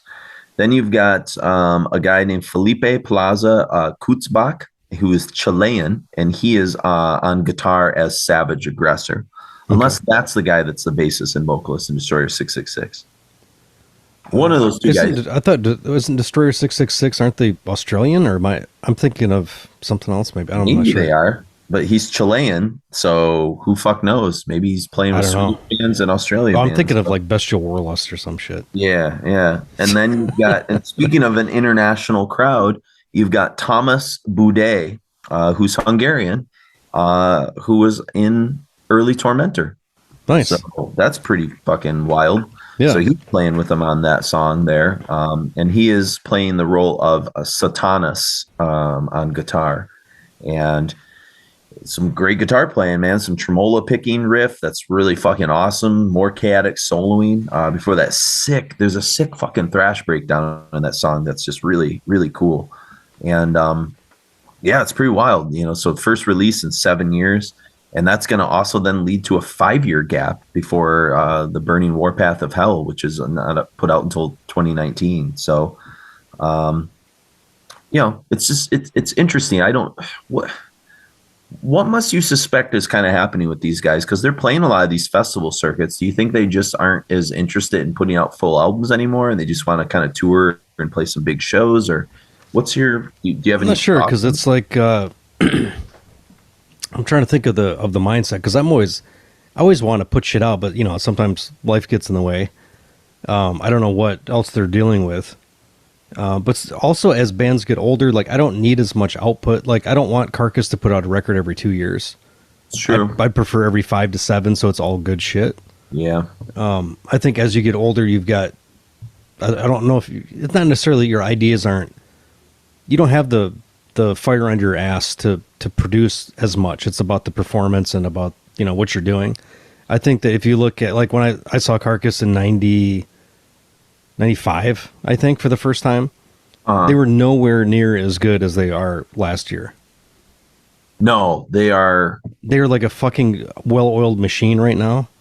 Like when we saw them, obviously we saw them at MDF and they were like nuts. But when we saw them also at Vegas, I remember Mark Coughlin and his girlfriend, who I don't think had really heard much Carcass. We came back to the hotel and she was just like, that was like seeing like the Who or something like that. That was like seeing a band that's like at the top of their game, like a rock star band, you know, like Led Zeppelin or something. Yeah. And I was glad that like somebody like a neutral party recognized that, because, you know, that might just be my own bias, you know, but like to have somebody that really had never seen them before come back and be like, that was mind blowing. They were really good, and their energy and how tight and catchy and just like solid. So yeah, the way they're interacting with the crowd, like everything about it. Like there's not, you know, I've seen Maiden a handful of times and they're always fun, but I don't know if like time after time I'm just like, holy shit, like these guys are just like getting better. They ball you over. Yeah. So that's like, I don't know if that because you should, if you get a chance, watch some of the YouTube stuff of Niflheim playing. Okay, yeah, I will. In the last like 2 years, it's like, Jesus Christ, they're so on. So I don't know if they're just like kind of like concentrating all that energy into performances now or what, but it's it's interesting. Right. They just want to put out like a 7-inch or a song every couple of years and just kind of play the songs that they love, you know. Yeah, I mean, because like Watain tours for 2 years on every record or more, and they always do. And since how long have they been doing the States? I mean, since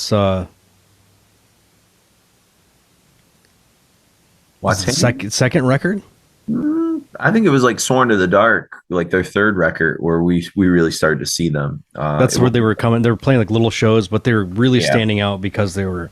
Yeah, it was 2007. Throwing guts and viscera and shit all over everything, and and even like, but they made sure they hit the whole U.S.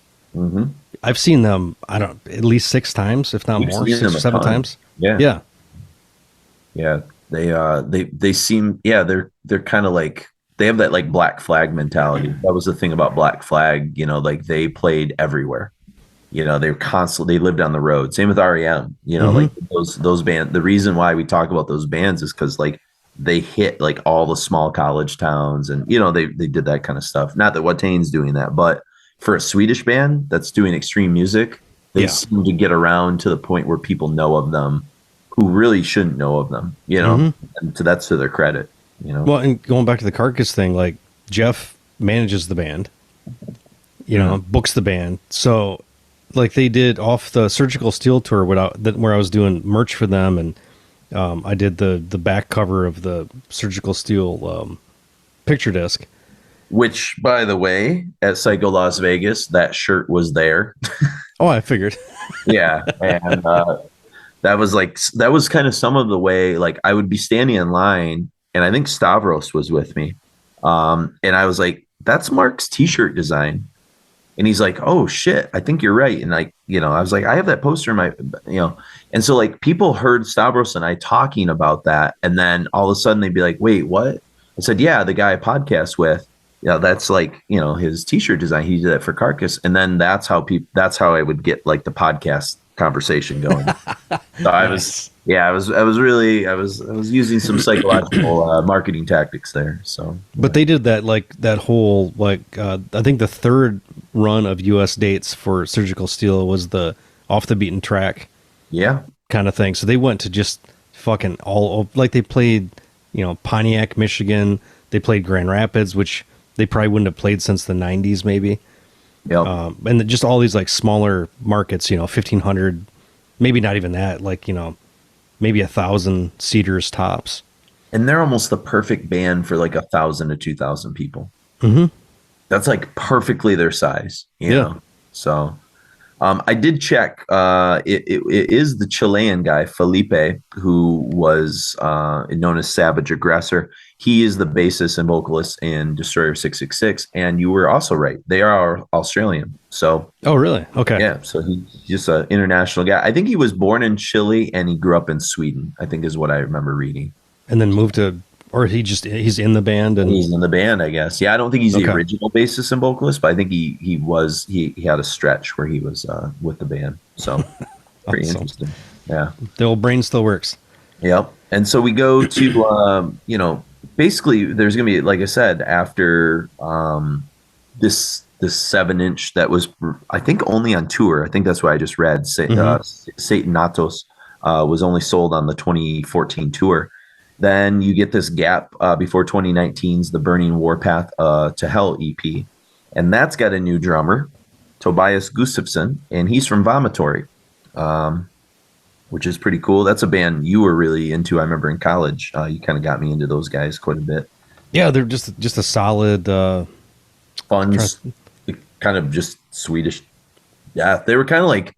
They had a lot of Vader to them sometimes, for like... It was like Sweden's Vader or something like that. That's what I'm trying to think. There's like a couple, 3 or 4 bands that were kind of like that. Just like, workhorses.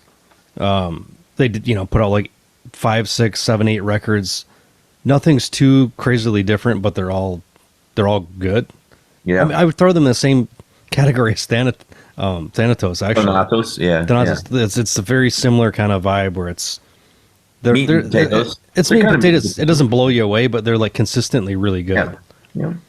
So they've got him on drums on this Burning Warpath to Hell, and then they've got the guitar player is Blackosh, who's from Root. So like Nice. again, they're bringing one of their idols who's been around, predates them and was an influence on them, and he's joining up the band. I think that's really interesting. I dig that. That's cool. And then they end up keeping Savage Aggressor, the guy from Destroyer 666. So Okay. So it's just a revolving door, and I don't know if that's the lineup. That's the lineup in 2019. I don't know if that's a lineup like with this new footage that's showing up on the live shows, like who's playing, guitar for them anymore. I'm not sure. I wouldn't know those other guys if I saw them. So yeah, actually, let me look to see who are the current members, if it even lists on archives. So they say, okay, so whoops. So you've obviously got Tyrant, you've got Hell Butcher, Savage Aggressor is present. Then you've got Genocider, who I believe might be the dude from Root. No, that might be the name of. Yeah, it's Tobias from Bathory. That's the name he's using. Is Genocider. Yeah, he was also in Cut Up and God Macabre at one point. Torture Division. He was in that Project Hate record. I don't know if he was the organ from Grave. Yeah, I don't know if he's on all of them, but at one point he played there. And then the Black Hush from Root. So he's still in the band. So yeah, this must be some of the people that are kind of doing the footage and stuff like that. So this Burning Warpath to Hell definitely had a big Tribulation vibe. The eerie, and then the kind of Korthon meets, Milla. It's kind of vocal approach and Korthon. Yeah. That's I like the mix on the song. It's really organic. It reminds me of like Czech stuff. It reminds me of like the Root, like that weird organic-y Eastern European feel to it. I remember a lot of that shit in Tormentor. It was all recorded in like world-class studios under communist, like they had all this like state-run studios.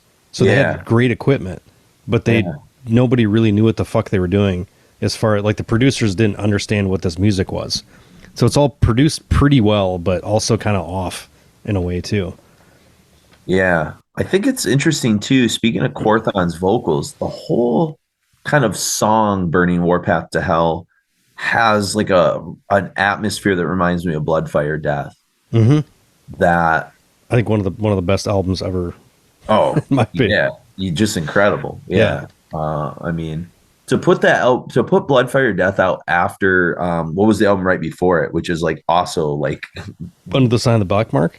Yeah, like I mean, those are like I don't know. You can trace like almost every line of black metal like through those two records, in a cool way. But yeah, like I just really dig the mix. The guitars have that weird Czech black metal feel. The atmosphere all over the place, especially the vocals. It's cool, and I think this song and then the final song from Envoy of Lucifer, No More Life, is these kind of epic. It's an epic way to go out and perhaps a portent into the future. If we get a future with Niflheim, that maybe they are leaning more towards these type of more epic songs. I don't know. I feel like that's kind of where they're going. Even Burning Warpath to Hell has this like police siren riff. Yeah, as well. Absolutely. But and there's like I think like with Tane, they kind of hit a certain point and then they felt they had to go backwards a little bit, and that's the record I don't really give a shit about. And then this last record, they kind of turned around again, like, no, this is what we are. We're this perfect mix. Yeah. I need to spend more time with the last couple Watanes. The last one I think is really solid. The one before that's okay. Yeah, in my opinion. That was that's why I didn't pay as much attention to the last Watane, because the previous one didn't excite me as much. Yeah. But yeah, I think like No More Life, one of the reasons I kind of late added it is I was just kind of I was listening to all of Envoy of Lucifer after I had already put the original thing up, and I was just kind of like grading papers at the coffee shop, and I was like, whoa, what is this song? Like, how have I not noticed this song before? And it's got this dark kind of, it's like a darker Iron Maiden atmosphere, like this kind of blackened epic kind of sound to it. The drum production even has like a late 70s, early 80s kind of Priest feel to it. And I just thought, this would be a kind of a fun way and a nice little pairing with Burning Warpath to Hell, because they kind of fit together almost, Yeah. This is another one that gives me that Merciful Fate Diamond Head vibe. Really clever use of riffs. What did I say? Definitely some Merciful Fate influence. I put as good as any Watain song, but a little more unhinged. Yeah. No, I think you're kind of spot on with that. Some prog nonsense with a something twist. Some Steve Harris bass, which was nice to hear. Mm-hmm. And it has. This is another takeaway I got. It kind of has the grandeur and enthusiasm of Old Immortal. Yeah. How they really just kind of relish in at the heart of winter. It's just like it's exactly its own thing, but it's just so them. Well, like Mountains of Might and Black Shirk, Mighty Raven Dark, and all that kind of shit. Yeah. Which is the name of our patrons, the Mighty Raven Darks. We'll be talking about patrons here in a second. But yeah, I think it's a cool way to kind of go out. So, but before we kind of start to wrap everything up, I do have 2 passages left. I'll read one now, then we'll kind of say our goodbyes and then talk about some things. And the last one's very quick. Okay. But this is one I thought, if we talk about these, I thought this is a fun passage that really captures the spirit of the brothers and the band. And it's from the Envoy era. So it's kind of from this lasting songs that we're kind of talking about. It's actually the opening of the chapter. It says, the basement walls of the Best Western Hotel in Uddevalla are covered with boulders constructed of gray painted styrofoam. It's almost 8 p.m. and the 2 bars in the venue are gradually filling up with rangy metalheads of the more unsavory, crusty variety, mixed with gawking, curious locals, men in smart casual wear, and women with generous makeup and short skirts. The stage is set up with various props belonging to the black metal act Niflheim. A big silver painted plate with the band's bat-shaped logo and a candelabra. How do you say that word? Candelabra? Candelabra. Jesus. Yeah. Sorry. I've seen that word a million, and I've said it right before. It wasn't making sense in my brain. With black candles have been placed before flanking martial stacks. In the tiny backstage area to the left of the stage, the band members are getting ready, donning their spikes and leather outfits. It usually takes about an hour to put everything on, says vocalist Hellbutcher, biting down on a cord to secure the studded wristband around his left forearm. This sounds like Ultimate Warrior putting his shit on, right? Or Road Warriors, Yeah. Soon spikes cover both of his underarms. The rusty nails are 6 inches long and look dangerously sharp. You can hurt yourself pretty badly if you're not careful, but I usually don't feel a thing until after the gig. I end up looking like a junkie because of these big bruises I get, but I'd rather strap these on too tight than have them fall off in the middle of the concert. Shrill Escalison of the black metal duo Pest, which we played maybe in one of our Patreon episodes. We played a Pest song. I know I pulled one out. Acts as a stage manager for Niflheim tonight. He shoulders his way into the room, balancing a big hunk of vacuum-packed beef chuck and about 10 pigs' tongues. You think this were who got this first? You think it was them or Watain? Mayhem. Oh well, okay, all right, yeah, fair enough. But I thought if I had to guess. But I thought Mayhem just had the pig's heads. When I used to see them in the 90s, they just had the pig's heads on spikes. Did they do more pig entrails and things like that? I don't know. They did. Yeah, they did sheep heads on spikes. Okay. Yeah, maybe that's what I'm thinking of, the sheep heads. And then I guess Gorgoroth did the naked people on crucifixes covered in blood with a bunch of other bullshit on stage too. Yeah, that's true. Okay. You got to revisit the black metal book, the Peter Best black metal book. Yep, that's right. But there might be some stuff before that I don't really know. Some of the maybe some later or earlier stuff that I'm not really super familiar with. But from my time in extreme metal, that's what I remember. He shoulders his way into the room, balancing a big hunk of vacuum-packed beef chuck and about 10 pig's tongues. Shrill wonders aloud what to do with all the meat. Put it in the coffin, says Pele's twin brother, Eric Tyrant Gustafsson, as he applies black makeup to his eyes. Krill's tears tears the beef into smaller chunks and dumps the pig tongues into the wooden children's casket that Niflheim always have on stage. The silk interior is more brown than white by now and gives off a stale odor, though not quite as bad as one might expect, considering the amount of raw and rotting meat the coffin has seen over the years. Remember, you're not allowed to throw it around. Krill says, glaring at the twins. Black metal has seen plenty of cadaverous stage props over the years. But when Norwegian band Mayhem decorated their stage with close to 1,000 pounds of pig's heads and meat at the Gates of Metal Festival in the rural town of Hultsfred in the summer of 2006, the Swedish Board of Agriculture threatened charges, claiming severe violations of the animal byproducts regulation. Following the outbreak of mad cow disease in Europe in the 90s, it became illegal to handle meat on stage without a special permit. Eric thinks they should just ignore the protocol, muttering something about judicial abuse of power. Pele, on the other hand, is a friend of the owner and remains skeptical. I wouldn't want him losing his license to serve food here. Eric rolls his eyes. All right, then, I'll just have to rub it on myself, he hisses, patting his slim, pale torso. Drummer Peter, Insulter of Jesus Christ, Starnvin, say it. Yeah. Okay, I got it. Previously in bands such as Entombed and Merciless. Oh, yeah, I forgot he was in Merciless. Oh, yeah. Helps Pele strap on his leather hauberk. Hundreds of studs form an inverted crucifix and a star in his chest, while leather and even more studs decorate his black spandex pants. Pele then secures a studded codpiece and a big leather girdle with a studded pentagram and adds a couple more studded belts and armbands with inverted crosses. Finally, he smears black makeup around his eyes and fastens 2 big studded leather shin guards around his legs. The end result is somewhere between Pinhead from Hellraiser and a psychotic biker risen from the depths of hell. Before the mirror in the corner, Eric completes his makeup and struggles with his massive spiked leather shin guards. You must suffer for metal. It demands it, he says. Contorting in an attempt to better see his calves. Where's the fun in watching some useless guy performing in a white t-shirt on stage? I've always been into leather and spikes. Metal should remain metal, never change or evolve. It should be like the greaser culture, staying in its decade for metal, the 80s, of course. Look at this. I suffer for metal every day, he says, trying a black headscarf over his developing bald spot. His remaining hair is dyed black, the thin strands barely reaching his shoulders. A guy with a thick southwestern Swedish accent shows up with a package for Pele, containing rare and highly coveted metal belt buckles with the Niflheim logo. Only about 10 have been produced, which were issued to a lucky select few. This evening, Eric wears one around his neck. Pele has one attached to his belt.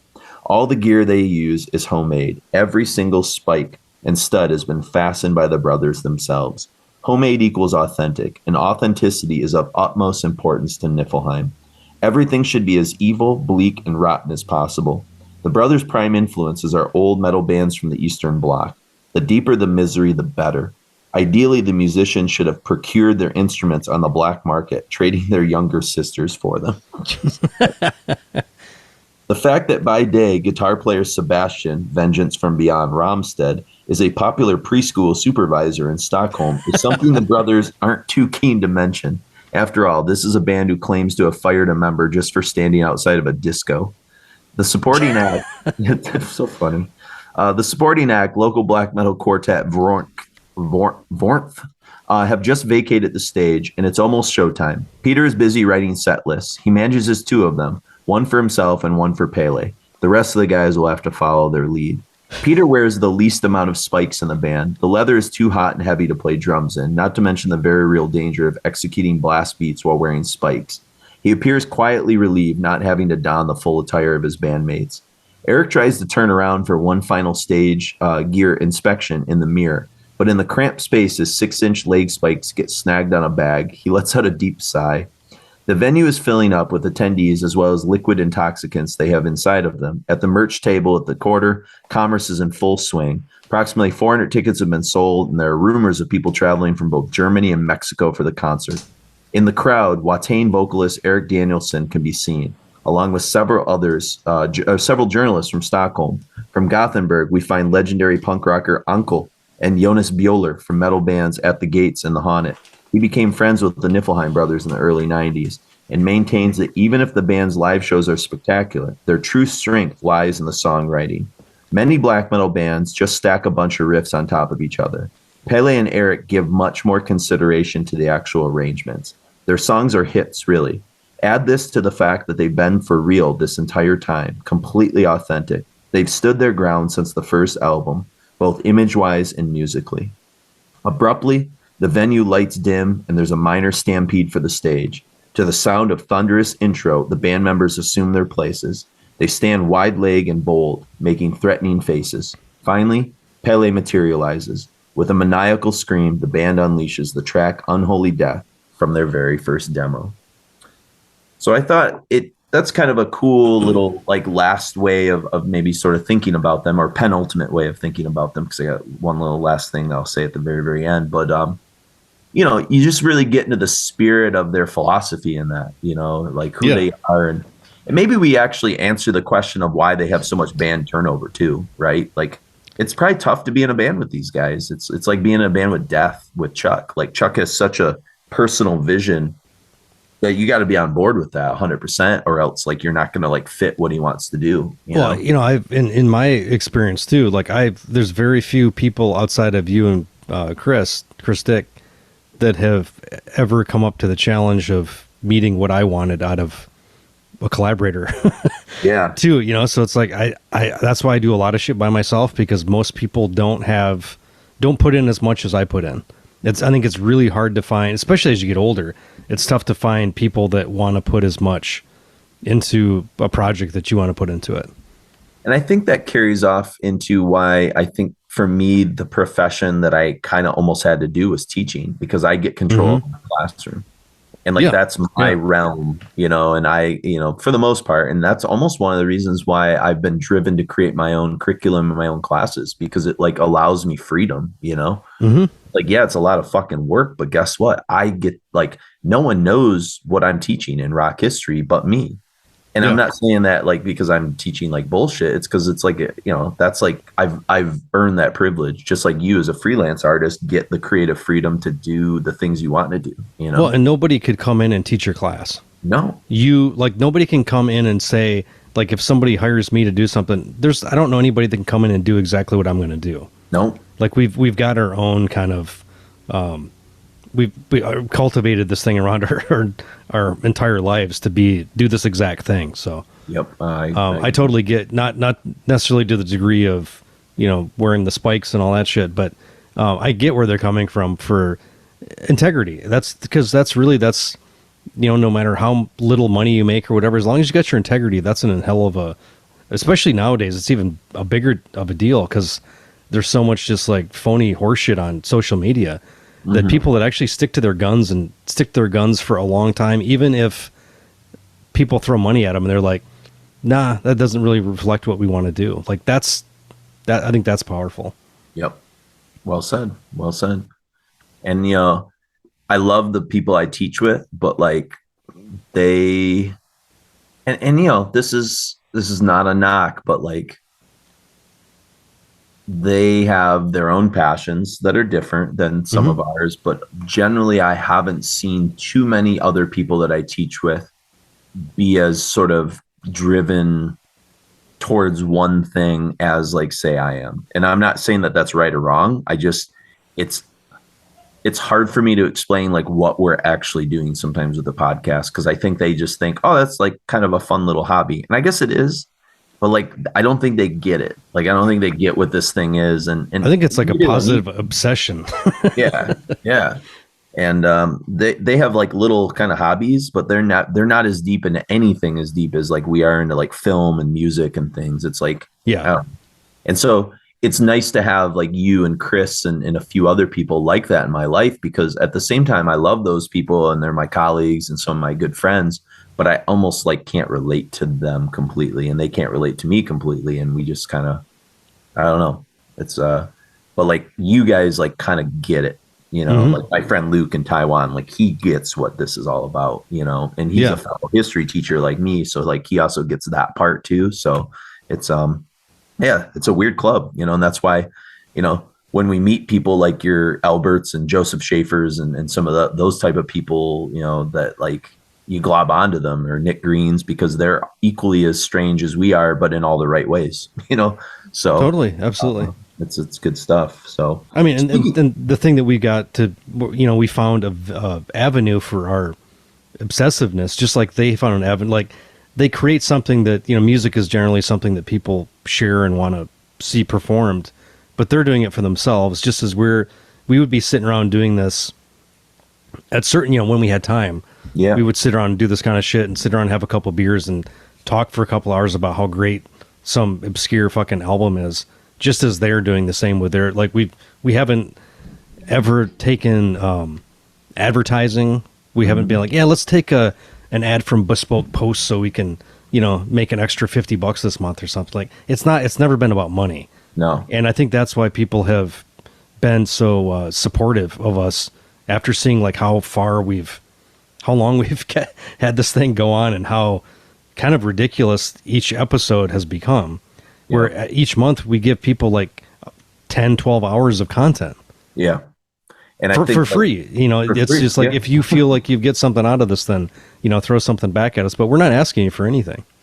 Yeah. And I think it's almost like an exclusivity too, like that, not to be a patron, but like, if you're like, what we're doing for us, but also like, if you're in on it, like you're in on it. Yeah. Like, it hits with a certain amount of people, yeah, but it's a small amount of people. Like, it's people that, long haul truckers, like, or people that are super into, it's not, I don't listen. There's no other podcast I have time to listen to that long per month. Yeah. And I deeply appreciate everybody that, takes the time to help us out or to listen or to, even listening where we don't know about it. But when we get feedback and like, it's an incredible honor that we have such a great community around this show. For sure. And speaking of which, we do have some new patrons that I want to sort of shout out real quick. We've got I.N.R.I signed up a couple weeks ago, and a couple days before that, we got Chris Rhodes that signed up, I believe, from Australia. I think Chris Rhodes might be from Australia. Nice, thank you. Different currency. It's a A14. So yeah, it's the dollary dues. Yeah. And then also Sam Frankel too became a patron as well, and he sent a little message. He said, "Thanks for putting so much time into these episodes. They might be the best so far." I think he's talking about the bolt thrower. I loved how the conversation would start with Carl's lyrics and end up discussing teaching or personal ethics. That's what keeps music like this personal. We use it to reflect our own struggles and perseverance. Also glad to learn more about Sacrilege. I discovered them due to the Memoriam cover, and they would get my vote for a full episode one of these days. Nice. All the best for Minneapolis. So thank you. Thank you, sir. Sam. And then I got another comment that I wanted to read from Jason Hinton, who's already a patron, and this was actually on the he emailed me through the Patreon site, and he said Bolt Thrower Expanded Edition was fabulous. Freaking love this band ever since hearing World Eater on the Grind Crusher comp. When I first bought Realm of Chaos after hearing World Eater, I was indeed struck by the album's chaos and the crazy leads. I didn't venture further and moved on until a couple years later when I picked up a promo cassette of For Victory for $1 to see if the band had evolved, and was blown away by the grooves and tasty leads that had emerged alongside their War Machine attack, and quickly went back and bought Fourth Crusade and War Master. As far as scratching that war metal thrower-esque sound and feel, obviously Memoriam are a logical continuation with Carl on vocals, though the Baz, Gaz, Joe trio are easy to miss in Memoriam's slimmer, simpler meat and potatoes delivery, but still solid. I discovered Swedish War Outfit Just Before Dawn, which is a great take on Thrower through the classic Swedish guitar sound, and had Dave Ingram singing on a few tracks early on. I don't know them. Do you? No, I don't. Just Before Dawn? Oh, I'll have to check them out. That sounds right up our alley. Definitely would recommend to all fans of Bolt Thrower. Also, 1914 is another great black and war metal edition that's also pummeling, and all their albums are solid and really bring the World War I feel crushing through the speakers. Hails to the Thrower. So it's pretty cool. So a couple little comments there that I just wanted to sort of read. If you are interested, and I know Mark's got a comment he's going to read in a second, but if you are interested in becoming a Patreon, go to patreon.com/Requiem podcast and to sign up. $5 a month, $10 a month. We have some that are doing $20, $25 a month. So thank you to those people who are really doing the time and really supporting what we're doing. Well, this is also just to butt in real quick. These contributions are going toward our new major overhaul that one of our dear friends, Jordan Bondo, is helping us basically put everything number 1 through whatever the hell we're at right now on one feed. 281, 282. Yeah, on one feed, but not just on one feed. Also, remastered. Everything is he's been remastering every episode to like bring everything up to a consistent level. Anything that was like some of those real old episodes, we were flying by the seat of our pants. Yeah. And these are he's like upping the volume of things and just making everything sound a little more consistent. So we deeply appreciate his tireless effort here. Yeah. And so I would say probably toward either the end of this year or the beginning of next year, we'll have a completely new feed for all of the, for Apple Music, for Spotify, any place you get this. We'll go straight into that without ads. Awesome. We made it a point to pay extra to not have pre-roll ads. The ads that show up on stuff right now, we don't get any cut of any of the money. No. And I would like to not have any. I don't agree with, promoting, pharmaceutical, anything. I can't think of anything I would want to advertise on this show that would, it would take us out of it. So that's why it's so important that the contributions from listeners is just, it keeps us going in the bolt thrower, no compromise path that we'd really like to do. For sure. Yeah, no, well said. In total, too, I was given the SAT today, so I had aimless time to be sitting there, finally doing paperwork. And I totaled up all the names of the people that made donations, minus Andreas, because I kind of took him out of the mix. With Andreas, it'd be 20 total, but we had 19 people that did major donations and signed up to be patrons and all that stuff for the Bolt Thrower Challenge. That's great. Really helped us out a lot. That was a really nice injection, and hopefully got a lot more people involved in the podcast, and really liked what we did with Dave and Carl and everyone that we got involved with all that. So I know we do need to. We are going to fix something that we noticed in part 3. I think one of our good friends, Chris, his little contribution got just kind of disappeared in a weird way. I'm not sure what happened. That episode has been fucking. I've messed with it 3 times now. Really? And the problem is there was an issue, and then I tried to select everything and slide all the stuff over. And if you look at one of the timelines for the editing, it looks like a shit show. Oh shit. So I'm probably just gonna have to re-edit the entire episode. Or what we could do if we want is we could just put out the Chris thing as like a separate add-on. It could just when I have a little bit extra time, it's not going to be a huge deal. I just need to go in and I just don't want you have to do all that find shit, that space, and because it's like a fucking 5-hour episode. Oh my god. Or whatever. But so you weren't there were a couple people, if you were one of those people that did respond to that, you weren't crazy, because Chris talked for a minute and then all of a sudden disappeared, and that's usually not like Chris. Chris is like me, is very loquacious. So he had a lot more to say, and for sure we want to honor that, so. But yeah, sometimes that stuff happens, man, and it's tough. And I'm not current on all the episodes because of teaching right now, usually in the summertime. Well, and I don't re-listen to episodes. Yeah, I usually I'm the quality control guy that has to send I always feel bad when I have to text Mark, because I feel like he's just sitting there going, motherfucker, but I know he wants to know, because we know that this stuff is legacy, and we want people hear. We're trying to do the best we can. Yeah. 10 years from now, that they want to, they want to hear the right things there, so. But yeah, so on occasion, you know what? We're a free fucking podcast. Hey, I'm a human being. I fuck up sometimes. It's okay. Yeah, it's okay, Mark. We all have feelings. But you can also go currently, until that feed gets constructed. You can go to requiemmetal.com, and you can click on Patreon there. You can also find those first 150, 160 episodes there streaming. You can also there's some swag there if you like. Bolt thrower designs for the 200th episode we did a few years back. Mark did a cool exclusive Requiem shirt that's kind of modeled a little bit after the Bolt thrower logo a bit, and you can purchase that there. We've had a couple people that didn't know about that and found out about it and purchased. You sold it off your back at? Yeah, I sold literally Las Vegas. Back at Psycho Las Vegas, and then we had a couple other people on Twitter. I posted a link, and they're like, "Holy shit, you guys have Requiem swag!" And I know we're talking about designing some other things very soon. But yeah, I think we should do we're pretty busy people. Yeah, I think maybe toward the end of the year or early next year, it'd be nice to maybe do a poll on Patreon, see how many people would be interested in some, because the stuff we're doing right now is through a fulfillment service. Yeah, and I would prefer to do.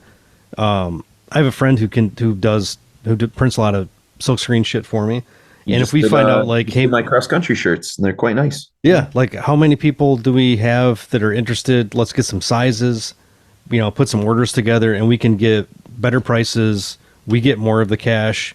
You get a better deal, and it's another way to support the podcast, and also, some pretty cool shirts. Yeah, absolutely. So, but you can, besides becoming a Patreon, if you want to follow us on the social media front, you can go at Podcast Requiem on Twitter. You can go on Instagram, Requiem Metal Podcast. You can go on Facebook, Jason and Mark. We have a private feed for our patrons on Facebook too. So if you do sign up and you are on Facebook, let me know.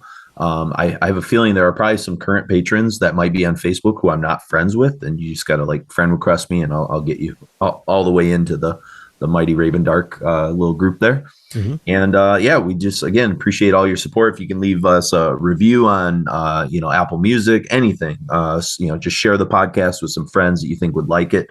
And I know we have one more letter to read from you, Mark, from a friend that I made at Psycho Las Vegas.